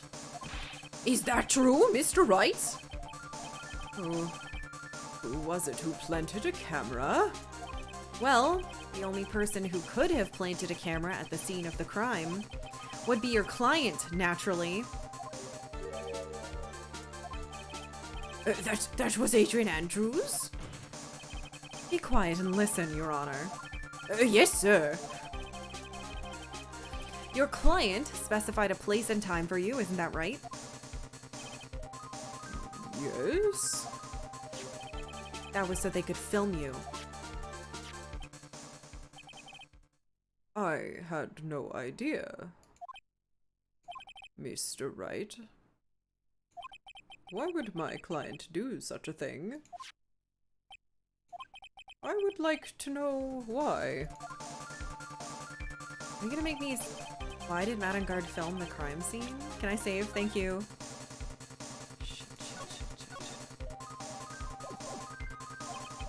The reason why he did this is my ticket out of this whole mess. There's only one reason why your client would secretly film the crime scene. They wanted to blackmail you. Your client once told me something very interesting. We were talking about you, and this is what they said. But I'm no weakling. I don't believe anyone, least of all assassins. Oh, come now, Mr. Wright. Assassins aren't above blackmail. Yeah, that's where the video comes in. With that, I can keep him at bay, and even blackmail him if I want. Your client didn't trust you at all. They were thinking of using this video to blackmail you. What do you have to say to that, Shelly to Killer? Goo! I goo! Goo! Please don't make me do any more choices. Oh, it looks like I was being deceived from the very beginning. Yes, by a natural. That's the kind of person they are. Your client is a person who only thinks and plots of how to use people around them to protect themselves from any and all dangers that may arise. That's the true nature of your client. I have one question for the witness. Yes? You told us one thing numerous times during your testimony. You said that you detest traitors most of all. Yes, that is right. But what if that traitor was your own client? What would you do then? That's obvious. I would break our contract in that case. And then, that client would become my next target. For the honor of the killer name, even if it takes an eternity, I would follow that person to the ends of the earth to exact my punishment. I think I did both. I think I did both!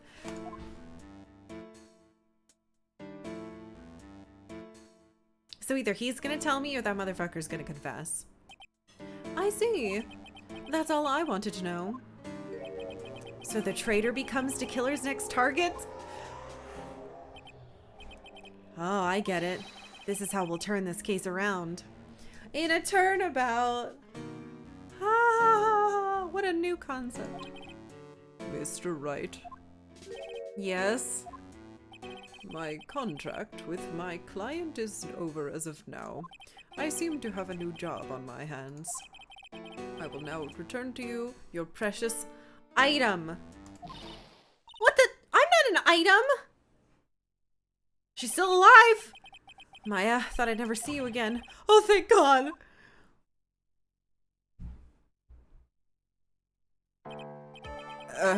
Well, this trial appears to have come to its conclusion. However, actually, I don't quite know what just happened there with the client and the witness and... Oh! Miss Von Karma, where did the... She always has you in her sights. Now, I do believe it's time to finally hand down a verdict. Please, no more stuff. Please, no more stuff. Yes, yes, yes, yes! Fuck you.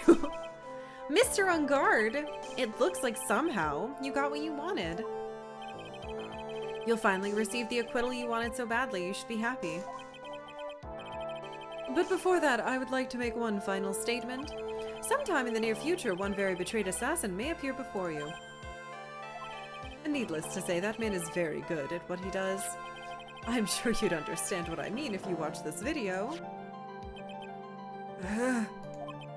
Help me! Now then, Your Honor, the verdict, if you please. Is this all right with you, Mr. Wright? We finally reached the end of a very long battle. Do I have to do more stuff? Please don't. Whether he's convicted or acquitted, there's no escape for him now. Go on, Phoenix. Plead whichever way your heart tells you.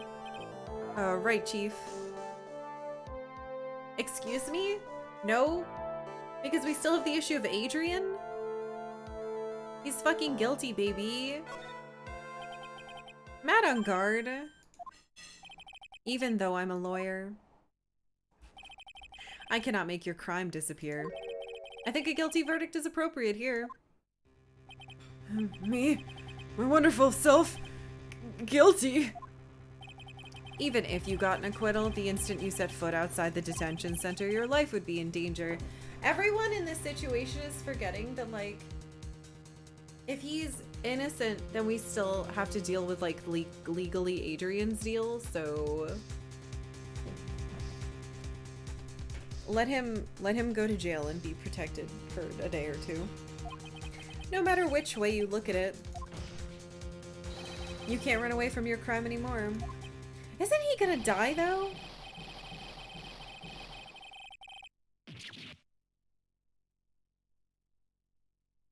Whoa, what the fuck? He scratched his own face?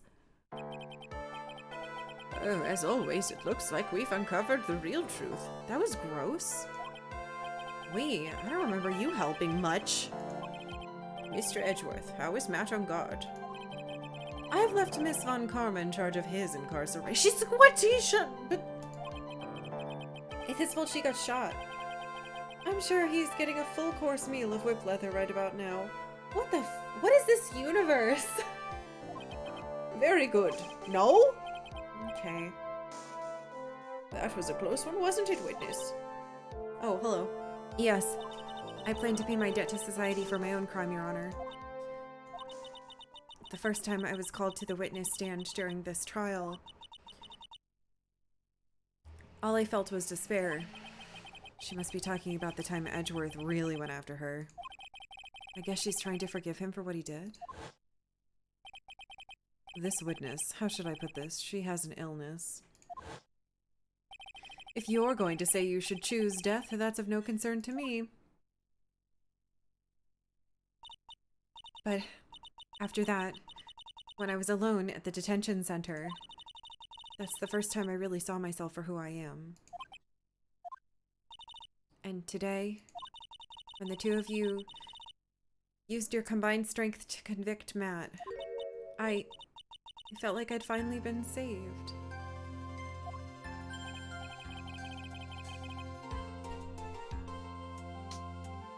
Wow, this is the first time I've ever seen her smile.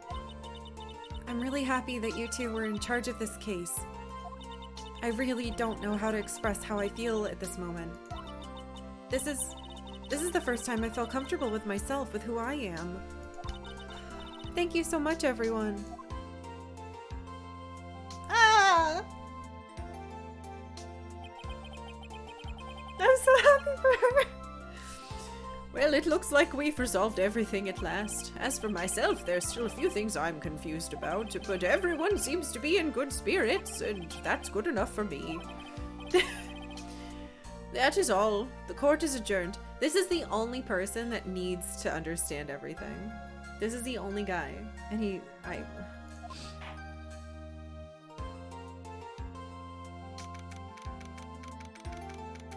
They better not make me do any more choices. They kind of pulled a fast one on me before. Oh, Broken Quest, thank you for gifting us up to Mouse. Oh, I have the girl, the real child back, please? You were great out there, Phoenix. What I did out there was right, wasn't it? This is the first time you've not gotten your client off. You got them a guilty verdict this time. They were guilty! But you have to look past all of that to what's really important. Now you realize that there's something more than just getting a not guilty, right? Yes, I understand now! Phoenix, think back for a second. Think to the moments before Miss Von Karma arrived with the final pieces of evidence. Think about the incredible decision you had to make. Why are we flashbacking to something I just did? Now then, Mr. Wright, let's hear the defense's final statements on this matter. Okay. Can't count on evidence to help me. I have to listen to my heart. Should I side with justice or should I save Maya's life? Both. My client, Matt on guard.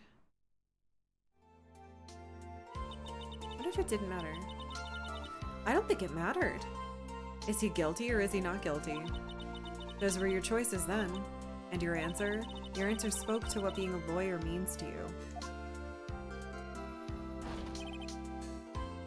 Did you just, like, punch her? Push her out of the way? Right. Edgeworth? I have good news. Maya is now safe in police custody. Yay! Really? Pearls, you're telling us the truth, right, Mr. Edgeworth? Yes, she's quite safe. She's on her way here as we speak in a patrol car. You better have given her hamburgers. Oh, Miss Maya's safe. You did it. You really did it, Mr. Nick. Ow, she punches deceptively hard for a kid. I believed in you. I kept saying to myself, Mr. Nick will save her. Mr. Nick will save her. Thanks. What's wrong? Miss Von Karma. Oh shit. Hello. It's not my fault you got shot. Remember, that wasn't my fault. So, about earlier. Thanks. Ow. Why are you still smiling, Mr. Phoenix Wright? You lost. Your perfect win record has now been crushed. And yet, you are still happy. I don't think you'll ever understand, Miss Von Karma. How dare you? Don't worry. She may in time. After all, I was like that myself until a year ago. Edgeworth? For my own personal victories and for guilty verdicts. I used every dirty trick in the book, and so my win record remains spotless. But a man appeared and stood fast against that selfish me. I fought him in my usual manner and tasted my first defeat. I felt like I'd lost everything because of that. And then I realized I had a crush on him. It was my turn to sit in the defendant's chair. And I was saved by that person I called my enemy. I couldn't forgive myself for all that had happened. So I left the prosecutor's office. And I left that note. Prosecutor Miles Edgeworth chooses death. Huh. As well you should have.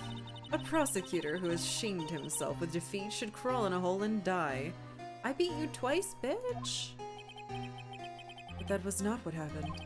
After I left the prosecutor's office, I finally came to realize something. And it was in that moment of clarity that everything began to change. What foolish nonsense. We prosecutors use anything we can to attack the defendant. But every time we did so, no matter how desperate the situation, instead of giving up like most people, that man would hold strong with his undying faith. And then, before I knew it, I began to trust in that man as well. I resubbed during your vacation to maintain my streak and it worked. Oh, Also, 2 years apparently Karkalla carrot. thank you, Darth Slytherin. Thank you for 2 years. Welcome back. What? You trusted your enemy? It doesn't matter how many underhanded tricks a person uses. The truth will always find a way to make itself known. The only thing we can do is fight with the knowledge we hold and everything we have. Erasing the paradoxes one by one. It's never easy. We claw and scratch for every inch. But we will always eventually reach that one single truth. This I promise you. The truth. Yes, that's the reason why prosecutors and defense attorneys exist. But I'm sure you knew that already, didn't you, Wright? That's why you couldn't forgive me. This man who went into hiding. Isn't that right?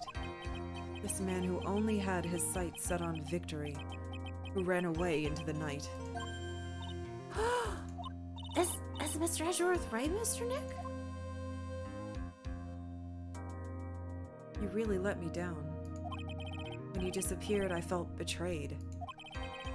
The reason I decided to become a lawyer to begin with was because I believed in the things you said to me all those years ago. And you betrayed your own words. That's why 1 year ago, I made up my mind. I decided that the Miles Edgeworth I knew had died. At least, that's what I told myself. You pathetic fool. Miss Von Karma.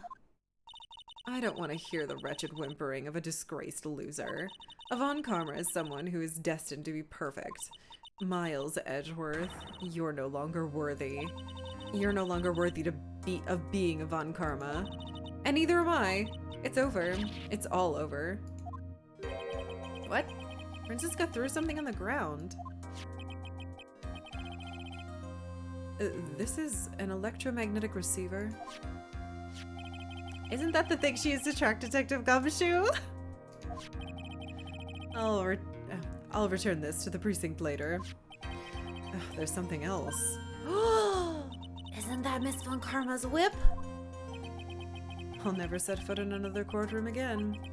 I'm sure that's what she's saying by this action. You should keep this, right? Eh? I don't want that. I mean, okay. This... Nick! Yes! Maya! Mystic Maya! Mystic Maya! Oh!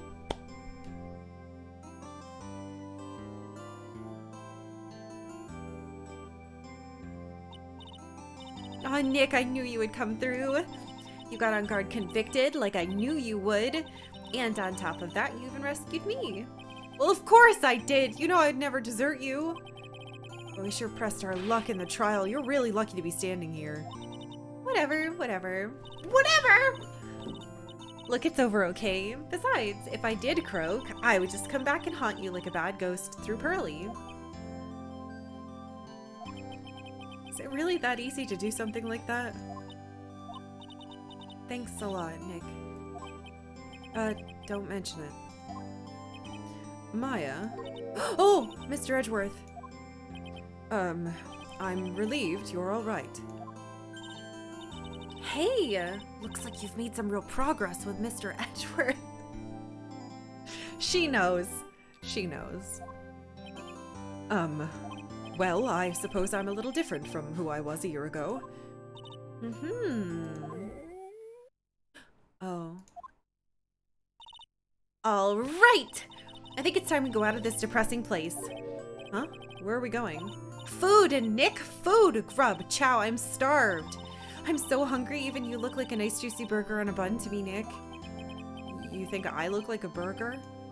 I'm a prime rib at least. Come with us, Mr. Edgeworth, please. If you insist. Alright, so how about we hit up our usual burger joint? Don't be silly, Nick. Huh?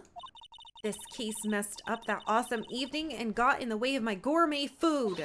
So I've decided that we have to make it up by having another feast. Another feast? Come on, Nick. Food!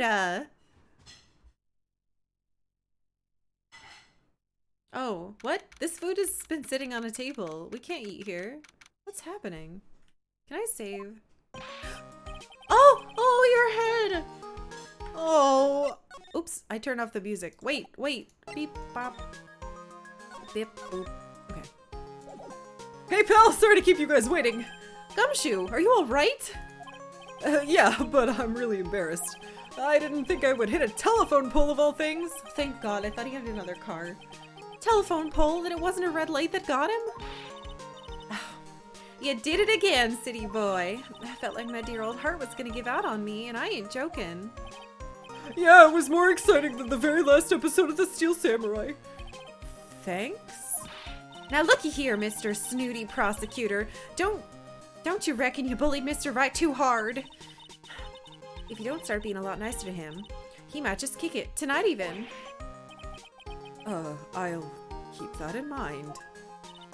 Well, come on now, everyone gather round. Y'all are gonna get your picture taken by a genuine professional photographer. Looks like Lotta bought herself a new camera. Well, pal, at least we can put this messy case behind us now. Come on, tonight's all about eating, so let's go chow down, pal. Amen to that, pal. Amen. At least Old Bag isn't here. Hopefully. You know, when you think about it, you were the one who saved the day, detective. Huh? Me? You really think so? Yes, he's right. If it wasn't for the 3 items you took, I think this trial would have had a very different ending.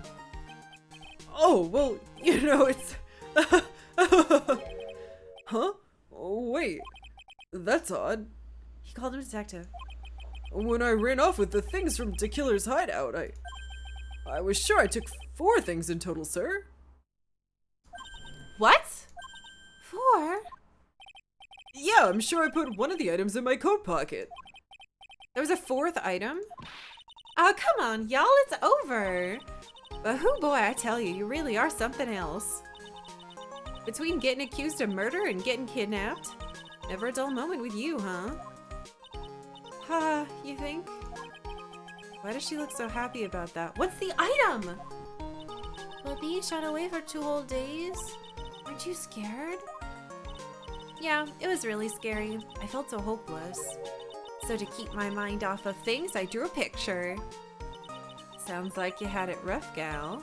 So where's this picture of yours? Yeah, I want to see it. I want to see Misty Maya's picture. Oh, you know, I don't know where it went. Oh, that's too bad. Well, it's alright. It wasn't anything important anyway. Oh. Wait, maybe that's what he took? Sure is nice to finally see them both smiling again. Eh.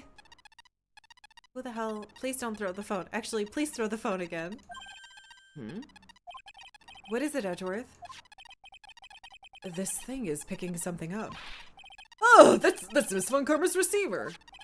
Oh, thanks to her, I had the most awful experience of my life, sir. I can't believe she stuck a tracking device on me. That's odd. Even though you're standing right here. The tracking device seems to be in a different location. Oh, it's probably busted or something, sir. Well, it doesn't matter. Yes, it does! What?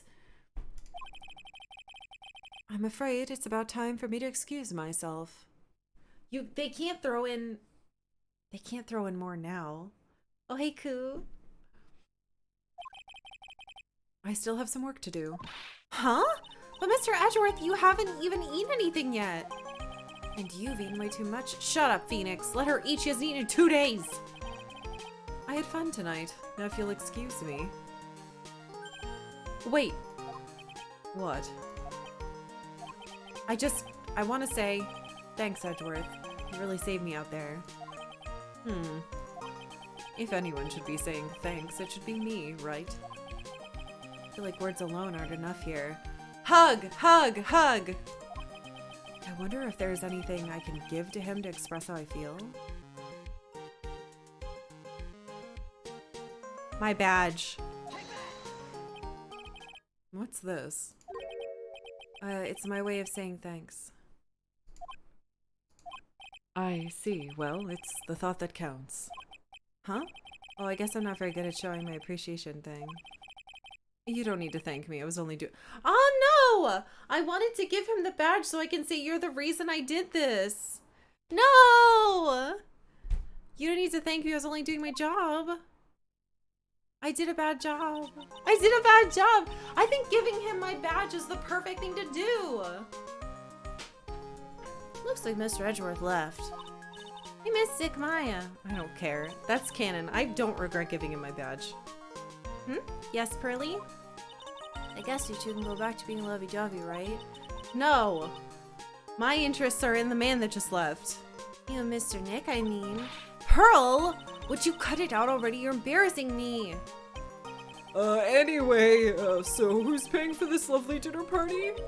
As if you need to ask. Everyone say thank you, Nick. Huh? Yeah, I'm kind of at the point where I can't even buy instant noodles, pal. So I kind of already put your name on the bill. What? But... Yeah, I got me a situation just like that myself. There's this camera shop in the hotel, see? And I just bought myself this good old beauty here. It'd be better. It better be... Oh my god. It better be for $3,000? What? Actually, I reckon you bought it for me since it's on your tab and all. I bought you the camera? Isn't it great, Mr. Nick? Yeah, Nick? No! Why do I suddenly feel like screaming? Aw, you don't need to hold back now, you hear? Yeah, pal, time to let it all out. This is gonna be the first time I hear the real you. Go on, it's been a while since I heard you say it. I've been busy being a hostage and all. Alright then, if you say so.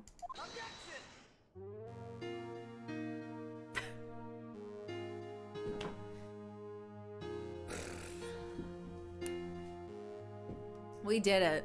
That's it. We're free. Wait, are we? You really came through for me, Nick. I had to hide that letter, but I knew you'd find it. I really feel like I've been living on the edge lately. I mean, I escaped death 3 times now. Pretty cool, huh? I feel like a pro. What a bummer. I really thought giving him my badge would do something. And he'd be like, what is this for? And I'd be like, you're the reason I'm this. I'm so happy that you could save Mystic Maya, Mr. Nick, and I'm so happy for the 2 of you. Shut up. Speaking of which, I think this hotel is a popular place for honeymooners. So I sort of made a reservation for the 2 of you. Just in case, who let this child make a reservation? Boo, boo, boo!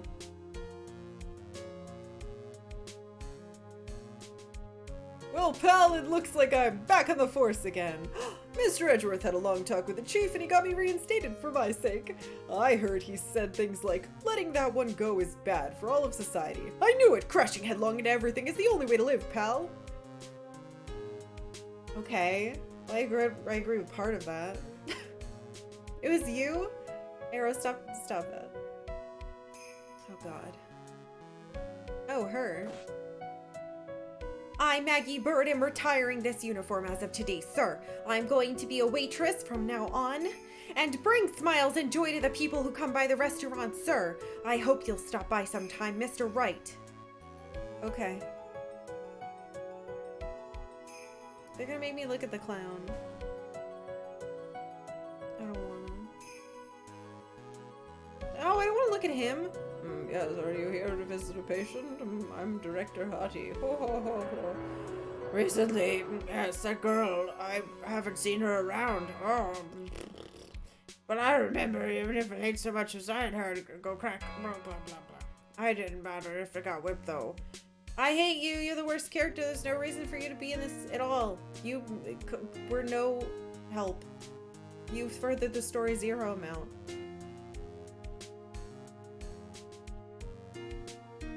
Oh, hey. It's time to begin our quest of world circus domination, sweetie. And to let the world know we are serious, I plan to make a fabulous flight to Zimbabwe. Hey, Max, what do you think Zimbabwe's like? Do you think there are castles made of cake and bunnies who can talk? I think if there are any talking bunnies, even they won't laugh at Mo's jokes. Wow. Wow, wow, wow, wow. I don't like either of them. I wish I did. Hey, Mo. I'm ready! There's no way these jokes are gonna fall on deaf ears. Oh, I'm gonna be more contemporary with my humor. Mo Curls represent! Oh, we've got a new act all worked out. Prepare for the Hallelujah chorus. Say something, will ya? You're supposed to start this off. Get on with it. He didn't even say anything. Mo is somehow one of the least terrible characters from that episode. Adrian?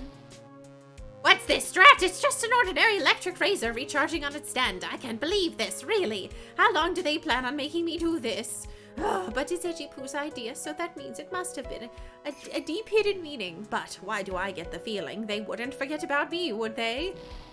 It was never like this in the old days. Everyone thought the world of me. They used to call me Queen Wendy and treat me like royalty. This is... What? Burn, playing with fire is very dangerous. They store the scenery where the burn... Fuck, I tried. It's just like a little too fast. I know that's why it's like that on purpose, but still.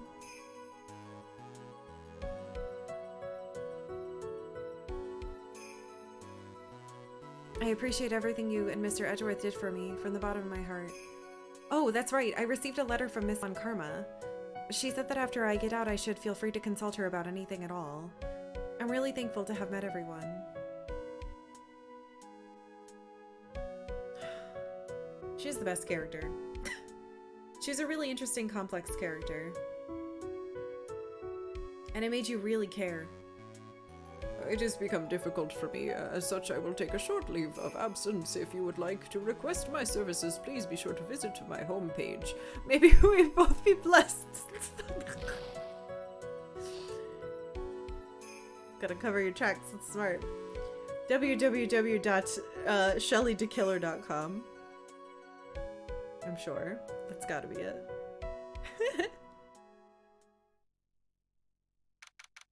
What is happening? How is... Oh, it's 10. It's super late at night. International departures, gate 12. Where are you going, Francisca? Huh? How did you know I was here? With this? Oh.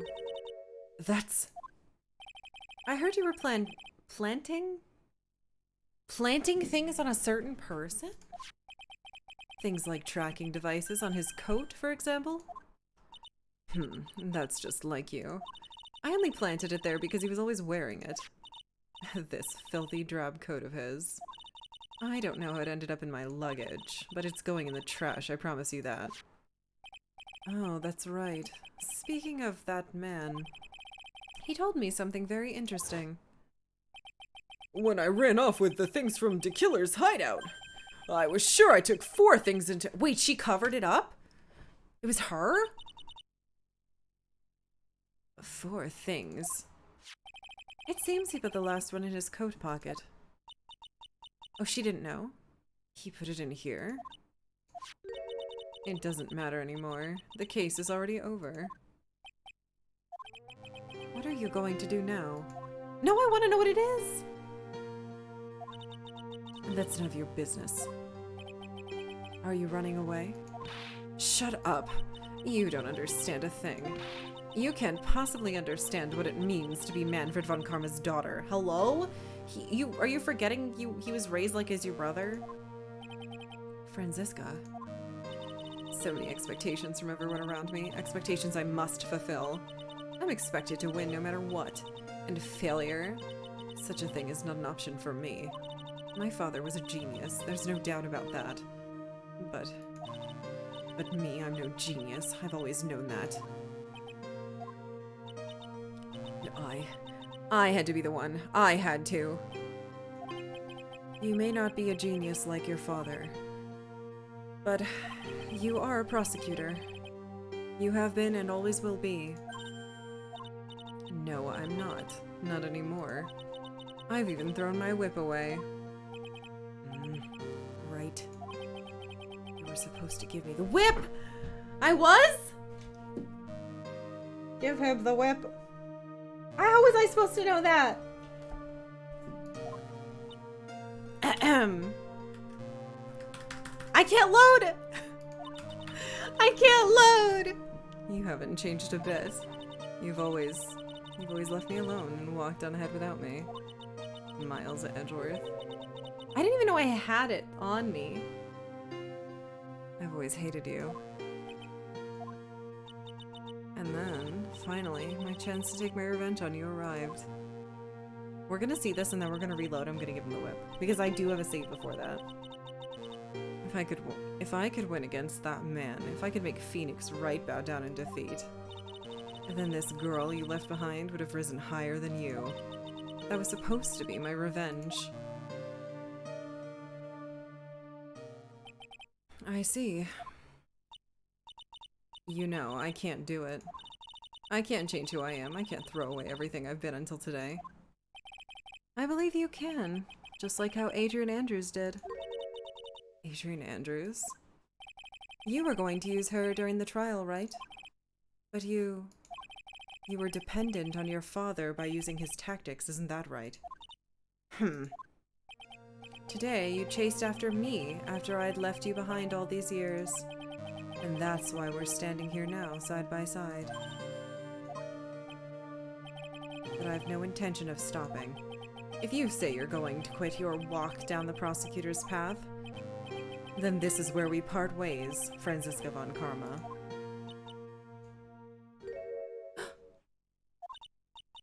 I am Franziska von Karma. I don't think I'm going to walk in your shadow forever. Our battle begins now, so you'd better prepare yourself, Miles Edgeworth.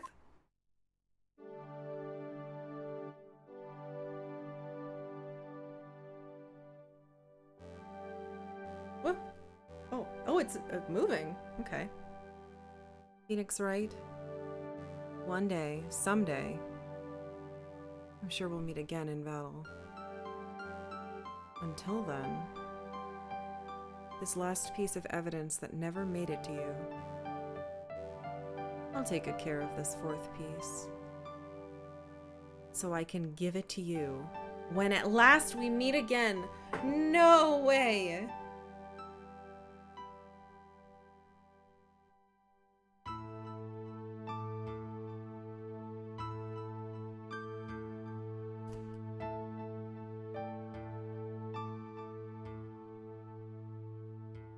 Is that the damn doodle? Oh. I just got an achievement called Farewell My Turnabout.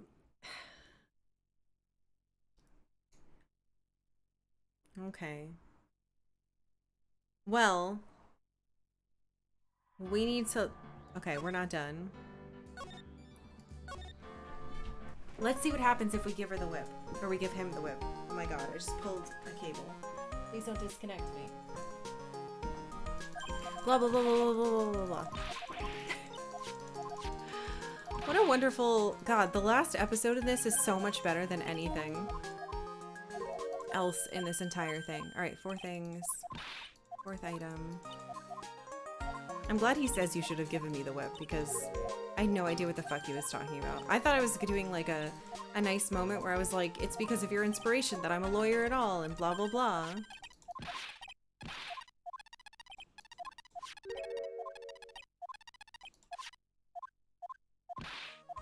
Alright, let's do it.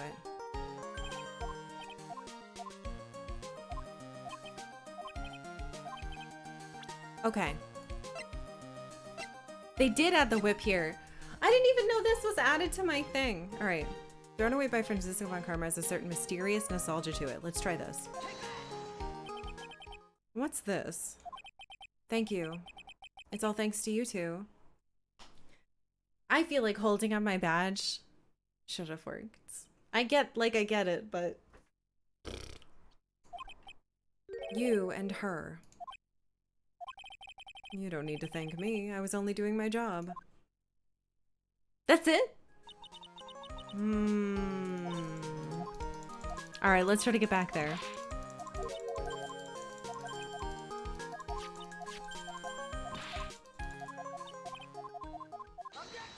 Objection. I need to watch this again. Oh, crap. The badge made sense for what I was trying to do.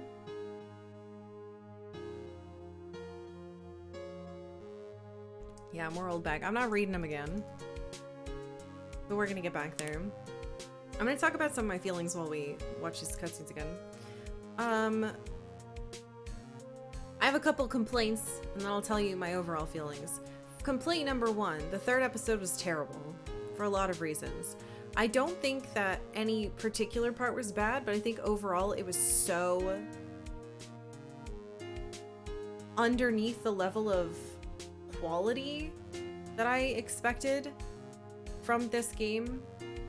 I think the Magatama was cool, but I think that Phoenix's characterization in this game until the last episode, and even a little bit in the last episode, was super weird. Like, it felt like they lost the character voice for him. He was incredibly insulting and really mean to Maya. All I can think is that maybe what they were trying to do was make it so that he felt guilty when we got to the 4th episode and she got stolen, that he had been so mean to her, but that never happened. And so now I can say I don't like the way that they characterized him in this game. I think that he was incredibly mean, and instead of doing like funny jokes, he was just really judgmental of people in his like thoughts. And he openly hey kitty cat. He openly insulted Maya so much, which I thought sucked. You don't want to sit on my lap? It's too hot.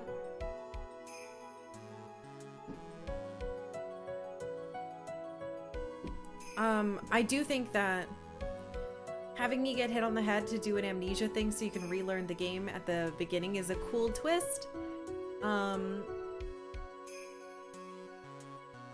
Yeah, and I think that the second episode was fine, but the 4th episode, it might as well have all been the 4th one, you know? I could have thrown away all the other ones and just played that last one and been happy. But of course they need to establish the Von Karma lineage and all that shit and give examples, but it felt like the cases themselves weren't. I didn't like them as much as I did the first one. Personally. Yeah, the third one was mostly just frustrating and gross to me. Yeah, the second one is good. I think it's like super solid. I think the 4th one is exceptional. And I thought 1 was fine and 3 was awful. I hope you had a nice vacation, Karkalla. Thank you, Austin. But yeah, I think I like how this game doesn't redeem everyone. And I really like, we talked a lot about 3, so I won't go over it a lot, but I think having the second one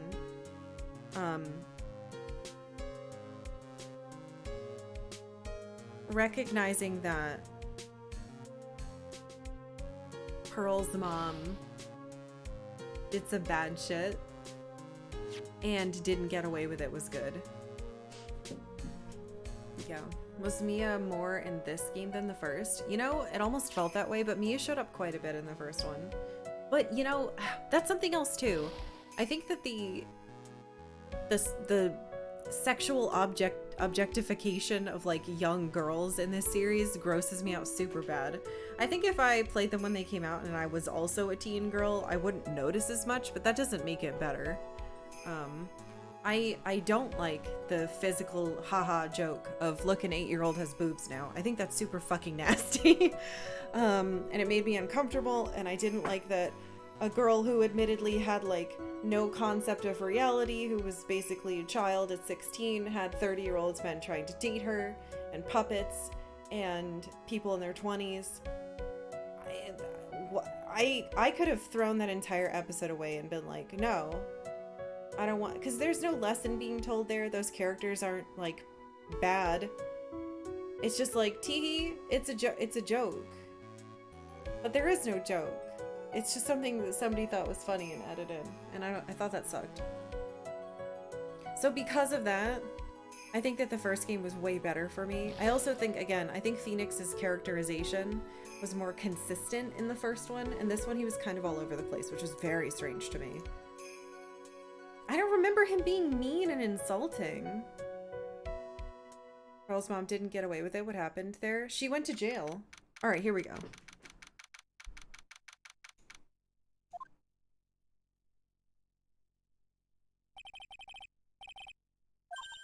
Let's see what's different. How did you know I was here? With this... I heard you were planting things on a certain person. Right, so he's following the code.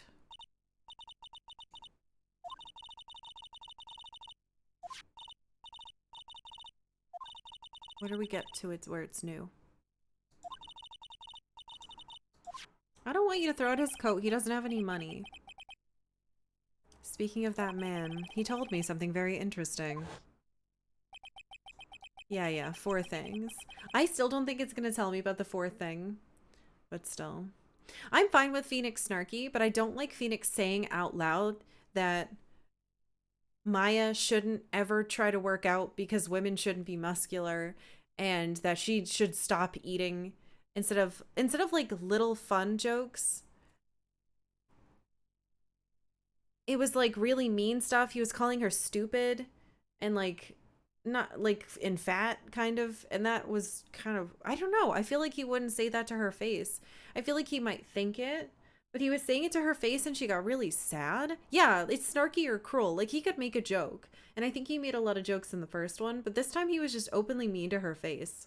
And I was like, what the hell? It's so weird. So it felt out of character from what at least what I remember him being like. I could be wrong. Maybe he was a dick in the last one, but I just didn't notice as much.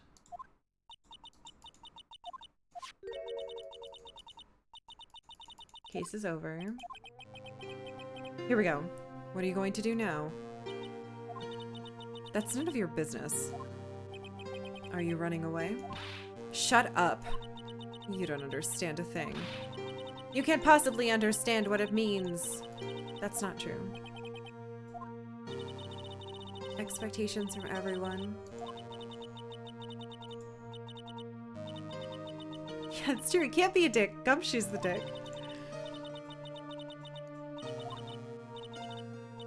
I'm no genius. Right. I had to be one. I had to. You may not be a genius like your father, but you are a prosecutor. You have been and always will be. Shaking my whole desk, kitty cat. No, I'm not. Not anymore. I've even thrown my whip away. Speaking of that, magically I've procured it. Do you wanna sit here, honey? Here.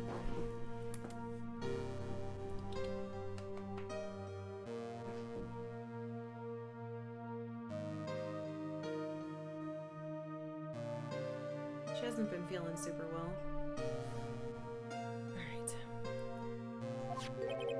Wright gave me this to hold on to.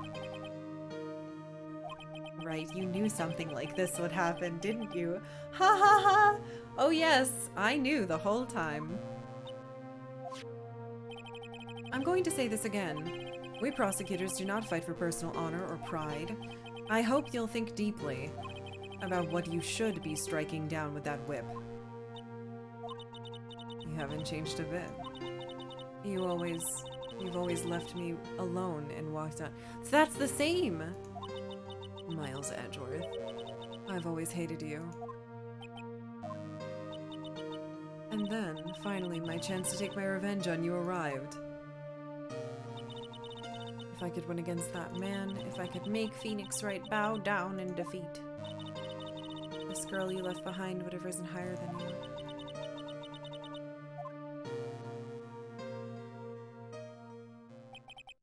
I see. You know I can't do it. I can't change who I am. I can't throw away everything I've been until today. I believe you can, just like how Adrian Andrews did. Adrian Andrews? You were going to use her during the trial. This is all the same.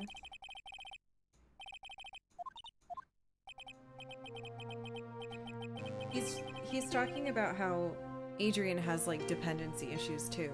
They both feel very much the same. The rest of this looks like it's the same.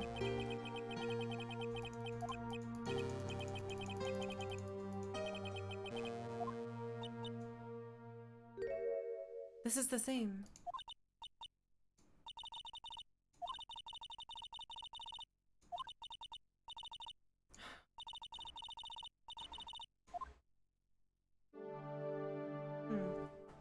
All that for like 2 lines. Interesting. Alright, well, I assume this is gonna be this. Oh, you're so fluffy. We'll return the piece of evidence.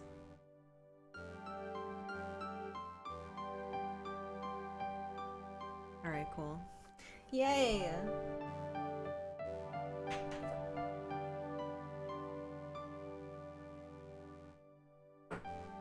Ugh.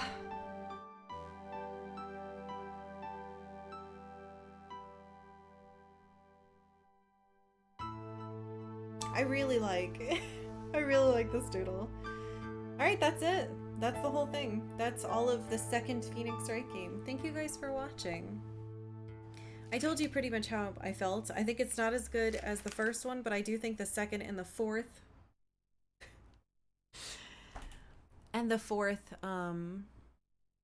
episodes were really good.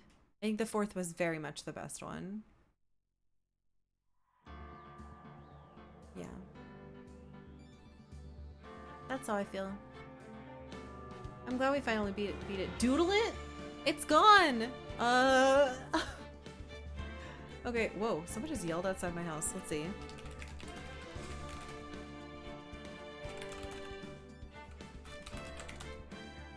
Hold on, I need to look at the shape of the shell. Alright, there we go. Alright, I gotta doodle this thing. Why do I have 800 messages in Discord? What have you guys been doing? Alright, let's see. One final doodle. Hold on. Let's try to draw the shell and then I'll draw it around it.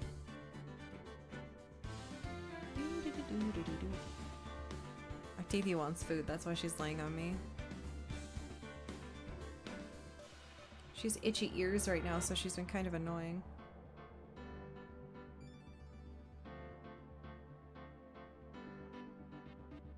Man, just looking at the shell, I should have known that was gonna be a twist.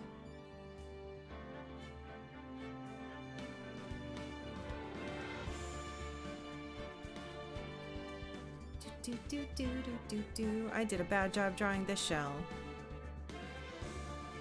Well, I tried. Oh god. Will I play the third game? I don't know. Someday. I have it on here. I will play it someday. I have heard that this is one of the weakest games of the series. So I'm hoping that the next one is like really good. But we'll see. Hair.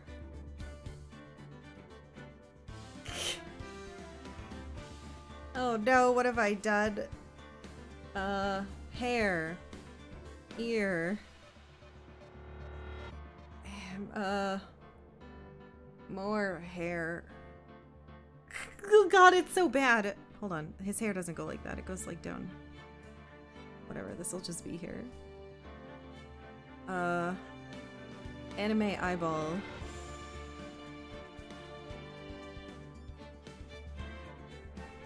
Squiggly eyebrow. Oh god, it's bad! Smiley face. Weird swirl on the thing. I did it! It's very bad. Please keep in mind. I'm tired.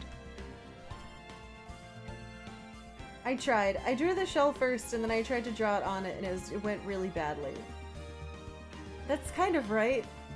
It's not good!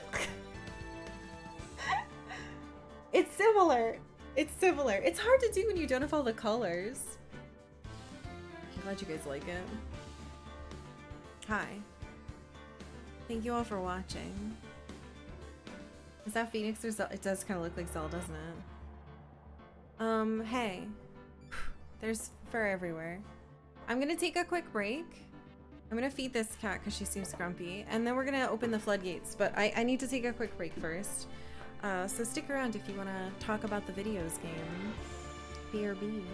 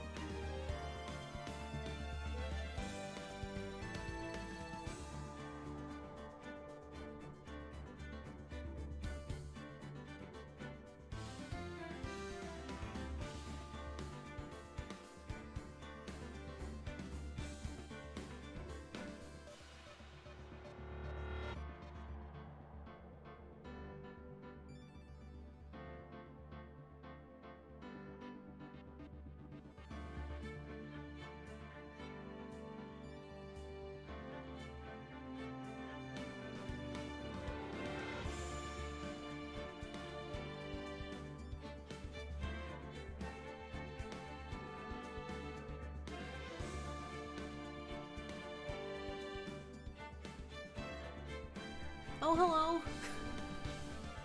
Oh, shit. Thank you for the raid, Lee. I had to use the restroom. Hi. I just beat the second Phoenix Wright game. Here, I'll give you a little treat. It's a horrible, horrible drawing. Don't ask. It's bad. Isn't this nice? Thank you for the raid. I hope you had a good stream. I did. I beat it. Welcome in, little snake havers. What's up? Do. Your internet's... Oh, your internet's loopy? Oh no. It's still having issues? That's such a bummer. Well, I hope you were able to do something fun. Just a newcomer passing by. I've watched your... So we Came in a little late towards the end of the last case, but welcome back from vacation. 2.5 beep boops. Happy Monday, Karkalla and chat. Karkle hi Karkle heart. Thank you, OTP. Thank you very much. I'm currently on the last part of your Suikoden 2 playthrough and I'm enjoying it so far. And also, I like how much emotionally attached you get to the game. Thank you very much. Thank you so much for saying that. I really appreciate it. Thank you for watching my VODs, Ben. Anyway, hello. It's very hot in here, so let's do this quickly. Hi, I just beat the game. Do you want to tell me some stuff about this game that I just played? Phoenix Wright? Justice for All? Actually, I think it's Phoenix Wright Ace Attorney Justice for All, or maybe Ace Attorney is the first one. I think it's just called Justice for All. Anyway. Hi. Oh. Welcome back. What the heck? Hope the vacay was refreshing. Thank you, Pink Crayon. So, if you guys want to tell me about this video game, this one, just this one, only this one, not the other ones, not even the first one, even though I played that one. Feel free. Hero Hydra, thank you for gifting a sub to Ben. That's very sweet. Who puts almonds in a blender? Wait, what are you talking about? Did I miss something? Watching your... Oh, Symphony of the Night playthrough, it's delightful. Well, I did some mistakes in that one. I hope you like them. Oh, it's one of the ads. Oh yeah, people put almonds in blenders. How else do you make almond milk? Even though I don't like it very much. Oh, hey, Boots. Let's talk about this game. Fun facts. Stuff I missed. Only in this one though, please. They're open. I need like a little button I can press that does like a swoosh.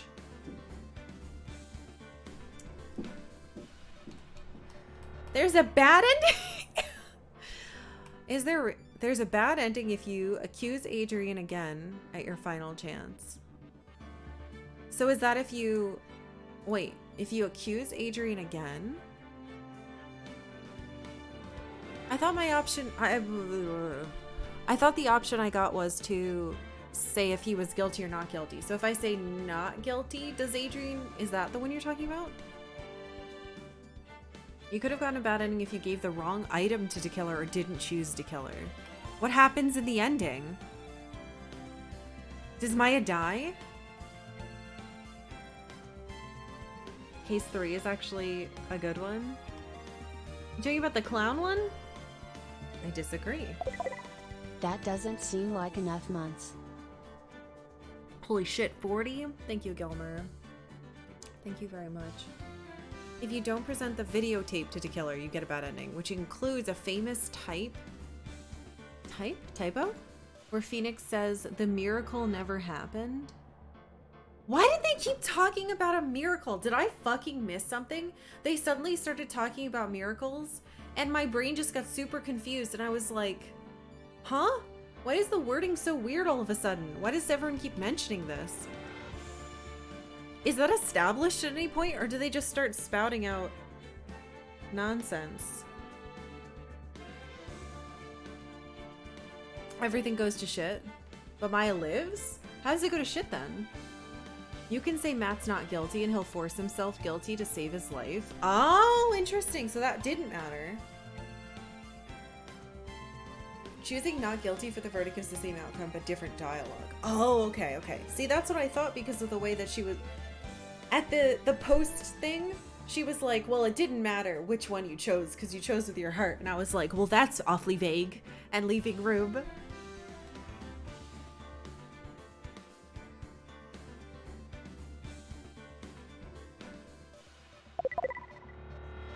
Hmm? Oh, Gaming Up, thank you for continuing your sub. I appreciate it. The typo mentioned is the miracle never happened. Oh, happen. Huh? Well, why were they talking about a miracle at all? That didn't make any sense to me.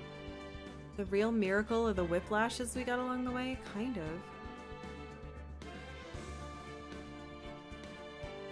Adrian went, it's just weird because they all, it honestly felt like a serious translation error to me. Especially because they were keeping the, you know, the scarecrow quotes. It's very bizarre. It felt like all of a sudden someone else had taken over the translation. It's so hot here, holy shit.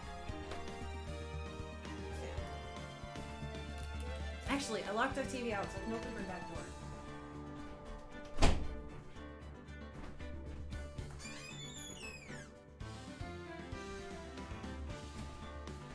This might be a mistake because a fly could fly in or it could get hotter. Adrian went to jail and Phoenix got depressed, quit being a lawyer, and disappeared forever. That's the bad ending. Jesus! At the end of case 3, when you're trying to figure out exactly where the bust is, you can choose under the judge's bench, and if you do, the judge freaks out and hits you with a 4-point penalty, and Phoenix goes arg, and then the judge says, you want a double? Here you go, and gives you another 4-point penalty, and Phoenix says double arg. And you've seen people game over to it. Holy shit. That's awful. Adrian goes to jail. On guard goes free. Maya's sent back, but stops talking to Nick forever because she thinks he's cringe. Well, that's not true.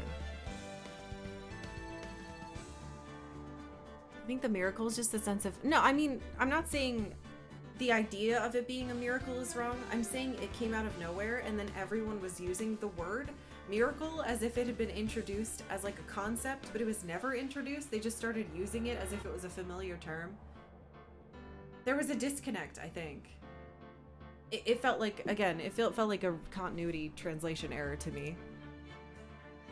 Like if I was the editor for this, I would have been like, where's this coming from? You can't do that.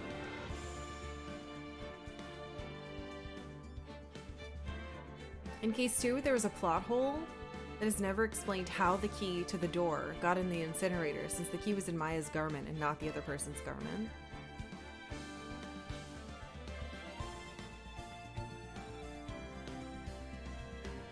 I thought that was explained. Because it wasn't her clothes. They changed her clothes, I thought.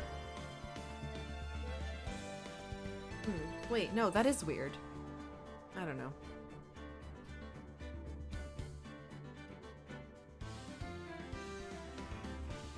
Maya feels betrayed if On Guard gets his not guilty. Right, because she tells you, and they showed it to you twice, her being like, you better make him guilty. That's why I picked guilty. As of 10 minutes ago, Apollo Justice Ace Attorney and the 2 games after were just announced as a remaster trilogy. They were not. Really? Did it happen again? Oh god, it came back. We even had one of those since like the day I finished, what was it, Valkyrie Profile? They announced the new one. And then the day I started Paper Mario, or I was in the middle of Paper Mario and they announced a new one. That was weird. It's funny to me that Will turned out to be the most helpful witness. Oh, hey, congrats. But the circumstances made him the most dangerous. Who did that? Oh, thank you, Bren.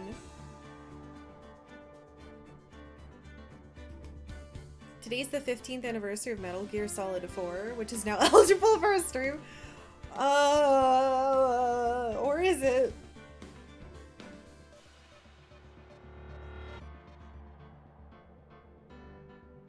Cases like this can happen in real life, but there's no miracle most of the time.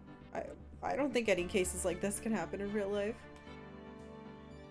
Yeah, I could have sworn they changed her clothes and that's how it happened. The Capcom conference is happening right now. I'm not using my powers for evil. Look, it's not my fault. I'm pretty sure that happened with a couple other games too, but I can't remember what they were anymore.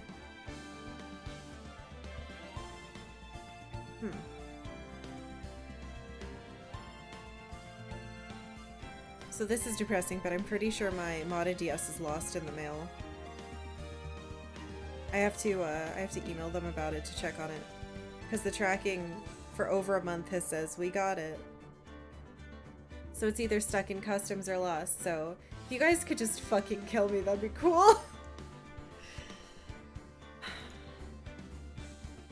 Yeah, I have to email them to check on it because I can't.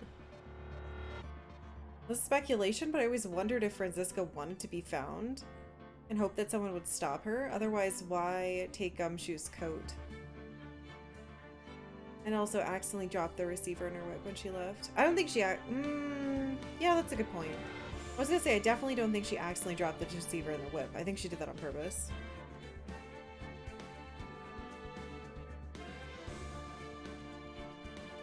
But anyway, I was saying that because I bought all the digital-only Phoenix Wright games.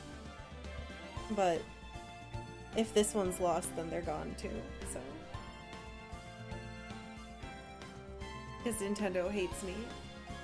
I don't know why. I've done nothing to them. While trying to avoid saying anything about other games, I just want to say that Turnabout Big Top is almost universally agreed to be the worst case of the series, so it's uphill from there. Yeah, we talked quite a bit about that when I beat it, because I was just like overwhelmed. I didn't want to start any other ones.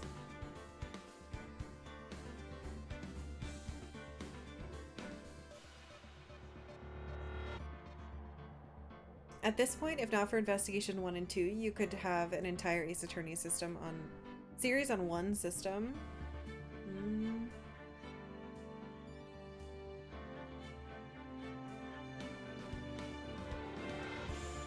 Oh yeah, Legend of Mana. Legend of Mana was on a poll, and then they announced and released a remaster right when I started it. So everyone kept coming in asking if it was the remaster, and I was like, no.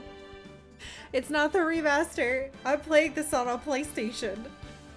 That one was really weird.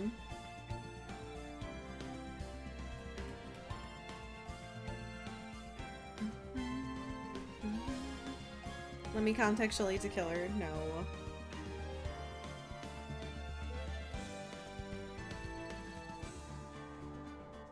Can't believe Edgeworth got Gumshoe reinstated as a cop.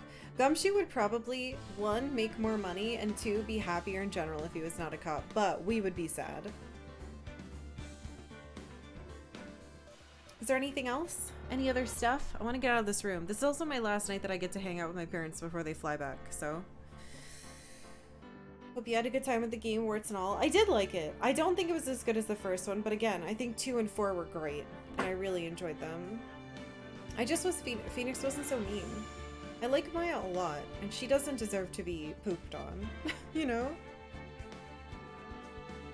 In your opinion, this is the worst of the 4 you played. The only saving grace was the small animations of some of the characters. Dude, that phone throw was very good. That was very funny to me.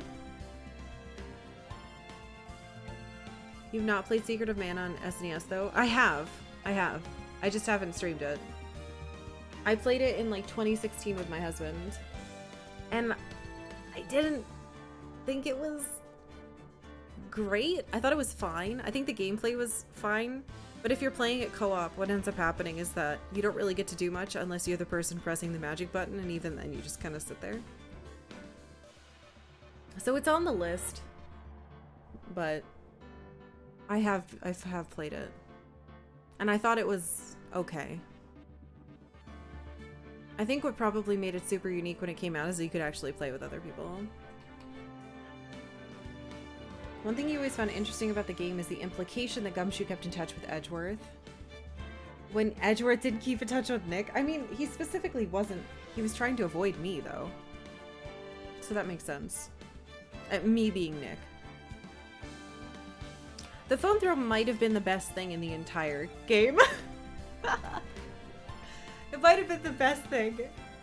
Because it was so weird, because it didn't fly across the screen. It spun in the middle of the screen as like a square. They didn't even make it. They didn't even cut it out and make it transparent. They... Do I ship them? I mean, I think there's definitely some type of feelings there. I don't know if I ever feel strongly enough to ship anybody. But I think that if they did explore that, it would make a lot of sense. I think that their connection going from like frustration and hatred to like rivalry and respect into, you know, something like a really deep trustful connection is a really good way to start a romance if that's what they wanted to go for.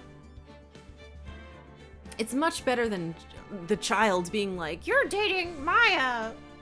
Ugh. Especially when everyone involved is like, "Ew, no."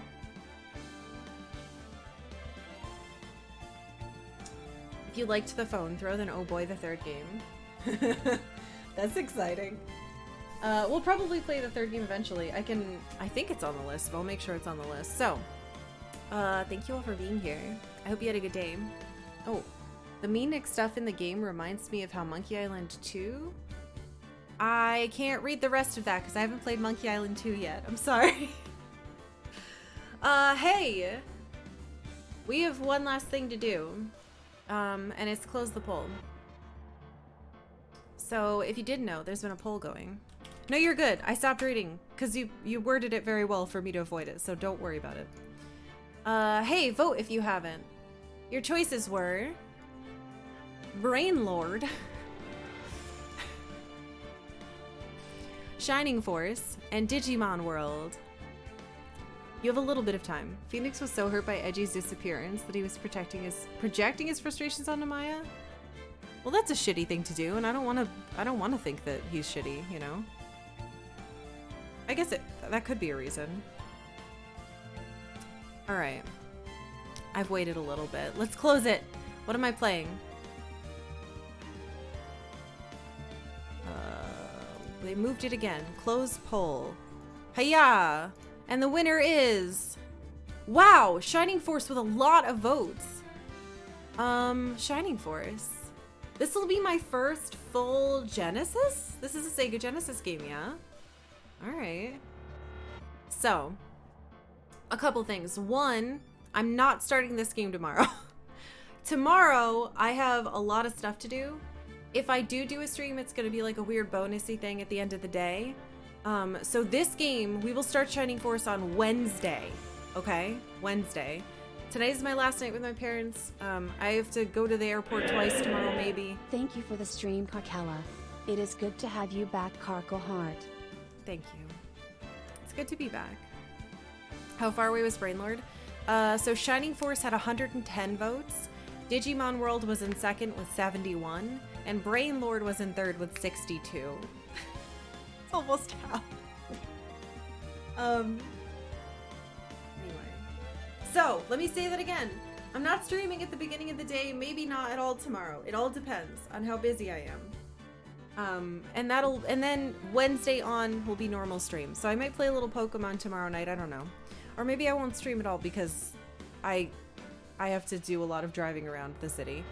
But yeah, Wednesday, Shining Force. I'll try to get you a new poll tonight. We are doing movie night on Friday as well. So yeah. Thank you all for being here. I hope you have a good night. Oh, also, Xenogears is all up on YouTube, and Portal 2 is going up now. So check those out too. Okay, I'm leaving. This office is 100 degrees. I escape. Blah.